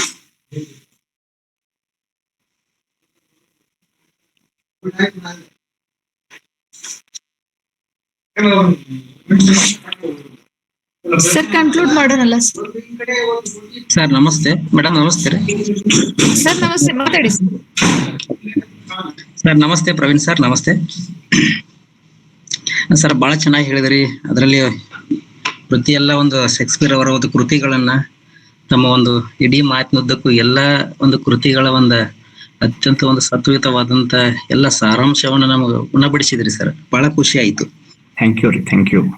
ಯಾಕಂದ್ರೆ ಸರ್, ಈಗ ಮನುಷ್ಯನ ಒಂದು ಸಂಕೀರ್ಣತೆನೆ ಅದೇ. ನಮ್ಮ ಡೋನರ್ ಸರ್ ಕೂಡ ಅದನ್ನೇ ಮಾತಾಡ್ತಾ ಇದ್ದಾರೆ ಸರ್. ನಾವು ಕೂಡ ಪ್ರತಿ ಸಾರಿ ಇಲ್ಲಿ ಜಾಯ್ನ್ ಆಗಿರ್ತೀರಿ ಹಲವಾರು ಸಾರಿ. ಅದಕ್ಕೆ ಒಂದ್ ಕಡೆ ನಮ್ಮ ಒಂದು ಜಾನಪದದಲ್ಲಿ ಕೂಡ ಹೇಳ್ತಾರೆ ಸರ್ ಕವಿಗಳು, ನೀನು ಮಾಡಿದ ಪಾಪವಂತೂ ನಿನ್ನ ಕಾಡದೆ ಬಿಡುವುದಿಲ್ಲ, ವಿಧಿಯು ಮಾಡಿದ ನಿಯಮವಂತೂ ಇಲ್ಲಿ ಯಾರಿಗೆ ಬಿಟ್ಟಿಲ್ಲ, ಪುಣ್ಯ ಕರ್ಮಕ್ಕೆ ಯೋಗ್ಯ ಫಲವು ಸಿಗದಂತೂ ಹೋಗೋದಿಲ್ಲ ಅಂತ ಹೇಳ್ತಾರೆ ಸರ್ ಇಲ್ಲಿ. ಅದ್ರಲ್ಲಿ ನಾವು ಏನೇನು ಮಾಡ್ತೀವಿ, ಒಂದ್ ಕಡೆ ಬರಹಗಾರರು ಬರೀತಾರೆ ಸರ್, ಏನಂದ್ರೆ ರೀ, ಒಬ್ಬ ಬ್ಯಾಟ್ಸ್ಮನ್ ಒಂದು ಬಾಲನ್ನ ರಾಂಗ್ ಆಗಿ ಜಡ್ಜ್ ಮಾಡಿಬಿಟ್ಟಂದ್ರೆ ಅವತ್ತವನು ಔಟ್ ಆಗ್ತಾನ ಆ ಒಂದು ಗ್ರೌಂಡ್ ಅಲ್ಲಿ. ಸಾಕಷ್ಟು ಒಂದು ಬ್ರೈಟ್ ಫ್ಯೂಚರ್ ಇರ್ತಾರೆ, ಬಟ್ ಅಲ್ಲಿ ಫೇಲ್ ಆಗ್ತಾನೆ ಅವನು. ಅದೇ ರೀತಿ ನಾವು ಕೂಡ ನಮ್ಮ ಜೀವನದಲ್ಲಿ ಒಂದು ಯಾವ್ದಾದ್ರು ಒಂದು ಡಿಸಿಷನ್ ಅನ್ನ ನಾವು ರಾಂಗ್ ತೆಗೆದುಕೊಂಡಿವಿ ಅಂದ್ರೆ ವಿ ಆರ್ ಆಲ್ಸೋ ಫೇಲ್. ಎಲ್ಲೋ ಒಂದು ನಮ್ಗೆ ಸಮಸ್ಯೆ ಆಗೇ ಆಗುತ್ತೆ ಸರ್. ಬಹಳ ಚೆನ್ನಾಗಿ ಹೇಳಿದೆ ಸರ್. ಅದಕ್ಕೆ ಇವತ್ತು ನಿನ್ನೆ ಆರ್ಟಿಕಲ್ ಬಂದಿದೆ ಸರ್, ಯುದ್ಧ ಸಾಕು ಬುದ್ಧ ಬೇಕು ಅಂತ ಹೇಳಿ. ಯಾಕಂದ್ರೆ ಎಲ್ಲಾ ಈಗ ಜಗತ್ತೇ ಒಂದು ಯುದ್ಧದಲ್ಲಿ ಮುಳುಗಿ ಹೋಗಿ ಜನರ ಜೀವನ ಮಟ್ಟ ಒಂದು ಸಿಕ್ಕಾಪಟ್ಟಿ ಒಂದು ಕಾಸ್ಟ್ಲಿ ಜೀವನ ಆಗಿಬಿಟ್ಟಿದೆ ಸರ್ ಇವಾಗ. ಅಂತ ಪರಿಸ್ಥಿತಿಯಲ್ಲಿ ತಮ್ಮ ಮಾತಿನುದ್ದಕ್ಕೂ ನಮ್ಮ ಶೇಕ್ಸ್ಪಿಯರ್ ಅವರು ಯಾವತ್ತು ಪ್ರಸ್ತುತ ಪ್ರತಿಯೊಂದು ಕಾಲಘಟ್ಟದಲ್ಲಿ ಪ್ರತಿಯೊಂದು ಸಂದರ್ಭದಲ್ಲಿ ಐ ಹ್ಯಾವ್ ಫರ್ಗಟನ್ ಆಕ್ಚುಲಿ ಏನಂದ್ರೆ, ಒಂದು ಬುಕ್ ನಲ್ಲಿ ನಾನು ನೋಡ್ತಾ ಇದ್ದೆ, ಶೇಕ್ಸ್ಪಿಯರ್ ಹ್ಯೂಮನೈಸಸ್ ದ ಹ್ಯೂಮನ್ ಅನ್ನೋ ಒಂದು ವರ್ಡ್ ಯೂಸ್ ಮಾಡ್ತಾರೆ. ಅಂದ್ರೆ ಮನುಷ್ಯನಾಗಿಸುವುದು ಶೇಕ್ಸ್ಪಿಯರ್ನ ಕೃತಿಗಳು ಅಂತ. ಅರ್ಥಾತ್ ಈಗ ಮನುಷ್ಯ ಹಾಗಾದ್ರೆ ಮಾನವನಾಗಿ ಹುಟ್ಟಿಲ್ವೋ ಅಂತ ಒಂದು ಕ್ವಶನ್. ಈಗ ಮನುಷ್ಯ ಮಾನವನಾಗಿ ಜಗತ್ತಿಗೆ ಬಂದಿಲ್ಲ, ಮಾನವನಾಗಲು ಈ ಜಗತ್ತಿಗೆ ಬಂದಿದ್ದಾನೆ. ಅವನ ಮಾನವ ಸ್ವರೂಪವನ್ನ ಮತ್ತು ಅವನಿಗೆ ಮರುಪರಿಚಯ ಮಾಡಿಸಬೇಕಾಗಿದೆ. ಅಂತಹ ಸಂದಿಗ್ಧತೆಯೊಳಗೆ ನಾವು ಆಕ್ಚುಲಿ ಇದ್ದೇವೆ ಇವತ್ತು. ಈ ಹಿನ್ನೆಲೆಯೊಳಗೆ ನಾವು ಶೇಕ್ಸ್ಪಿಯರ್ ಕೃತಿಗಳನ್ನ ತಗೋಬಹುದು. ಅಂದ್ರೆ ಮನುಷ್ಯ ಹಕ್ಕಿಯಂತೆ ಹಾರ್ತಾ ಇದ್ದಾನೆ, ಮೀನಿನಂತೆ ಈಸ್ತಾ ಇದ್ದಾನೆ, ಆದ್ರೆ ಅನ್ಫಾರ್ಚುನೇಟ್ ಅಂದ್ರೆ ಮನುಷ್ಯನಂತೆ ಬದುಕ್ತಾ ಇಲ್ಲ. Really sir. ಆ ಕ್ವಾಲಿಟಿ ಆಫ್ ಮರ್ಸಿ ಬಹಳ ಚೆನ್ನಾಗಿ ಹೇಳಿದೆ sir. Quality of mercy is not strained, it droppeth as a gentle rain from heaven upon the placement, it is a twice blessed, it blessed him that gives, that him that takes ಅಂತ ಹೇಳಿ ಹೇಳೋದ್ರಲ್ಲಿ ಎಷ್ಟು ಚೆನ್ನಾಗಿದೆ sir ಅಲ್ಲಿ. ಅಂದ್ರೆ ಆ mercy ಅನ್ನೋದು ಸ್ವರ್ಗದಿಂದ ಬಂದಂತ ಜಂಟಲ್ ರೇನ್ ಅಂತ ತೆಗೆದುಕೊಂಡಂತ ಭೂಮಿಯು ಕೂಡ ಸಂತೋಷ ಪಡುತ್ತೆ, ಕೊಟ್ಟಂತ ಸ್ವರ್ಗವು ಸಹಿತ ಬಹಳ ಸಂತೋಷ ಪಡುತ್ತೆ. ಅಂದ್ರೆ ಟ್ವೈಸ್ ಬ್ಲೆಸ್ಡ್ ಅಂತ ಹೇಳಿ ಇಬ್ರು ಕೂಡ ತೆಗೆದುಕೊಂಡವರು ಕೂಡ ದೇವರ ಪ್ರೀತಿಗೆ ಪಾತ್ರರಾಗ್ತಾರ ಅಂತ ಹೇಳಿ ಬಹಳ ಚೆನ್ನಾಗಿದೆ ಸರ್. ಅದು ಮರ್ಚೆಂಟ್ ಆಫ್ ವೆನಿಸ್ ಅಲ್ಲಿ ಅದರ ಪ್ರಯುಕ್ತವಾಗಿ ಬರ್ದಾರಲ್ಲ ಶೇಕ್ಸ್ಪಿಯರ್ ಅವರು. ಅದ್ರ ಜೊತೆ ನಮ್ ಡೋನು ಸರ್ ಬಹಳ ಚೆನ್ನಾಗಿ ಹೇಳ್ತಾರೆ, ಮನುಷ್ಯನ ಮನಸ್ಸಿನ ಬಗ್ಗೆ ಯಾರು ಮಾತನಾಡ್ತಾರೋ, ಯಾರು ಬರೀತಾರೋ, ಯಾರು ಕವಿಗಳಾಗ್ತಾರೋ ಅವರು ಯಾವತ್ತೂ ಕೂಡ ಸರ್ವಕಾಲಿಕ ವ್ಯಕ್ತಿಗಳಾಗ್ತಾರ ಅಂತ ಹೇಳಿ. ಯಾಕಂದ್ರೆ ಈಗ ಯಾರು ಸಿಗ್ಮಂಡ್ ಫ್ರಾಯ್ಡ್ ಅವರು ಕೂಡ ನಾವು ಮನೋವಿಜ್ಞಾನದ ಪಿತಾಮಹ ಅಂತ ಕರಿತೀವಿ. ಮನುಷ್ಯನ ಬಗ್ಗೆ ಹೇಳಿದ್ರು ಅವ್ರು, ಇದು ಈಗೋ ಅಂಡ್ ಸೂಪರ್ ಈಗೋ ಅಂತ ಹೇಳಿ. ಅದ್ರ ಮುಂದೆ ಬಂದಂತ ವ್ಯಾಟ್ಸನ್ ಅವ್ರು ಹೇಳ್ತಾರೆ ಸರ್, ಮನುಷ್ಯನ ಮನಸ್ಸು ಯಾವ ರೀತಿ ಇದೆ ಅಂದ್ರೆ ಎಲ್ಲಿದೆ ಅಂದ್ರೆ ಅವನ ವರ್ತನೆಯಲ್ಲಿ ಇದೆ ಅಂತ ಹೇಳಿದ್ರು.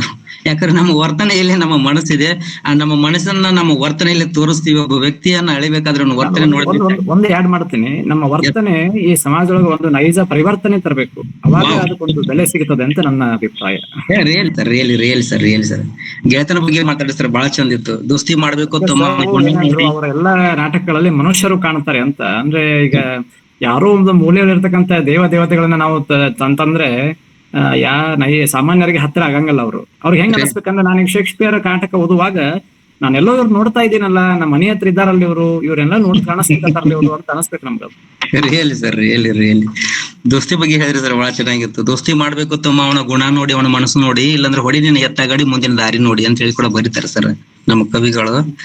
ಯಾಕಂದ್ರೆ ಆ ರೀತಿಯಲ್ಲಿ ಹುಡುಕ್ಬೇಕಾಗಿದೆ ಈ ಪರಿಸ್ಥಿತಿ ಸರ್ ದೋಸ್ತಿಗಳನ್ನ. ಯಾಕಂದ್ರೆ ಪ್ರತಿಯೊಬ್ರು ಕೂಡ ಏನಾಗಿದೆ ಅಂದ್ರೆ ಇತ್ತಿನ ಒಂದು ಈ ಜಗತ್ತಿನಲ್ಲಿ ಎಲ್ಲರೂ ಸ್ವಾರ್ಥಿಗಳಾಗಿ ಬಿಟ್ಟಿವಿ ಸರ್.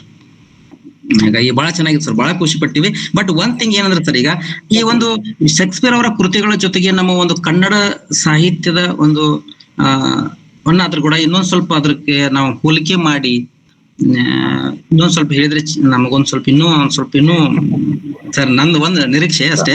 ಆನೆಸ್ಟ್ ಆಗಿ ಹೇಳ್ಬೇಕಂದ್ರೆ ನಾನು ಕನ್ನಡ ಸಾಹಿತ್ಯದ ಅಭಿಮಾನಿನ. ಆಕ್ಚುಲಿ ಹಂಗ್ ನೋಡಿದ್ರೆ ನಾನು ಕನ್ನಡ ಮೀಡಿಯಂ ವಿದ್ಯಾರ್ಥಿನ. ನಾನು ಸೆಕೆಂಡ್ PUC ತನ ಕನ್ನಡ ಮೀಡಿಯಂ. ನಾನು ಈಗ ಭೀಮಾಶಂಕರ್ ಸರ್ ಹೇಳಿದ್ರು, ಆಕ್ಚುಲಿ ಅವರು ನನಗ ಪ್ರಚೋದನೆ ಮಾಡಿದ್ರು ಅಂತ ಹೇಳಿ ನಾನು MA ಇಂಗ್ಲಿಷ್ ಹೋಗಿದ್ದೆ. ನಾ B.Ed ಹೊಂಟಿದ್ದೆ ಆಕ್ಚುಲಿ. ಸರ್ ನನಗ ಇಲ್ಲ, ನೀವು MA ಇಂಗ್ಲಿಷ್ ಹೋಗು, ಬಹಳ ಬ್ರೈಟ್ ಫ್ಯೂಚರ್ ಇರ್ತದ ಅಂತಂದ್ರು. ಅಫ್ಕೋರ್ಸ್ ನನಗ ಡೋನೂರ್ ಸರ್, ನಾನು KCD ಒಳಗಿದ್ದಾಗ ನನಗ ಅವರು ಗುರುಗಳು ಸರ್. ನನಗೆ ಅವರು ಇಂಗ್ಲಿಷ್ ಎಷ್ಟು ಹೇಳಿದ್ರು ಅದಕ್ಕಿಂತ ಹೆಚ್ಚಾಗಿ ಕನ್ನಡ ಸಾಹಿತ್ಯದ ಅಭಿಮಾನವನ್ನ ಜಾಸ್ತಿ ಕೊಟ್ರು ಅವರು. ಅವಾಗ ಸರ್ ಬೇಂದ್ರೆ ಅವರನ್ನ, ಕುವೆಂಪು ಅವ್ರನ್ನ ಎಳದ್ ತರ್ತಿದ್ರು, JS ಅವರನ್ನ. ಅದು ಆಕ್ಚುಲಿ ಸಾಹಿತ್ಯಕ್ಕೆ ಭೇದ ಭಾವ ಅಂತ ಇಲ್ಲ ನನ್ನ ಪ್ರಕಾರ. ಎಲ್ಲ ಸಾಹಿತ್ಯನೂ ಒಂದೇ. ಅದು ಸಾಹಿತ್ಯ ಅಂತಕ್ಕಂಥದ್ದು ಏನಂದ್ರೆ ಸಮಾಜವನ್ನ ತಿದ್ದಲಿರ್ತಕ್ಕಂಥ ಒಂದು ಸಾಧನ ಅಂತ ನಾನು ಅನ್ಕೊಂಡಿನಿ. ಅದನ್ನ ಅದು ಎಲ್ಲ ಕಾಲಘಟ್ಟಕ್ಕೂ ಅದು ಬೇರೆ ಬೇರೆ ರೂಪಾಂತರಗಳನ್ನ ಪಡಿಬಹುದು ಹೊರತು ಅದರ ಆಶಯ ಮಾತ್ರ ಏನಂದ್ರೆ ಒಂದು ಸಮೃದ್ಧ ಸಮಾಜವನ್ನ, ಸುಸ್ಥಿರ ಸಮಾಜವನ್ನ ಕಟ್ಟುವುದಾಗಿರುತ್ತೆ. Really sir. ಬಹಳ ಚೆನ್ನಾಗಿದೆ ಸರ್. ನಿಮ್ಮ ಮಾತು ಕೇಳಿದಾಗ ನನಗೆ ಪ್ರತಿಯೊಂದು ಕೂಡ ನಮ್ಮಲ್ಲಿ ನಮ್ಮ ಒಂದು ರಾಜ್ಯದಲ್ಲಿ ಆಗಿರ್ಬೋದು, ರಾಷ್ಟ್ರದಲ್ಲಿ ಆಗಿರ್ಬೋದು, ನಮ್ಮ ಜೀವನದಾಗಿರ್ಬೋದು ಕೆಲವೊಂದು ಪಿಕ್ಚರ್ಗಳು ನನ್ನ ಕಣ್ ಮುಂದೆ ಬಂದ್ ಹೋಗ್ತಾ ಇದ್ವು ಸರ್. ಆಕ್ಚುಲಿ ನೀವು ಹೇಳುವಂತ ವರ್ಡ್ಸ್ ಮುಖಾಂತರ ಹೌದಲ್ಲ ಈ ರೀತಿ ಇದೆಲ್ಲ, ಹೌದಲ್ಲ ಈ ರೀತಿ ಇದೆಲ್ಲ, ಒಂದೊಂದು ಸಿನಾರಿಯೋ ನನ್ನ ಕಣ್ ಮುಂದೆ ಕಾಣ್ತಾ ಇತ್ತು ಸರ್ ಆಕ್ಚುಲಿ. ಯಾಕಂದ್ರೆ ಸರ್ ನಾವು ಒಂದು ಸ್ಟೇಟ್ಮೆಂಟ್ ಕೊಟ್ಟಿವಂದ್ರೆ ಈಗ ಬಿಡ್ರಿ, ನಾವು ಈಗ ಆಸ್ ಅ ಟೀಚರ್ ಇದ್ದೀವಿ, ನಾವು ಜಾಸ್ತಿ ನೋಡೋದು ಪೊಲಿಟಿಷಿಯನ್ಸ್ನ. ಈಗ ನಾವು ಕೂಡ ಸರ್ ಎಲ್ಲರಿಗೂ ಅಪ್ಲೈ ಆಗುತ್ತೆ ಅದು. ಈಗ ಒಂದು ಸ್ಟೇಟ್ಮೆಂಟ್ ನಾವು ಕೊಟ್ಟಿವಿ ಅಂದ್ರೆ, ಏನೋ ಒಂದು ಮಾತನ್ನ ಒಬ್ರಿಗೆ ಹೇಳಿದ್ವಿ ಅಂದ್ರೆ ಆ ಮುಂದೊಂದು ದಿನ ಆ ಮಾತು ನಮಗೆ ಸರ್ ಆ ಒಂದು ಮಾತಿಗೆ ನಡಿಬೇಕಾಗುತ್ತೆ. ಅದ್ ನಮಗೊಂದ್ ಸರಿ ಎಲ್ಲೋ ಎದುರಾಗುತ್ತೆ. ಬಟ್ ಅವಾಗ ನಾನು ಆ ಮಾತಿಗೆ ಸರಿಯಾಗಿ ನಾನು ನಡ್ಕೊಳ್ಳೇ ಇದ್ರಿ ನಾನು ಕೂಡ ಇಲ್ಲಿ ವಚನ ಭ್ರಷ್ಟನಾಗ್ತೀನಿ. ಬಟ್ ನಾವು ಕೆಲವು ವ್ಯಕ್ತಿಗಳ ಪೊಲಿಟಿಷಿಯನ್ಸ್ ನೋಡ್ತೀವಿ, ಮೀಡಿಯಾದಲ್ಲಿ ಬರ್ತಾರ ಅವರು, ಓಕೆ, ಅದ ಎಲ್ರು ಕಾಣ್ತ ಬಿಡ್ರಿ ಅದ. We are also suffering that, ಹೌದಿಲ್ಲ ಸರ್? ಅದರಲ್ಲಿ ಕೂಡ ನಾವು ಕೂಡ ಅದರಲ್ಲಿ ಇನ್ವಾಲ್ವ್ಮೆಂಟ್ ಆಗ್ತೀವಿ. ಬಟ್ ಅದು ನಮಗೆ ಮಾತ್ರ ಗೊತ್ತಿರುತ್ತಲ್ಲ. ಹಾಗಾಗಿ ನಾವೆಲ್ಲರೂ ಕೂಡ ಏನಾಗ್ಬಿಡ್ತೀವಿ, ಕೆಲವೊಂದ್ಸರಿ ನಾವು ಮಾತನಾಡಿದ ಮಾತುಗಳಿಗೆ ನಾವು ನಡ್ಕೊಳ್ಳೋದು ಒಮ್ಮೆ ತಪ್ಪು ಬಿಡುತ್ತೆ ಸರ್. ಅದು ಮನುಷ್ಯನ ಒಂದು ಸಂಕೀರ್ಣತೆನ ಕಾರಣ ಆಗಿರ್ಬೋದೇನೋ, ಅಥವಾ ಒಂದು ಜಟಿಲತೆನ ಕಾರಣ ಆಗಿರ್ಬೋದೇನೋ ಅಂತ ಹೇಳಿ. Thank you sir, thank you. Okay sir, thank you.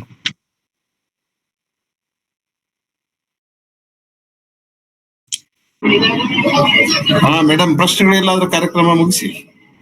S ಪ್ರಶ್ನೆಗಳಿದ್ರೆ ಚರ್ಚೆಯನ್ನ ಮುಂದುವರಿಸಿ. ಸರಿ ಸರ್.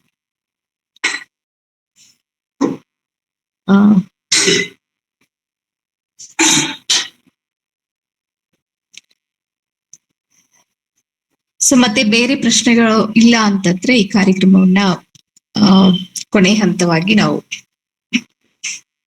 ಭಾವಿಸ್ತಾ